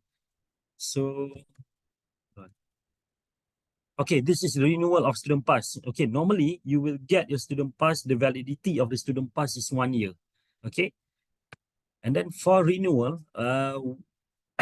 we allow the international student to submit application 3 months before expiry. For example, your pass expired 31st March 2025. You can submit your application as early in January 2025. It is because that if the document that you are submitting is not complete, there is still an ample time for you to get the document from the faculty and then to furnish back the document. We don't want you to get overstay because overstay in Malaysia is crime. So please, please you guys ensure that you make your application as early as you can. Then after that, once you already submit your application, then we will try our best to get the student pass endorsement. Okay, for renewal process, students submit passport and document to the international office 3 months before the student pass expired. The required document is the academic transcript and the attendance report. Okay, for the academic transcript, I would like to add, for undergraduate program must be CGPA above 2.0, and the attendance report for PG and UG program must be above 80%. 80%. If you are not, for example, the postgraduate program, your progress report is not meet the requirement, and then there is a tendency your application been rejected or been required correction by EMGS or the Department of Immigration Malaysia. Okay, so you prepare the document, you submit to the institution. After you submit to the institution, and then institute IIUM will create an online application on behalf of the student to EMGS. Okay, so on the next day, once EMGS receive your application for renewal, EMGS will review the document and forward the application to the immigration for student pass issuance. Like I said, the minimum requirement is 80% and the CGPA is 2.0. CGPA is for bachelor degree program and below. For PG program, your progress report must be in progress or good or satisfactory. If like fail, normally immigration will reject your application. So you have to make sure that you fulfill the minimum requirement of renewal applications, right? So passport submission to the immigration. All right, the institute will submit your passport to the immigration for the endorsement of student pass. Okay, and then later on, once immigration receive your passport, immigration will endorse the student pass in the student passport. You will get another sticker for another 1 year. Okay, after issuance of student passport, student also will get the I-card, the international student card, and then that's all. It's very simple. It's only involve 6 steps. But the most important thing to make sure that you fulfill the requirement, you fulfill the time. There are 2 important aspects that I would like to highlight today. Number 1 is time management. Make sure you create your application early as possible. For example, new student that already came into UIA have registered. Make sure that you undergo the post-medical screening. After you settle your post-medical screening, then you purchase insurance. Then after that, waiting for EMGS officer to contact you through email. Our email name is evos@emgs.com.my. They will contact you because our collection of passport will be on appointment basis. Okay. Time management number 1, and then number 2 is document management. Make sure when you submitted for renewal, you make sure all the document is complete. Do not submit. You have attendance report. You do not submit the academic result, because at the end of the day, if the document is not complete, the MDS will require correction. Immigration will ask another document. Then the process will prolong. At the end of the day, you might get overstay, right? And then these 2 aspects is very important for renewal of student pass or to get the student pass in Malaysia. Number 1 is time management, like I mentioned, and document management. And lastly, my advice is don't get overstay, because when you get overstay in Malaysia, it's very, very difficult. Yeah, your life get difficult. So I advise you, submit your application as early as you can. Okay. All right. That's all from me. Thank you very much. Maybe I can open to the floor if you have any question. Yes. So first of all, of course, thank you, Mr. Zin, okay, for your explanation. All right. And so we should open the Q&A, and the time limit would be around 20 minutes. So, okay, maybe I can read the question that we have on the chat box. So, can part-time international student with only eval attend class?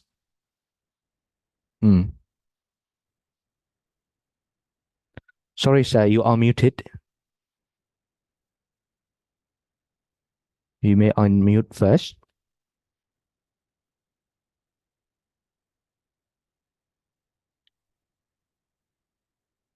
All right. Can part-time international student with only eval, no student pass yet, attend class? After class, go back to home country. Okay. For question from Zul Hazmi. All right. Thank you for the question. I think the right procedure is you must you enter Malaysia by using eval because you are from Singapore. Then after that, you must furnish the endorsement of student pass. If you are going back to Singapore without getting the student pass, you have to reapply again. You must complete the process first. Then only you can go back to your home country, because that is the procedure.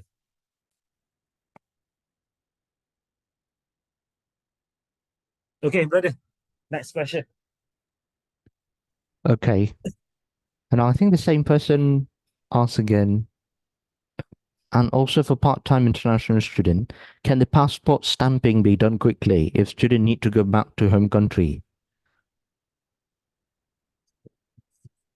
Yeah, because immigration not only process the application from IIUM, they are mainly process all over in Klang Valley, including all over Klang Valley lah, including Selangor and wilayah Persekutuan. So if you have any emergency cases, then that one we can escalate to the immigration, but very, very emergency cases. If not, I think you can wait for about 7 working days. Yeah. All right. Thank you, sir, for your answer. Next question is, okay, someone is asking, I was rejected without given reason. I applied eval but was rejected without being given any reason. Okay. Normally, it is like a standard SOP from the immigration. If the application gets rejected, they will not mention publicly what is the rejection is all about. Maybe what you can do is you can contact EMGS or IO International Office at IUM to get the reason why your application being rejected. Basically, they are not publicly mention why your application been rejected.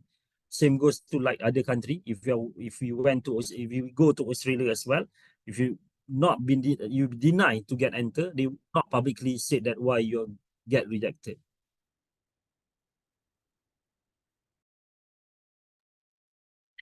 Right. I hope that answer your question.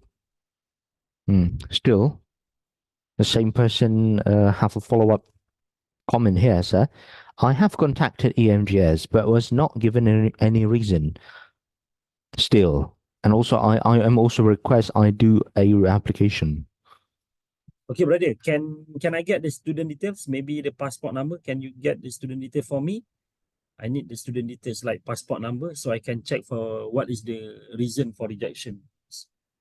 Okay, so how would this person contact you?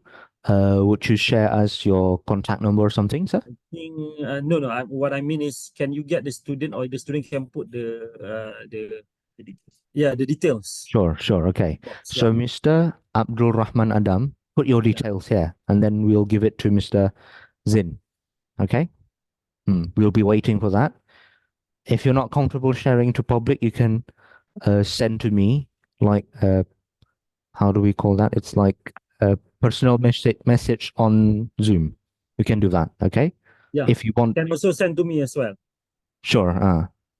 Oh yeah, either to me or also Mr. Zin. Yeah. Yeah. So while waiting for, yes, while waiting for your information, next question, sir. Can we? Yeah, sure. My registration is done and my visa is also done. But if for some reason I want to start my study from next semester, so will my visa be cancelled or do I have to cancel my visa?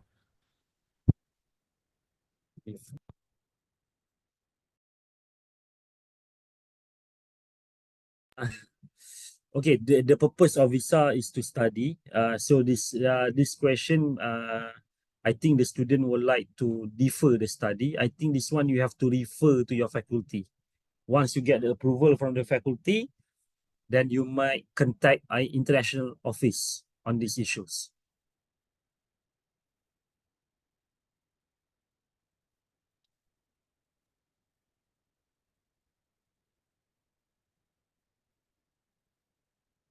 Okay.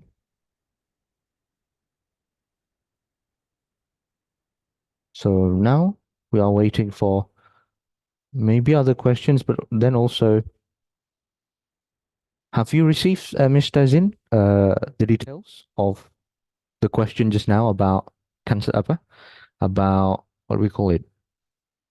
Not given reason. Not yet, I think. No, at the moment I did not receive any details from the students, Mr. Abdul Rahman. Okay, please, Mr. Abdurrahman, if you really want to get your issues resolved, okay, put your details. Next question, please, if any.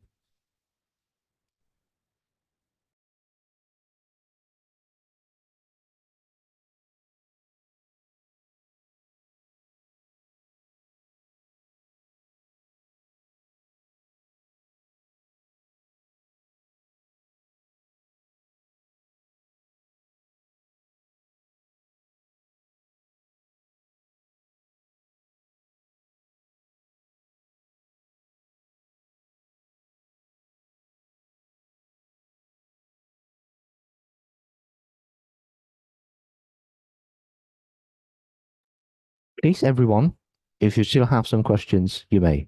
All right, 2 questions. Okay, first from Hadija Mohammed. For students who study by research mode online, is it necessary to apply for visa? Research mode online. Sir. Okay, currently for online mode, or we call it as a open distance learning, it is not compulsory to apply through EMDS. But later on, Ministry of Higher Education Directive for open distance learning must also apply for the student visa. But we are waiting from the directive from the ministry. Okay, clear enough, I guess. And At the moment, no need to apply. At the moment, no need to apply. Okay, next question is, how early can a student apply for visa? Let's say it begins at August 2024, but then apply in May 2024. Would that work, or how early? Okay, thank you for the question, Mr. Zul. All right, my advice for new application, you can apply 2 weeks, 2 weeks, 2 months before the commencement date or the registration date to the program, 2 months, okay? But like I said just now, if you are submitting the application with complete document, our SLA, our service level agreement to our client is 14 working days. This is complete document, which means you submit all your academic result, your passport validity above 18 months, the health declaration form. There is no issue on the application and the document uploaded. We can settle within 14 working days. However, If the application made and then the upload document is not complete, that one takes time. Depends on the requirement. First, the requirement set by the ministry. Number two, depends on when you're going to respond back to EMGS. So if let's say the application is not completed, normally it takes about 20 to 30 working days, almost 1.5 months. Okay, so number one, you must submit with complete document, and then the right time frame will be 6 weeks or 2 months before registration date.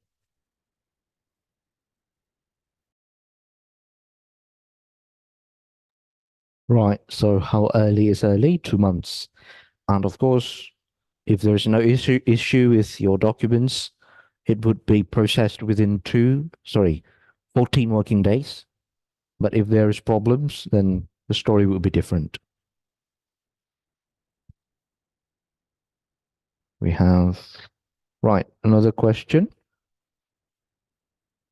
Can I refund the insurance fee? A refund, or I think, can I get the refund? Anyway, can I refund the insurance fee if I pay it already in registration fee at the campus?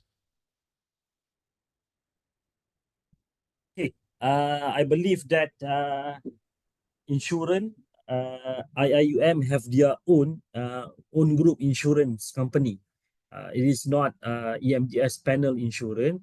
So I think this one about the refund regarding the insurance, you may refer or liaise directly to the international office.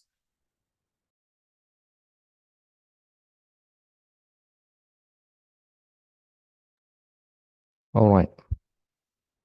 Right, we're still waiting for more questions.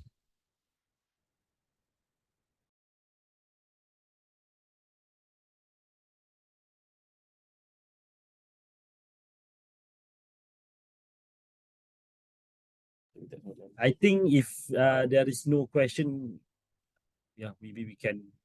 Close. Yeah. Sure. Okay. Maybe So then, we wait until 3-5 minutes. oh yeah, 3-5 minutes.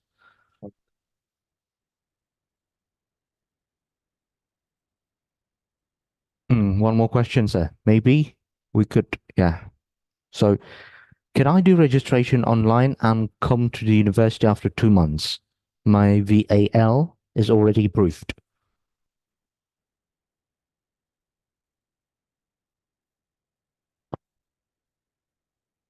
Registration date. Brother, for this question, I think you may refer to the international office. I believe that international office also have their own rules, policy and regulations. So I think this one is under the university policy. Oh yeah, International Office of IIUM, right, sir? Yeah. Okay, thank you. So yeah, you, I think Sister Rahma Rashid, you may refer or contact International Office of IIUM for your question.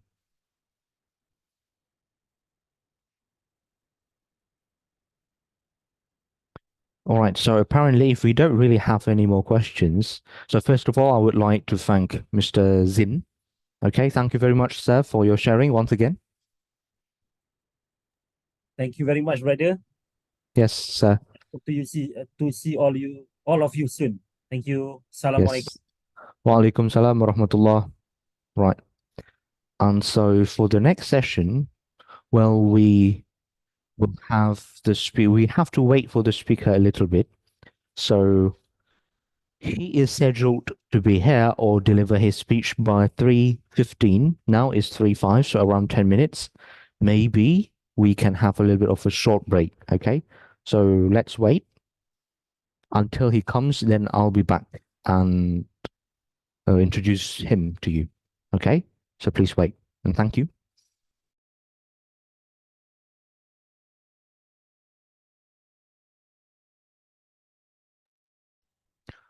Well, maybe to fill in the gap a little bit, we will share one video to you, okay, while waiting for our next speaker. Yep, enjoy.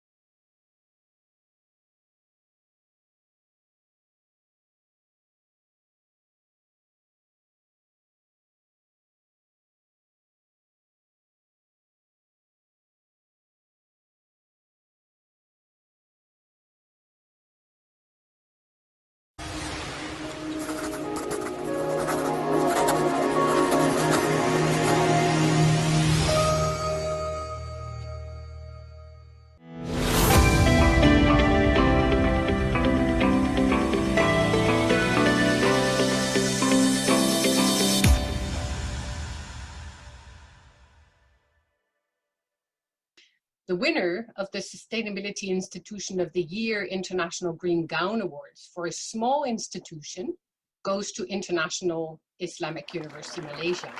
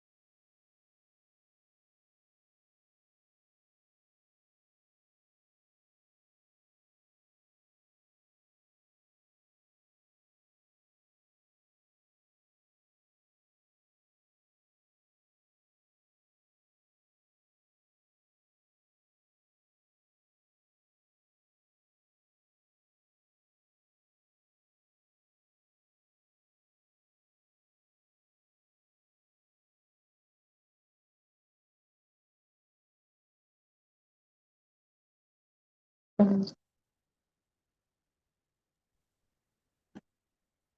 everyone, while we are waiting for the speaker to arrive in our room here, I hope you won't get bored or had enough with me promoting our outing. Okay, so once again, don't forget that we'll have it tomorrow.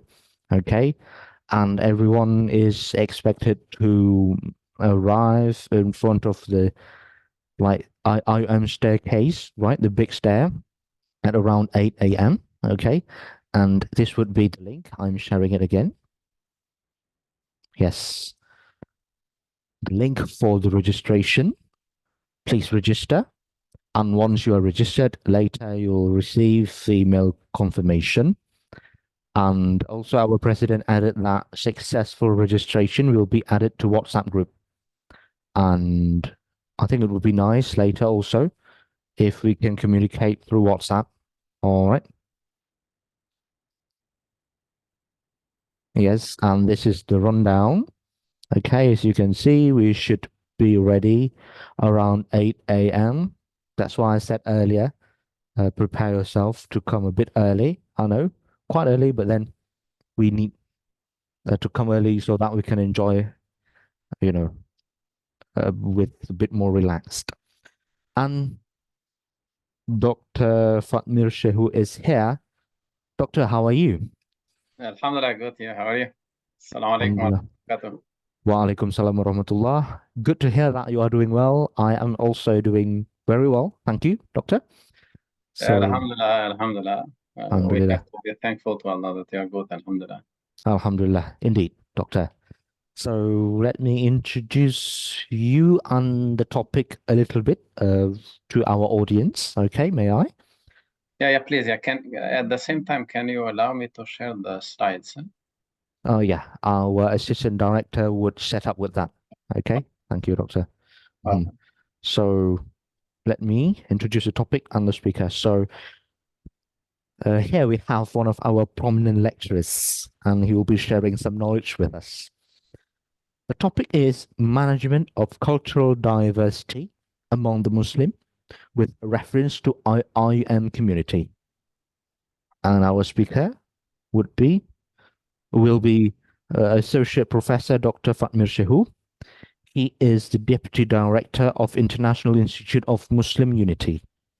And he's also a lecturer from Department of Usuluddin and Comparative Religion, Abdul Hamid Abu Sulaiman, Kuliah of Revealed Knowledge and Human Science, Islamic Revealed Knowledge and Human Science, AHAS, KIRKHS.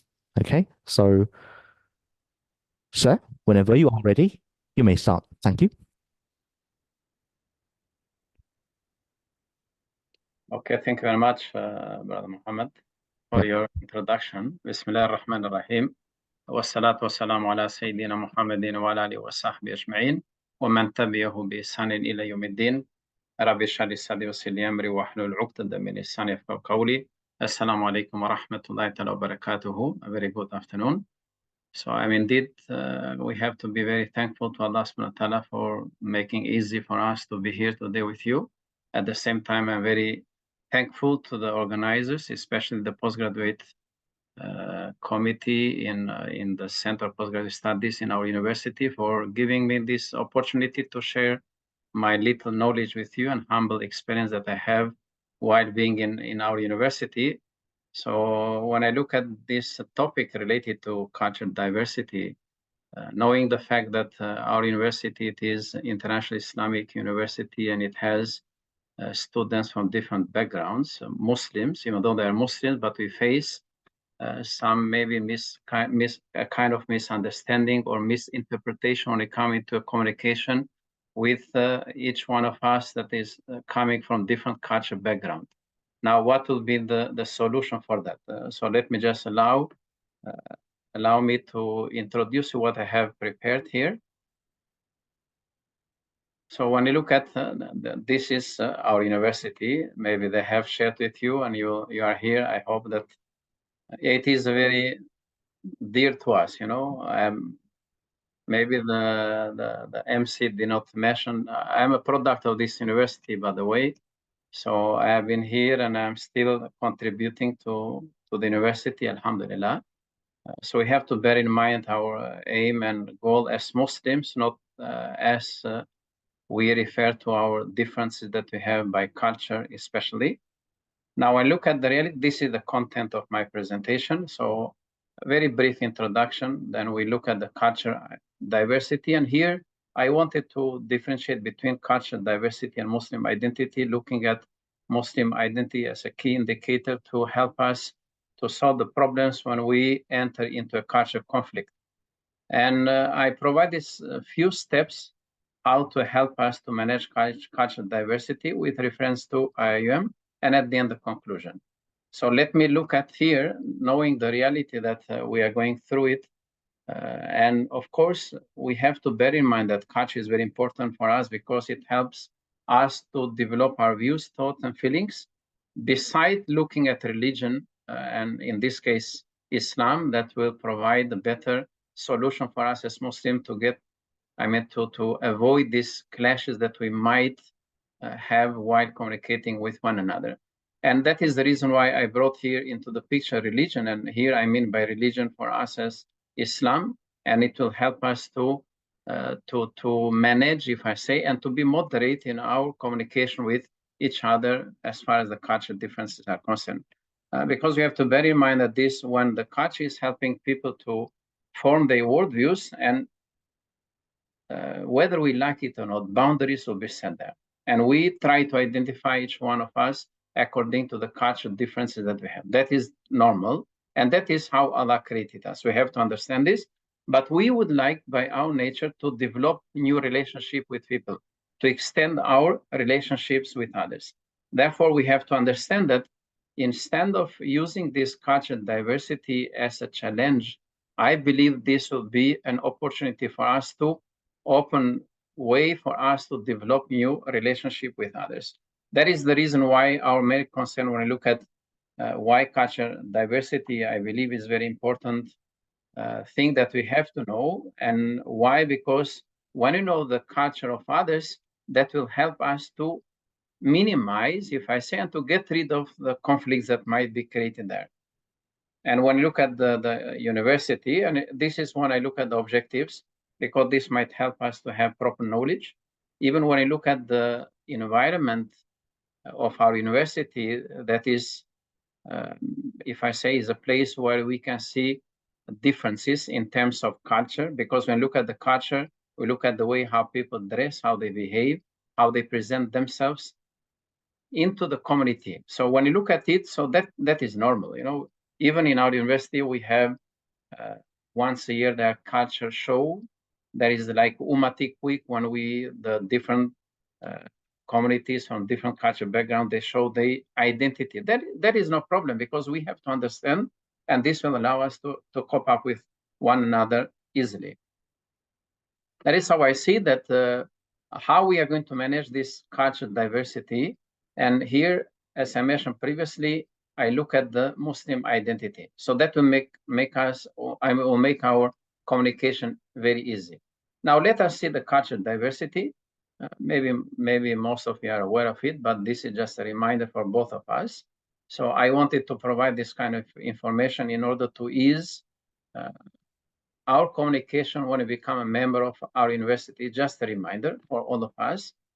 That's why, as I see here, people, they look at it from a general perspective that it is the way how people try to socialize themselves. When I look at, they live together in a community that is diversity in nature, when we look at it from the cultural perspective. So I don't want to bring here religion and other elements, even ideologies or nationalities, whatever we have, but our focus will be on the culture element only.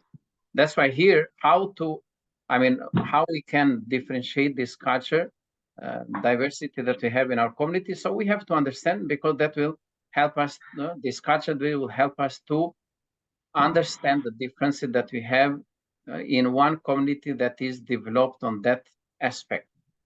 Like when we bring this to our university, then this will help us to understand the nature of the community that we are living with.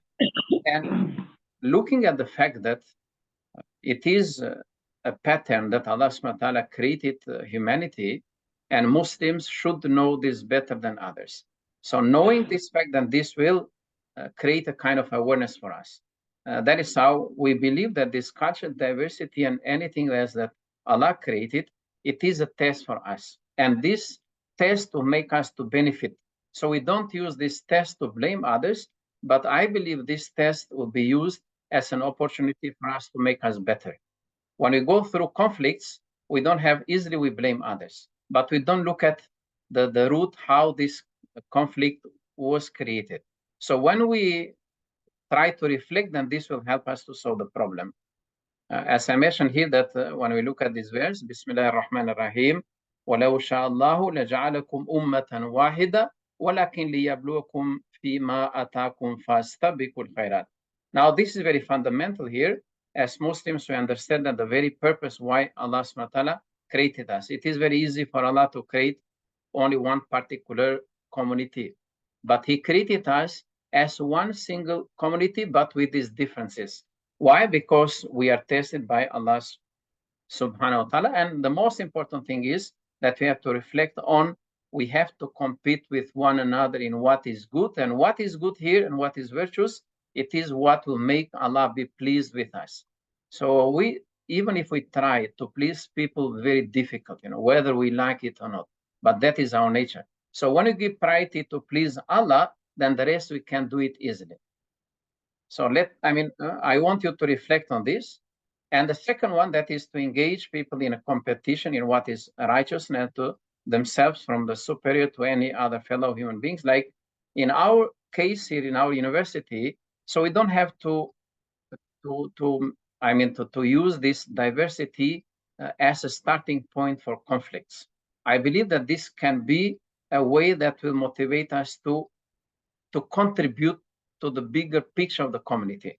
Because here we don't look at my community or your community based on the culture differences, but we look at the community as a whole.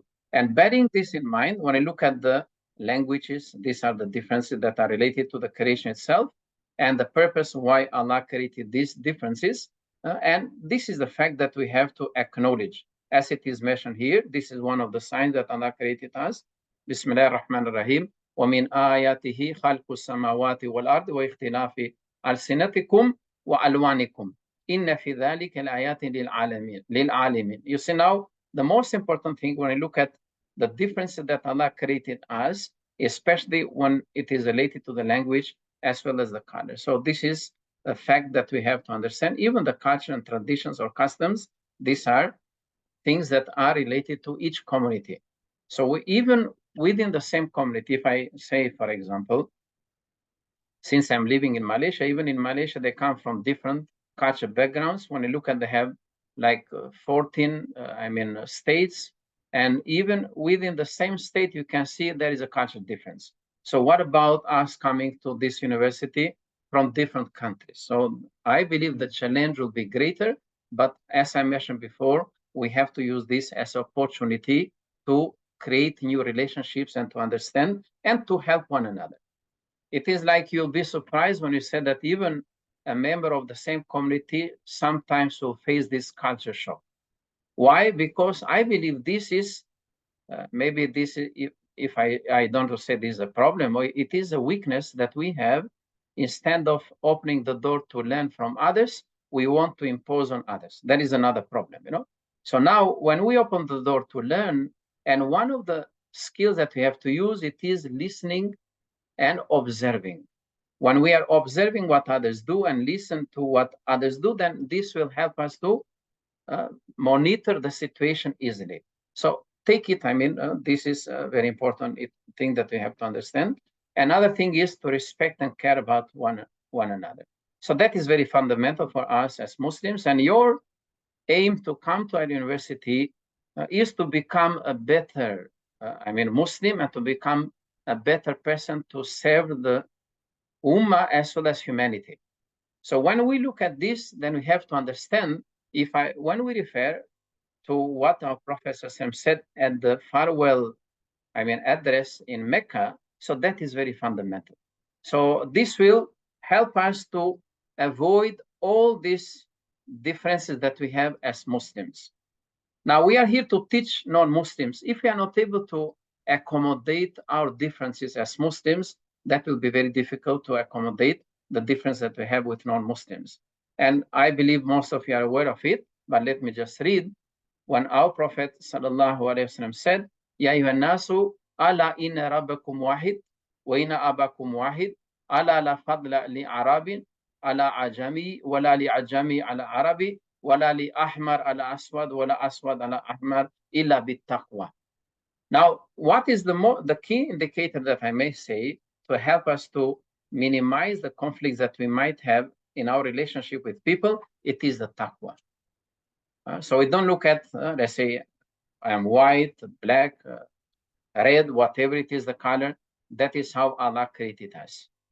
You see, that is how we look at this. Will not be a problem for a Muslim.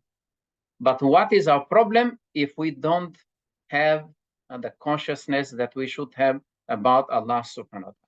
So if that is my word, it is like if every one of us will ask this question, or maybe we can say raise this question for ourselves, what will be my position tomorrow when I meet Allah subhanahu wa ta'ala?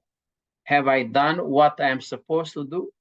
So when we every time reflect on this, I believe this will help us to minimize our culture conflicts that might be raised.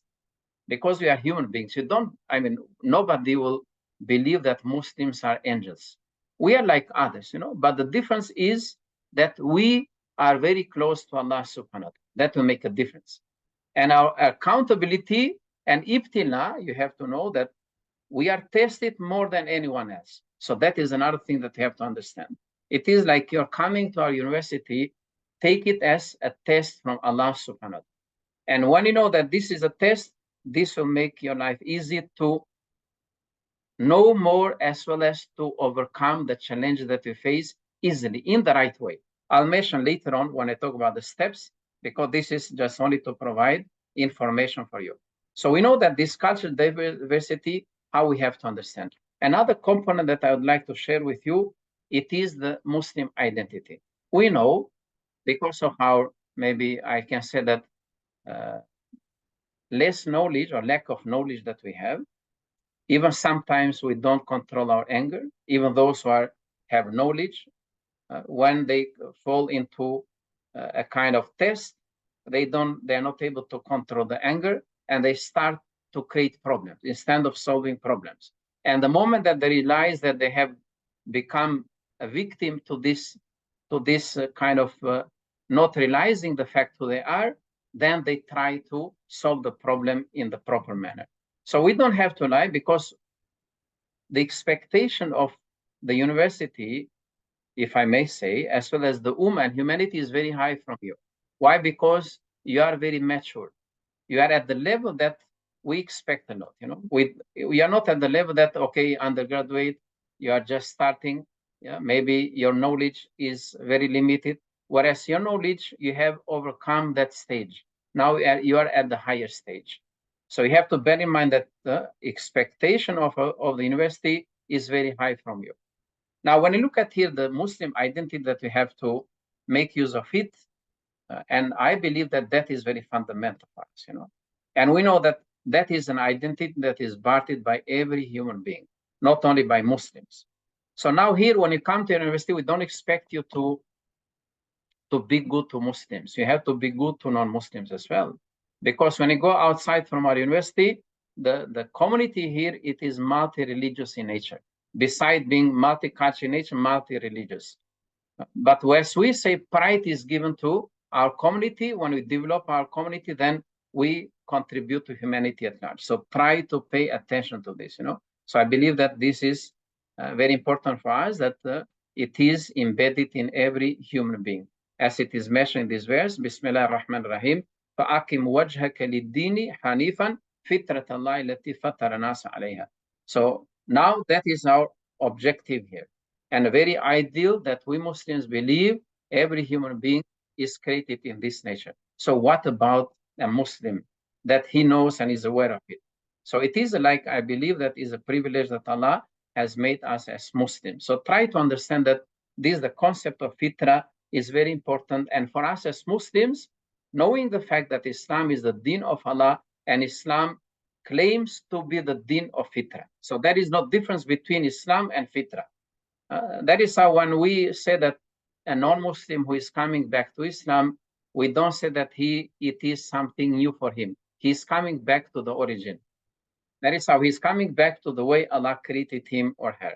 So try to make use of this and to harmonize this in our day-to-day life. And another important thing that when we refer to the hadith of Prophet ﷺ, when he said that كُلُّ مَوْلُودٍ يُولَدُ عَلَى فِطْرَةِ فَأَبَوَاهُ يُهَوِدَانِهِ أَوْ يُنَصِرَانِهِ أَوْ يُمَجِّسَانِهِ. Now, if we have a Muslim family, if they're going to raise their children according to the cultural differences, then there is a problem. So, of course, we have to teach our children the culture, as long as it is not contradictory to the teachings of Islam.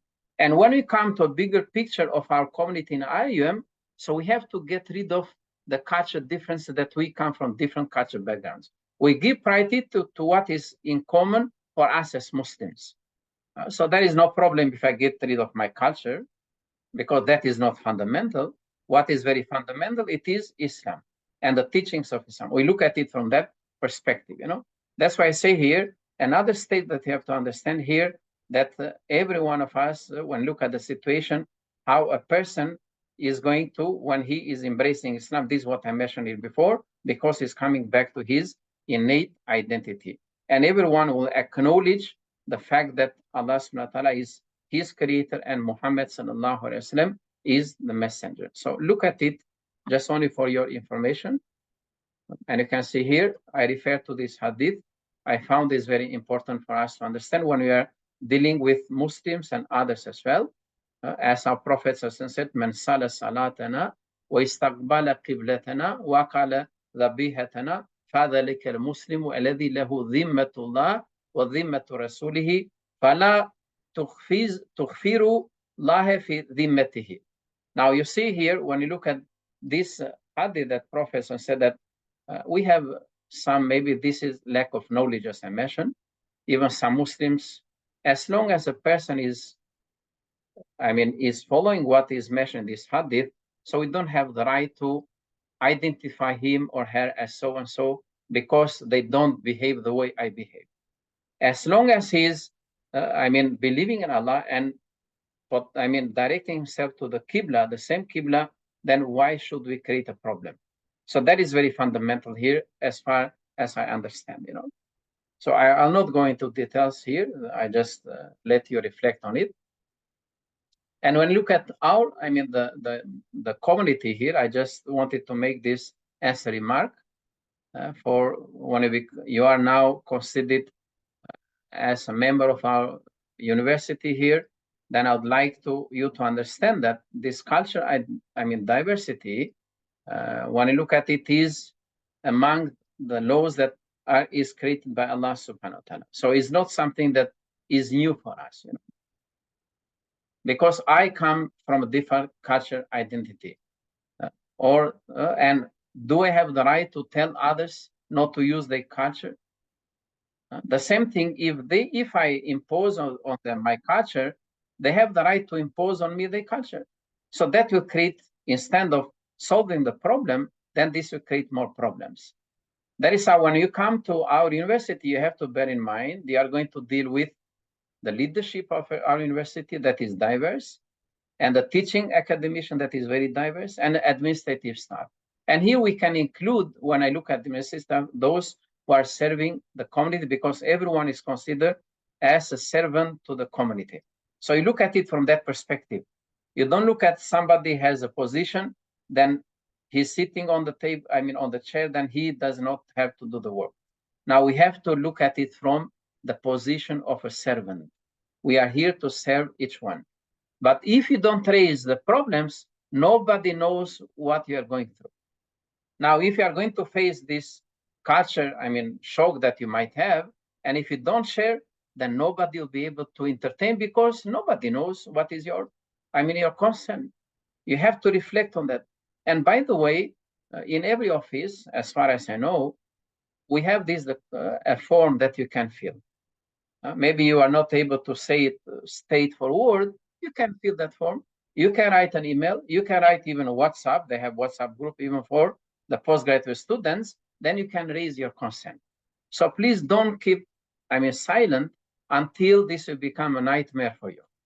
So my advice here would be that every time you can talk with anyone, as far as I know, alhamdulillah, we don't have a problem here.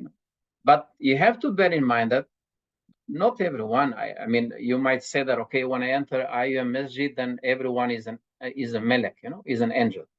So no, you have to take care of your responsibility. You have to take care of whatever you have. So bear in mind that, I can give you the example that you might be aware of it. The person who came to Prophet ﷺ, then he did not tie the camel outside. Then he thought that the camel is under the protection of Allah and His Messenger.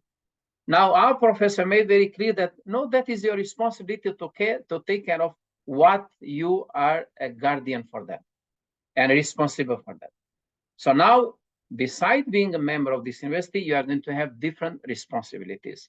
So try to look at it, because this will ease your communication with the members of IUM community. And another important thing that you have to dig and to know the cultural differences of others. You don't have to wait for them to come and ask you. So be the first one to contribute. Be the first one to lead the way, So why am I waiting for others to tell me what I'm supposed to do? Since I accepted to be a member of this university. So that's why I say that if we are not able to create this awareness, then it will be very difficult to manage the culture difference that we have in our university. So here I just mentioned few steps according to my understanding. You see, the first step, this will be very important for us, that we have to create this awareness about the situation of IUM community. And I believe then in this Taaruf, they have given you a lot of information about our university. But here, it is very important for us to understand, when I raise this question, how the university is established and why it is established. When I look at how, then we have to understand those who contributed to the establishment of our university. So when I know the purpose and the cause why they contributed to establish the university, this will make me take care of it. So I'm not here to look at it from different perspective, but my point of view, it is here to take care of it as it is an amana. It is an amana. So when I know that those who contributed and they did it for the sake of Allah subhanahu wa ta'ala, then my contribution should be higher and greater in order to achieve and maintain that. And another thing is why it is established, So now this is not meant only for the Malaysian community, this is meant for the whole Ummah and humanity. So when I know that this is not only, if we say that maybe Gombak oriented, even though we are in Gombak here, if we say in Selangor, but it does not mean that this is limiting the mission and the vision of our university. So we are not here focusing only on the region that we belong to, because we have to look at the very high. We have an ideal, if I say that, mission to achieve.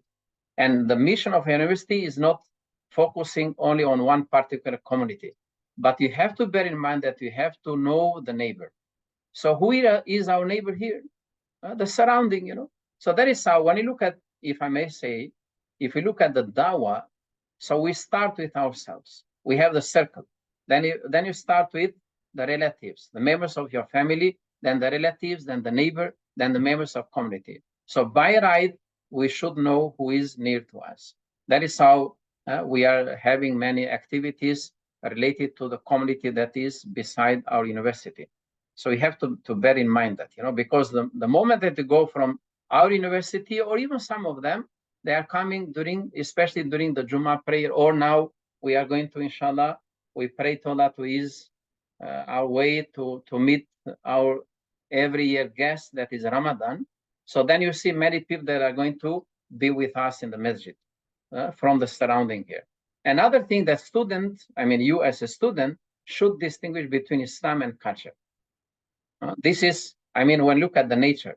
So we don't have just simply to give priority, because when I look at the fact that some of us, they do this kind of mistake, if I say that, we don't look at what Allah subhanahu wa ta'ala has mentioned to us in this verse when he said, Bismillah ar-Rahman ar-Rahim, اليوم أكملت لكم دينكم وأتممت عليكم نعمتي ورضيت لكم الإسلام دينا. Now, when you look at it, this is very fundamental, you know. But some of us, even Muslims and others, they look at, they give priority, let's say they look at Islam as very ideal or religion, and they don't pay attention to culture. Or some of them, they do the opposite. But what is proper for us, we have to be moderate in our, in balance in between the teachings of Islam and the culture, because whatever it is in our culture that is not contradictory to Islam, it is accepted by Islam. So that is how, what my concern it is here, that we have to understand that Islam is above our culture, should not be the opposite. So when I know that, then I have to reflect. I have to know how to manage the culture differences when I look at it. You might face this challenge when it comes to our university, but you have to know which one is prior. Then you have to be very moderate. And step number 3, that the IOM members, as I mentioned here, should know the main elements contributing to their Muslim identity as addressed in the following Quranic verse. And this is what we use usually. Maybe they have mentioned to you and you are aware of it, when Allah subhanahu wa ta'ala says, Bismillah ar-Rahman ar-Rahim, Ya ayyuhan nasu inna khalaqnakum min dhakarin wa untha wa ja'alnakum shu'uban wa qaba'ila lita'arafu inna akramakum indallahi atqakum. Now I just identified in this verse, the message that we get, that the message of the Quran, it is very universal. It is not related to one particular group of people. Now we Muslims, we know that then we have to make sure that we apply when we look at the culture or tradition, whatever, we are going to come into contact with people who have this kind of differences or diversity. Now, another important thing here is that when we look at the way how Allah created us, so we have to respect one another, regardless of the way people present themselves. So what is very fundamental for us to know the differences that Allah created us. Like a male is not like a female is not like a male. So when we know our responsibilities, then we can accommodate our differences. When we look at the features that we have and the responsibility that we have based on the creation. And when we look at the nations and the tribes, this is meant for us to facilitate our differences, not to create differences. And what is very fundamental here that I have to make you understand, it is the family institution. And the last one, that is the way how we are going to behave.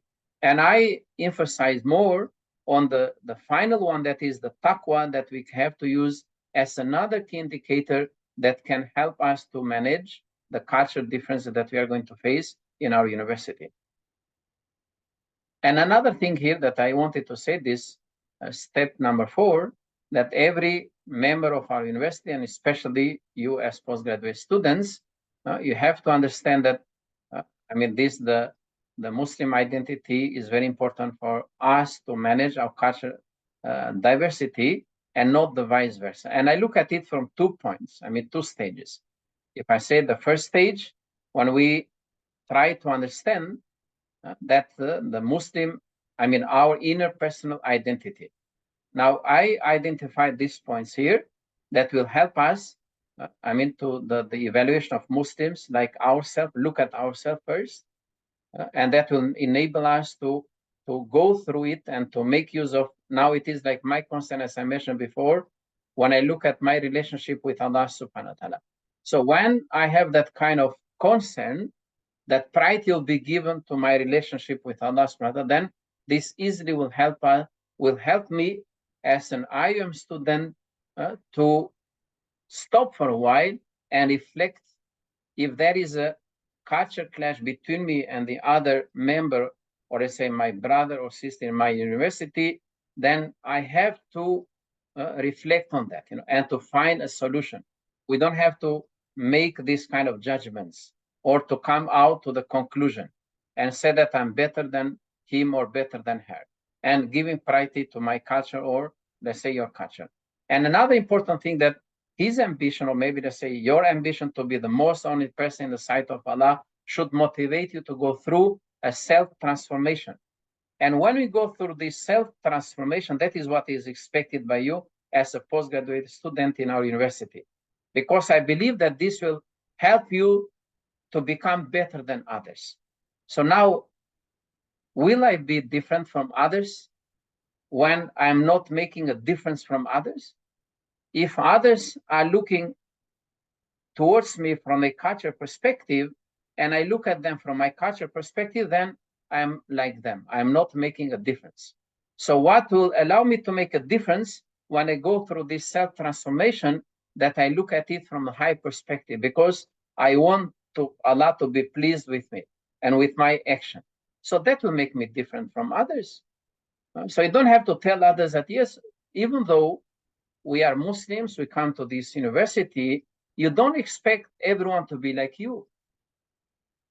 Usually, when we are trying to establish new relationships, we are looking at someone that is better than us.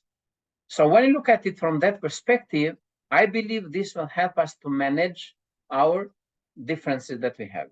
Because the other party will believe, and he thinks or she thinks that you are better than him or her.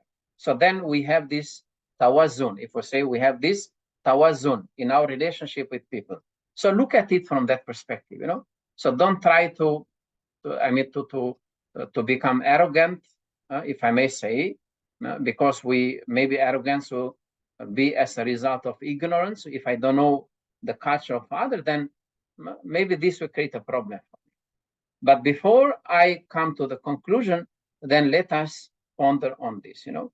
And another important that I mentioned here, like the culture values are managed through the process of evaluation as well as Islamization. Because in our university, why I mentioned this Muslim identity previously, because this is one of the aims of our university, or the mission, the vision. When I look at the 7 missions and the vision, that at the end we have to have this, a personality with the identity, the Islamic identity that is different from others. So now if we look at even other human beings, when I look at non-Muslims, they are trying to compete with us, you know, they're trying to be better than us. So what will make us better than them? It is only the identity that we have. So try to show to others that you are better than they are, and you are a better Muslim compared to them. And try to be the best example. This is how. So when you look at here, as I mentioned, the fitra, identity, so that will help us when I look at others, because we are going to disturb, if I may say, or if I may say, stimulate maybe a kind of skill or feature that is in my friend, but he doesn't know how to get use of it. Now, if I don't do that, then he will not be able to benefit from this embedded, if I say, ability that Allah has given to him by creation. So look at it from that perspective, you know. And the second state that is related to the outer personality, you see, get appropriate knowledge about the cultures of others. Don't try to come to the conclusion. Maybe people, they use different culture. Let's say, have you seen this? If we said the way we communicate with people, according to some cultures, using the gestures, you see, in communication, that is preferred by them, and they are used to it, you know. Now, maybe in another culture, that is not the case. Now, some people might think, even though we use our own language, might think that, oh, there is a problem. So now, what I'm supposed to do before I come to this conclusion, then I have to study and to ask people about this kind of behavior that they represent, the culture differences that they have. And to learn how, from one another, we need one another, how to eliminate this culture conflict that might be raised. As well as I mentioned before, we have to compete in what is good. It is like those who are going to enter paradise and those who are going to enter Jahannam. So now your aim to this university is to become successful in your life, in this world, as well as in the hereafter. Now it will make a difference, you know. You see, to build something, it will take our life. And it is very difficult, very challenging. To destroy, very easily you can do that. But if we destroy something that is built by others, then we are going to be accounted for that. So look at it from that perspective, Instead of creating conflicts, we have to eliminate and solve these problems. That's why competing with others, and we have to be different from others. And this is very important, when I look at even the cultural diversity, that how we are going to manage. I believe that our identity as Muslims should precede our culture differences and cultural identity, Among ourselves, if you are going to mix with the members of your own culture, there is no problem. You can make use of this culture that we are, but when you come to a bigger picture of the community, then try to avoid the culture that you use with the members of your country, let's say your countrymate or friend, whatever it is. So here you look at it from a different perspective. And I would like to advise you, then you have to engage with others, because I know my countrymate, So I want to learn from others. You see, from another country. I come here to Malaysia, I would like to learn about Malaysia. I would like to learn about how these people, do things. What is their culture? What are their customs? What are their traditions? How they have varieties of food, They have varieties of culture representations. You see the dresses, the way they behave, the attitude. So that is my concern when I come to Malaysia. But if I come here and impose on them my culture, then this is not our concern, And finally, as I mentioned that, so we look at it from the Islamic perspective. Don't look at it from the culture perspective. Because based on my experience, even here in Malaysia, when I look at most of them, even though they try to decorate, put or flavor, the culture flavor, but most of the times it is the Islamic identity that is going to solve the problems. It is not the culture identity. So that will not solve the problem. So this is, some of the steps that I wanted to share with you. Now, when I look at the very brief conclusion, we have to understand the fact that the culture diversity should be managed properly. Otherwise, this will create a problem, And I believe that you, as a postgraduate student coming to our university, you are going to go through this experience. There is a new experience for you that you are going to go through. And I believe it is better first to observe and listen. Then after that, the things will become easier. And you have to ask. So that will be better to ask people to know about who they are, from there, where do they come from, instead of being the first one to, if we say that, to say something, Because it is like you are coming here. The same thing, if I come to your country, I have to ask what are the differences. Then I can facilitate myself easily. And when you look at the understanding that we should have about the culture identity should be based on the Islamic identity, not in my culture identity. And I believe that will help you as a student in our university to minimize as well as to avoid all the conflicts that might be raised. So try to do that, As I mentioned, we are not perfect. Only Allah is perfect. But we are here to follow the commandments of Allah. We are not here to follow the commandments of somebody. And we are here, and as we are inspired by our Prophet ﷺ, we have to imitate him. At the same time, we look at what has been introduced to us by the great learned Muslim scholars, as well as where they were in the past or in our present. And another thing that you can cope up with this, even you can communicate with the teachers, you can connect with the administrative staff, the one that you feel more comfortable.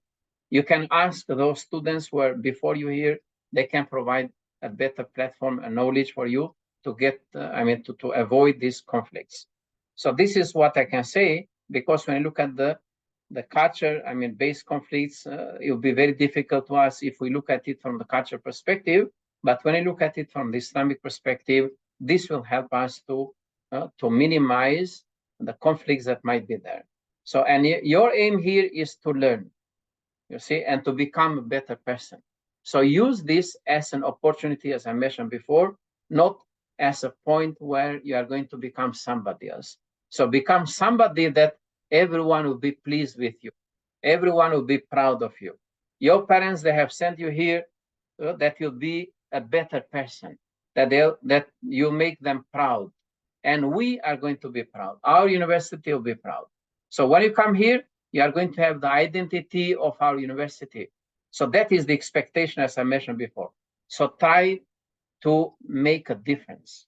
And we, I mean, as I know based on my experience, so our university accepts your contribution, your views, your ideas, your thoughts, that you can contribute to change. So we need because the future will become not the way it is today. We know that challenges will be higher. The hardship will be there. So that will make a difference. So look at it from that perspective. It is like we say, come out from the box. Come out from the culture box that belongs to your cultural identity. So look at it from the bigger perspective. We are living in a diversity, and some more than we have the era of technology, and we have other things that we have. So try to look at it and reflect on it. So with that, barakallahu fikum. Thank you very much. Assalamu alaikum wa rahmatullahi ta'ala wa barakatuhu. And thank you very much for listening. So I appreciate. Barakallahu fikum. Yes, brother. Now I finished my presentation. Wa alaikum salam wa rahmatullahi wa barakatuh, Dr. Fatmir. MashaAllah, it was an extremely eye-opening presentation. Myself, I'm actually very happy to hear about your presentation, because you also added like Surah like Al-Ma'idah 48, Ar-Rum 22, and also one of my favorite parts is where you actually told us that one of the parts of the speech by Prophet Muhammad sallallahu alaihi wasallam on his farewell Hajj or Haji Wada, if I'm not mistaken, in Arabic. Yes. And so he tells about how we should respect and care about one another, and also no one is more superior than other except for their taqwa. So I didn't expect that actually our Prophet had that portion in his speech, and that really made me to be, I would say, I'm even more proud to have our Prophet as our role model. So thank you, Doctor, for the amazing presentation. Other things maybe now it's 4:03. Next speaker would be at 4:15. Doctor, would you mind if we open a Q&A session? Yeah, please, go ahead. Maybe we can listen to them. We can benefit from them as well. They can share the experience. They can give us some hints. That would be better. They can, Sure. Okay, so in this session, we are welcoming questions, but if anyone wants to share about a little bit of their experience, okay, about embracing cultural diversity, you may open your mic and tell us. Or if you're not too comfortable with that, may also share in the chat box. Okay, until 4:15. Yes, please. Any questions or any sharing? Okay, Doctor, we have one question. Okay.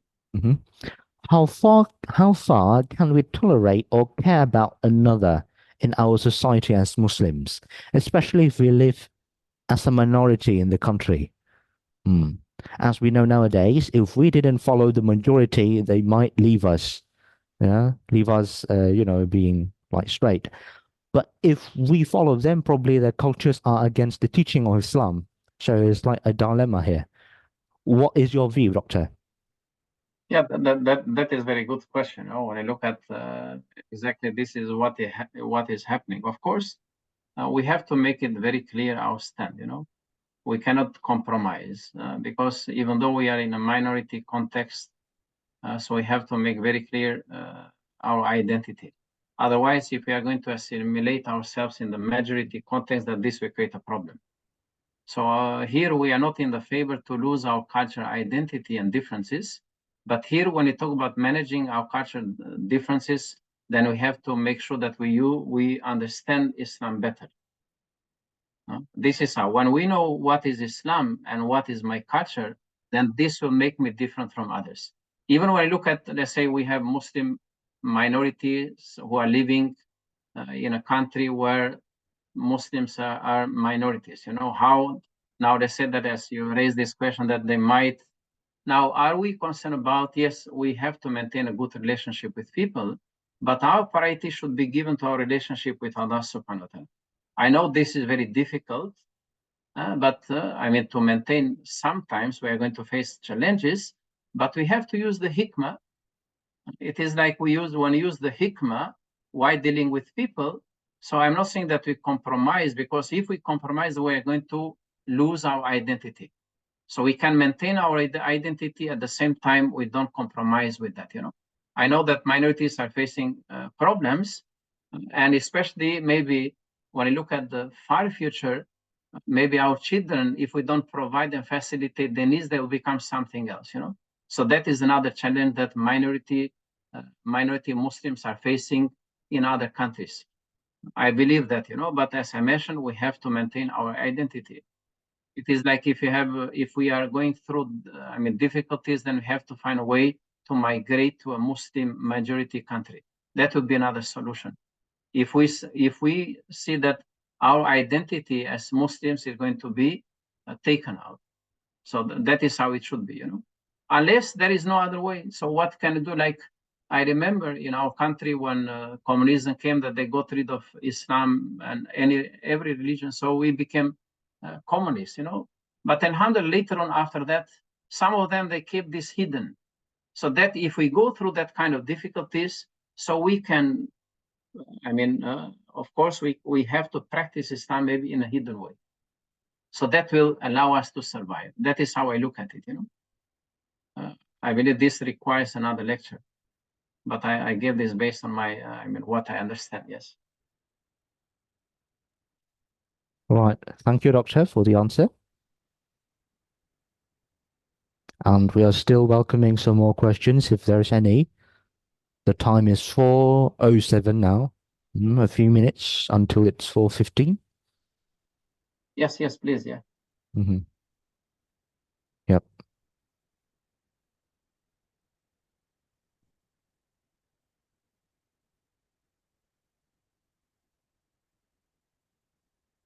Having a lecture like this really takes me into my degree days, because I did my degree here, Doctor. And so we had to attend courses related to fundamentals in Islam, where we call it UNGS. Yeah, good old days. Islamic worldview, ethics and fiqh for everyday life, knowledge and civilization. Yeah. Correct. Yeah, the 3 courses. Recently, by the way, maybe they can Google. We had the conference on Muslim minorities. So it was very good. Oh, conference on Muslim minorities. Yeah, Muslim minorities. It was organized by International Institute for Muslim Unity and the Department of Suluddin and Comparative Religion. So we had 2 days. It was very good, you know. That's why the question that was raised now here, it was explained in this conference, many papers, because we invited those from Muslim minority countries, even though we had from our university those who shared their views about how to cope up with the situation. So they can Google that. It was recently, you know, they can Google, they can find this. It is 2-day conference and it is recorded on YouTube. They can listen to this. I found this very beneficial.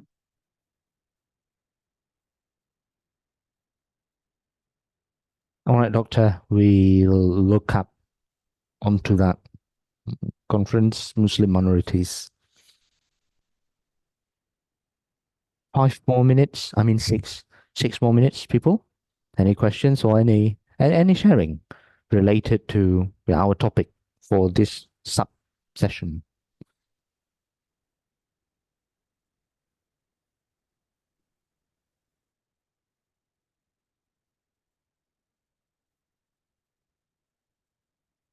Yeah, we have comments from our attendants, like from Mr. Hamad, saying that you have wonderful presentation, Doctor. Everyone is very happy. Yeah. I just tried my best, you know. This should not be. Someone is asking, though it's Okay. The question is, Doctor, is there any Islamic epistemological integration tools in IIM campuses? Now, excuse me, I'm not really familiar with that term, but do you know that? Islamic epistemological integration tool. It is related to what about the epistemological integration tools? What is this? Yes, when you look at it, because maybe that is related to, we have these courses that you mentioned now, Islamic worldview, we have knowledge and civilization. So there we are talking about the concept, the fundamental concepts. Even we have the centers here in our university, even we have courses that are related to Islamization integration. So when you talk about the concepts here, how to manage our life as Muslim, because here we are dealing or facing contemporary challenges, other ideologies, how we are coping up with them.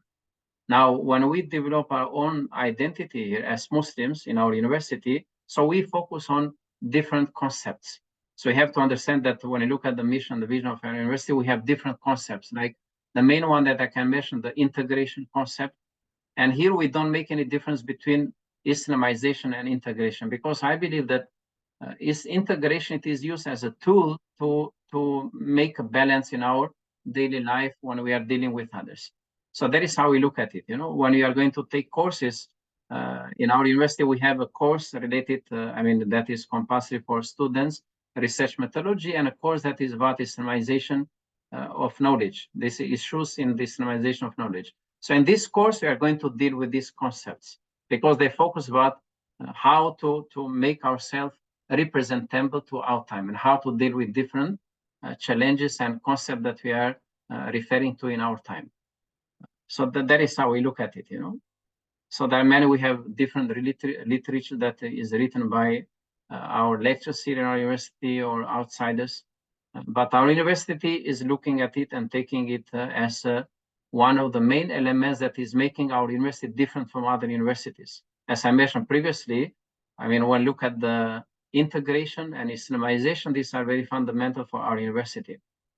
And may I say that our kulia, in the kulia of Abdul Hamid Abu Sulaiman, kulia of Islamic knowledge and human sciences, is applying that integration process. And because Islamization here, it is used for the human sciences. But we cannot do that without integration. And when you look at the related to other disciplines, so they're using that platform in order to cope up with the humanities. So this is, and you are going to see it for yourself, inshallah. And I don't have any problem if you come and contact me later on, so you are welcome.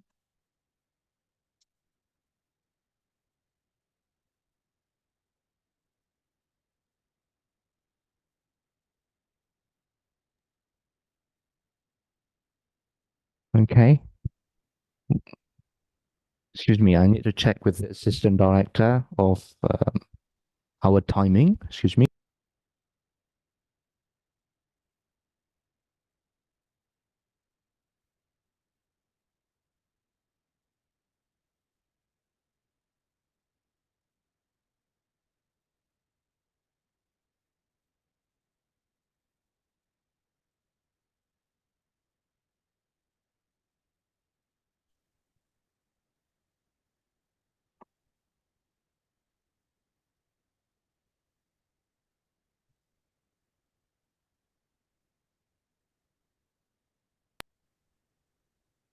Okay. Right. So I think we may end this, the part for Dr. Fatmir. So I think on behalf of everyone, yeah. Before you end, I just shared with them the slides, so let them get the slides. Oh, yeah. Okay. Sure. They shared them before you close this, because when you close them, they will not be able to get. Sure. So we already have the slide here. Download. I'm downloading it also. Click download. Yes. Right. So if there's none of things that we may do after this, then let's close it properly. And of course, on behalf of the attendants here, which are my fellow students, yeah, I would say thank you once again, Doctor, for the amazing presentation, being so well prepared, eye-opening, Thank you, Doctor. Welcome, welcome. Mhm. Barakallah. Okay, see you next time, Doctor. Inshallah, okay. Fi amanillah. Assalamu alaikum wa rahmatullah. May Allah ease the journey to our university, inshallah. Inshallah. Wa alaikum salam wa rahmatullahi wa barakatuh. Fi amanillah. All right. And so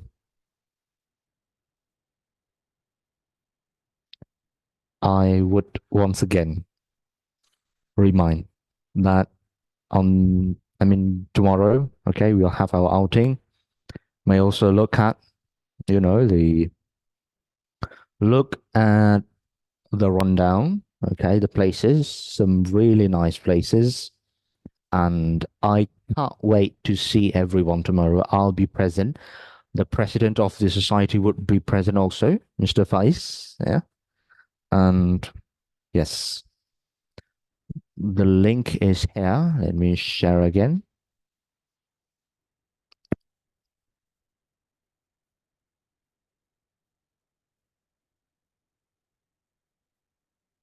Okay, so either click this link or scan the barcode that we have. We really have interesting places, trust me, because I joined this I joined this previous semester, and you won't regret the places, all right? And also the bonding that we would actually build between us.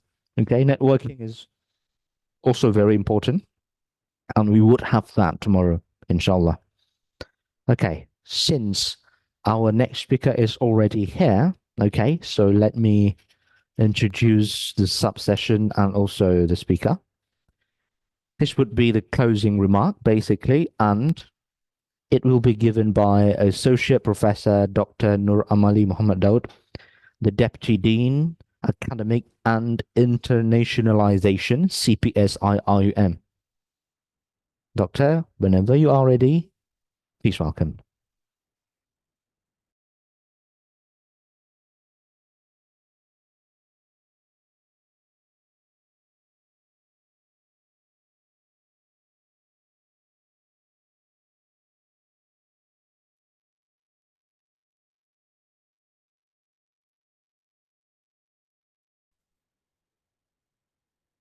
Bismillahirrahmanirrahim. Can you hear me? Yes, Doctor, loud and clear. Yeah. I think my PC have problem to start the video.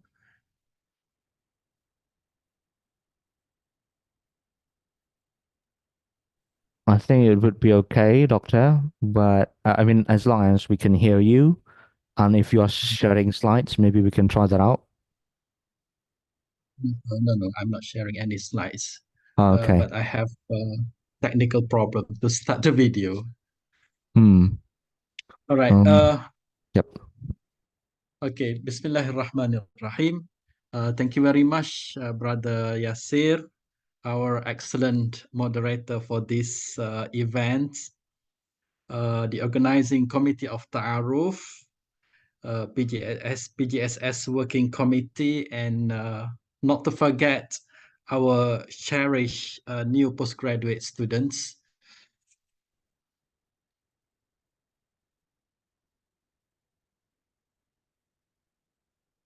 Assalamualaikum warahmatullahi wabarakatuh. Alhamdulillah, we have spent we have spent about 2 days in the PAC Taaruf programs. I would say that you have been exposed from the beginning to the most essential substances tailored to your need as postgraduate students at IIUM. Yesterday, you have been briefed on policy, rules, and regulations governing postgraduate students at IIUM. And also, you have been informed about various services provided by different IIUM agencies, including counseling, library, ITD, finance, as well as EMGS. And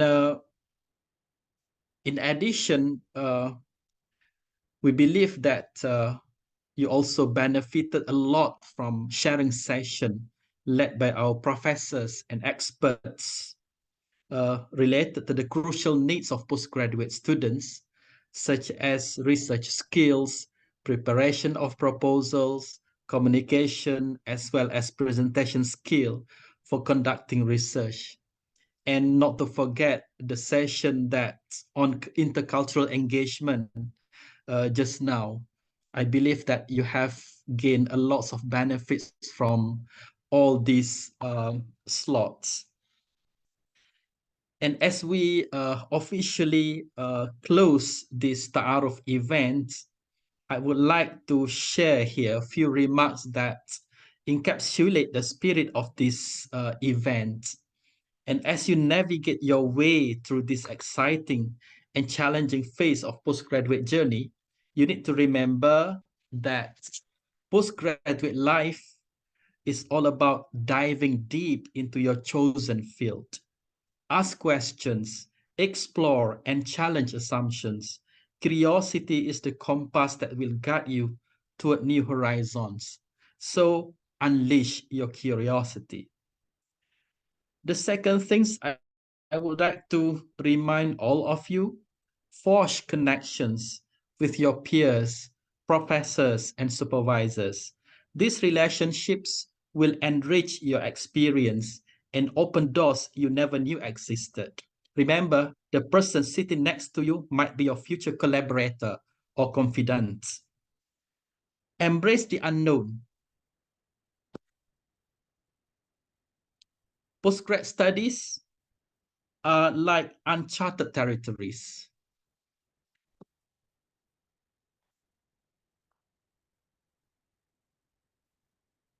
Embrace the uncertainty, for it is in those moments of discomfort that true growth happens. Be open to new ideas, perspective, and methodologies. For it is through this embracement that you will grow, learn, and ultimately thrive.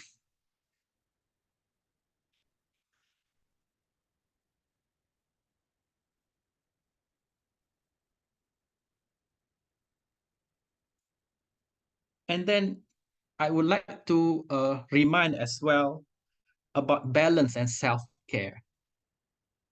Yes, research papers and deadlines are crucial for postgraduate students, but so is your well-being. Take breaks, breath, and find your equilibrium. Tawazun, wasatiyah in life. A rested mind is a creative mind.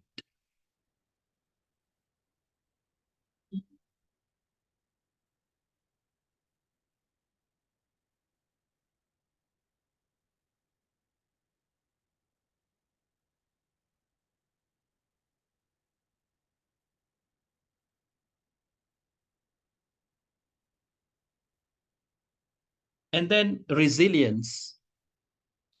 So challenges will come knocking. When they do, remember that resilience is your secret weapon. Bounce back, adopt and adapt, and keep moving forward. And I also would like to remind all of you about purposeful exploration.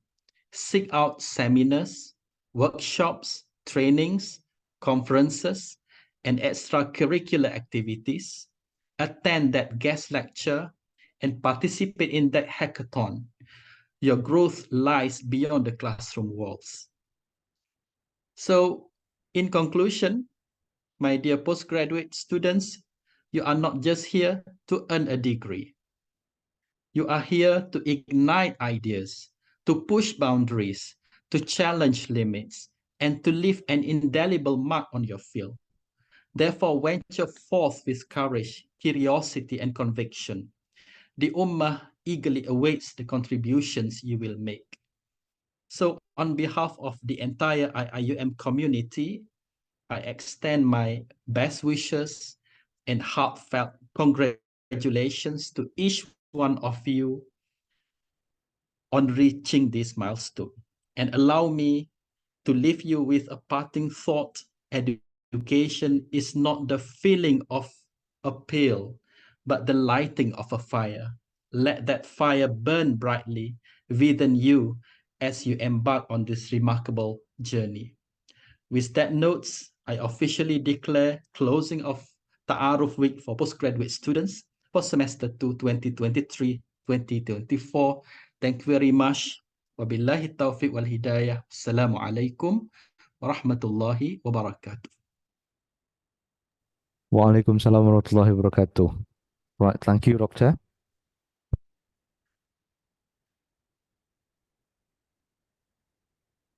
Let me check what's next.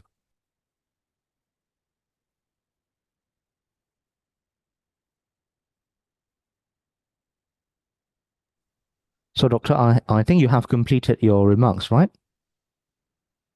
Yes, yes. Yeah, because then our assistant director would like to play. Well, we would like to briefly play our IIM song. Okay, so before we end, we would like to play that song. Okay, and so please wait. Our assistant director will play the video soon. Okay.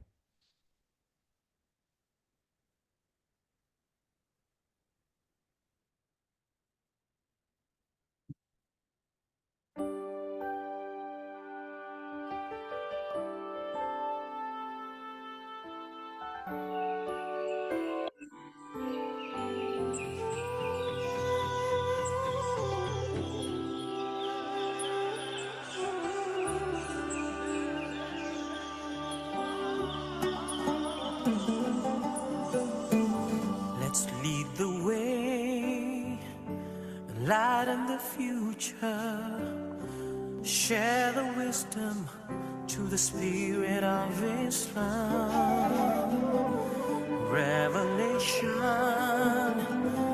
and reason, we shall excel, we shall prevail. Merging faith and knowledge, we the Khalifa, we will fulfill the Amana. Together, we make the world a better place.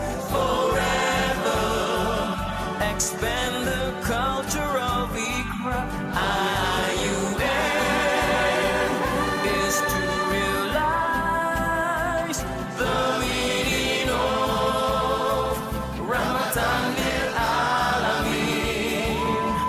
Together, we make the world a better place. Forever, expand the culture of Iqra. IUN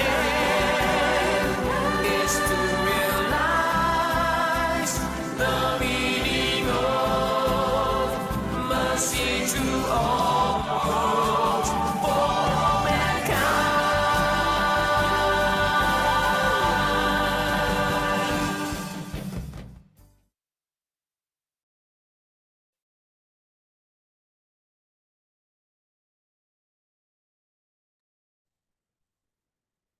And so that was our song. I hope that would lift up our spirit. Okay. Well, it's already 4:30. It is time to finally properly close all of the sessions that we have. Okay. So once again, thank you everyone for your endurance, for your focus for the past 2 days. Thank you very much, everyone. Okay, your presence is very much appreciated. And we are going to close properly. We should read a Tasbih Kafarah and Suratul Asr. Bismillah.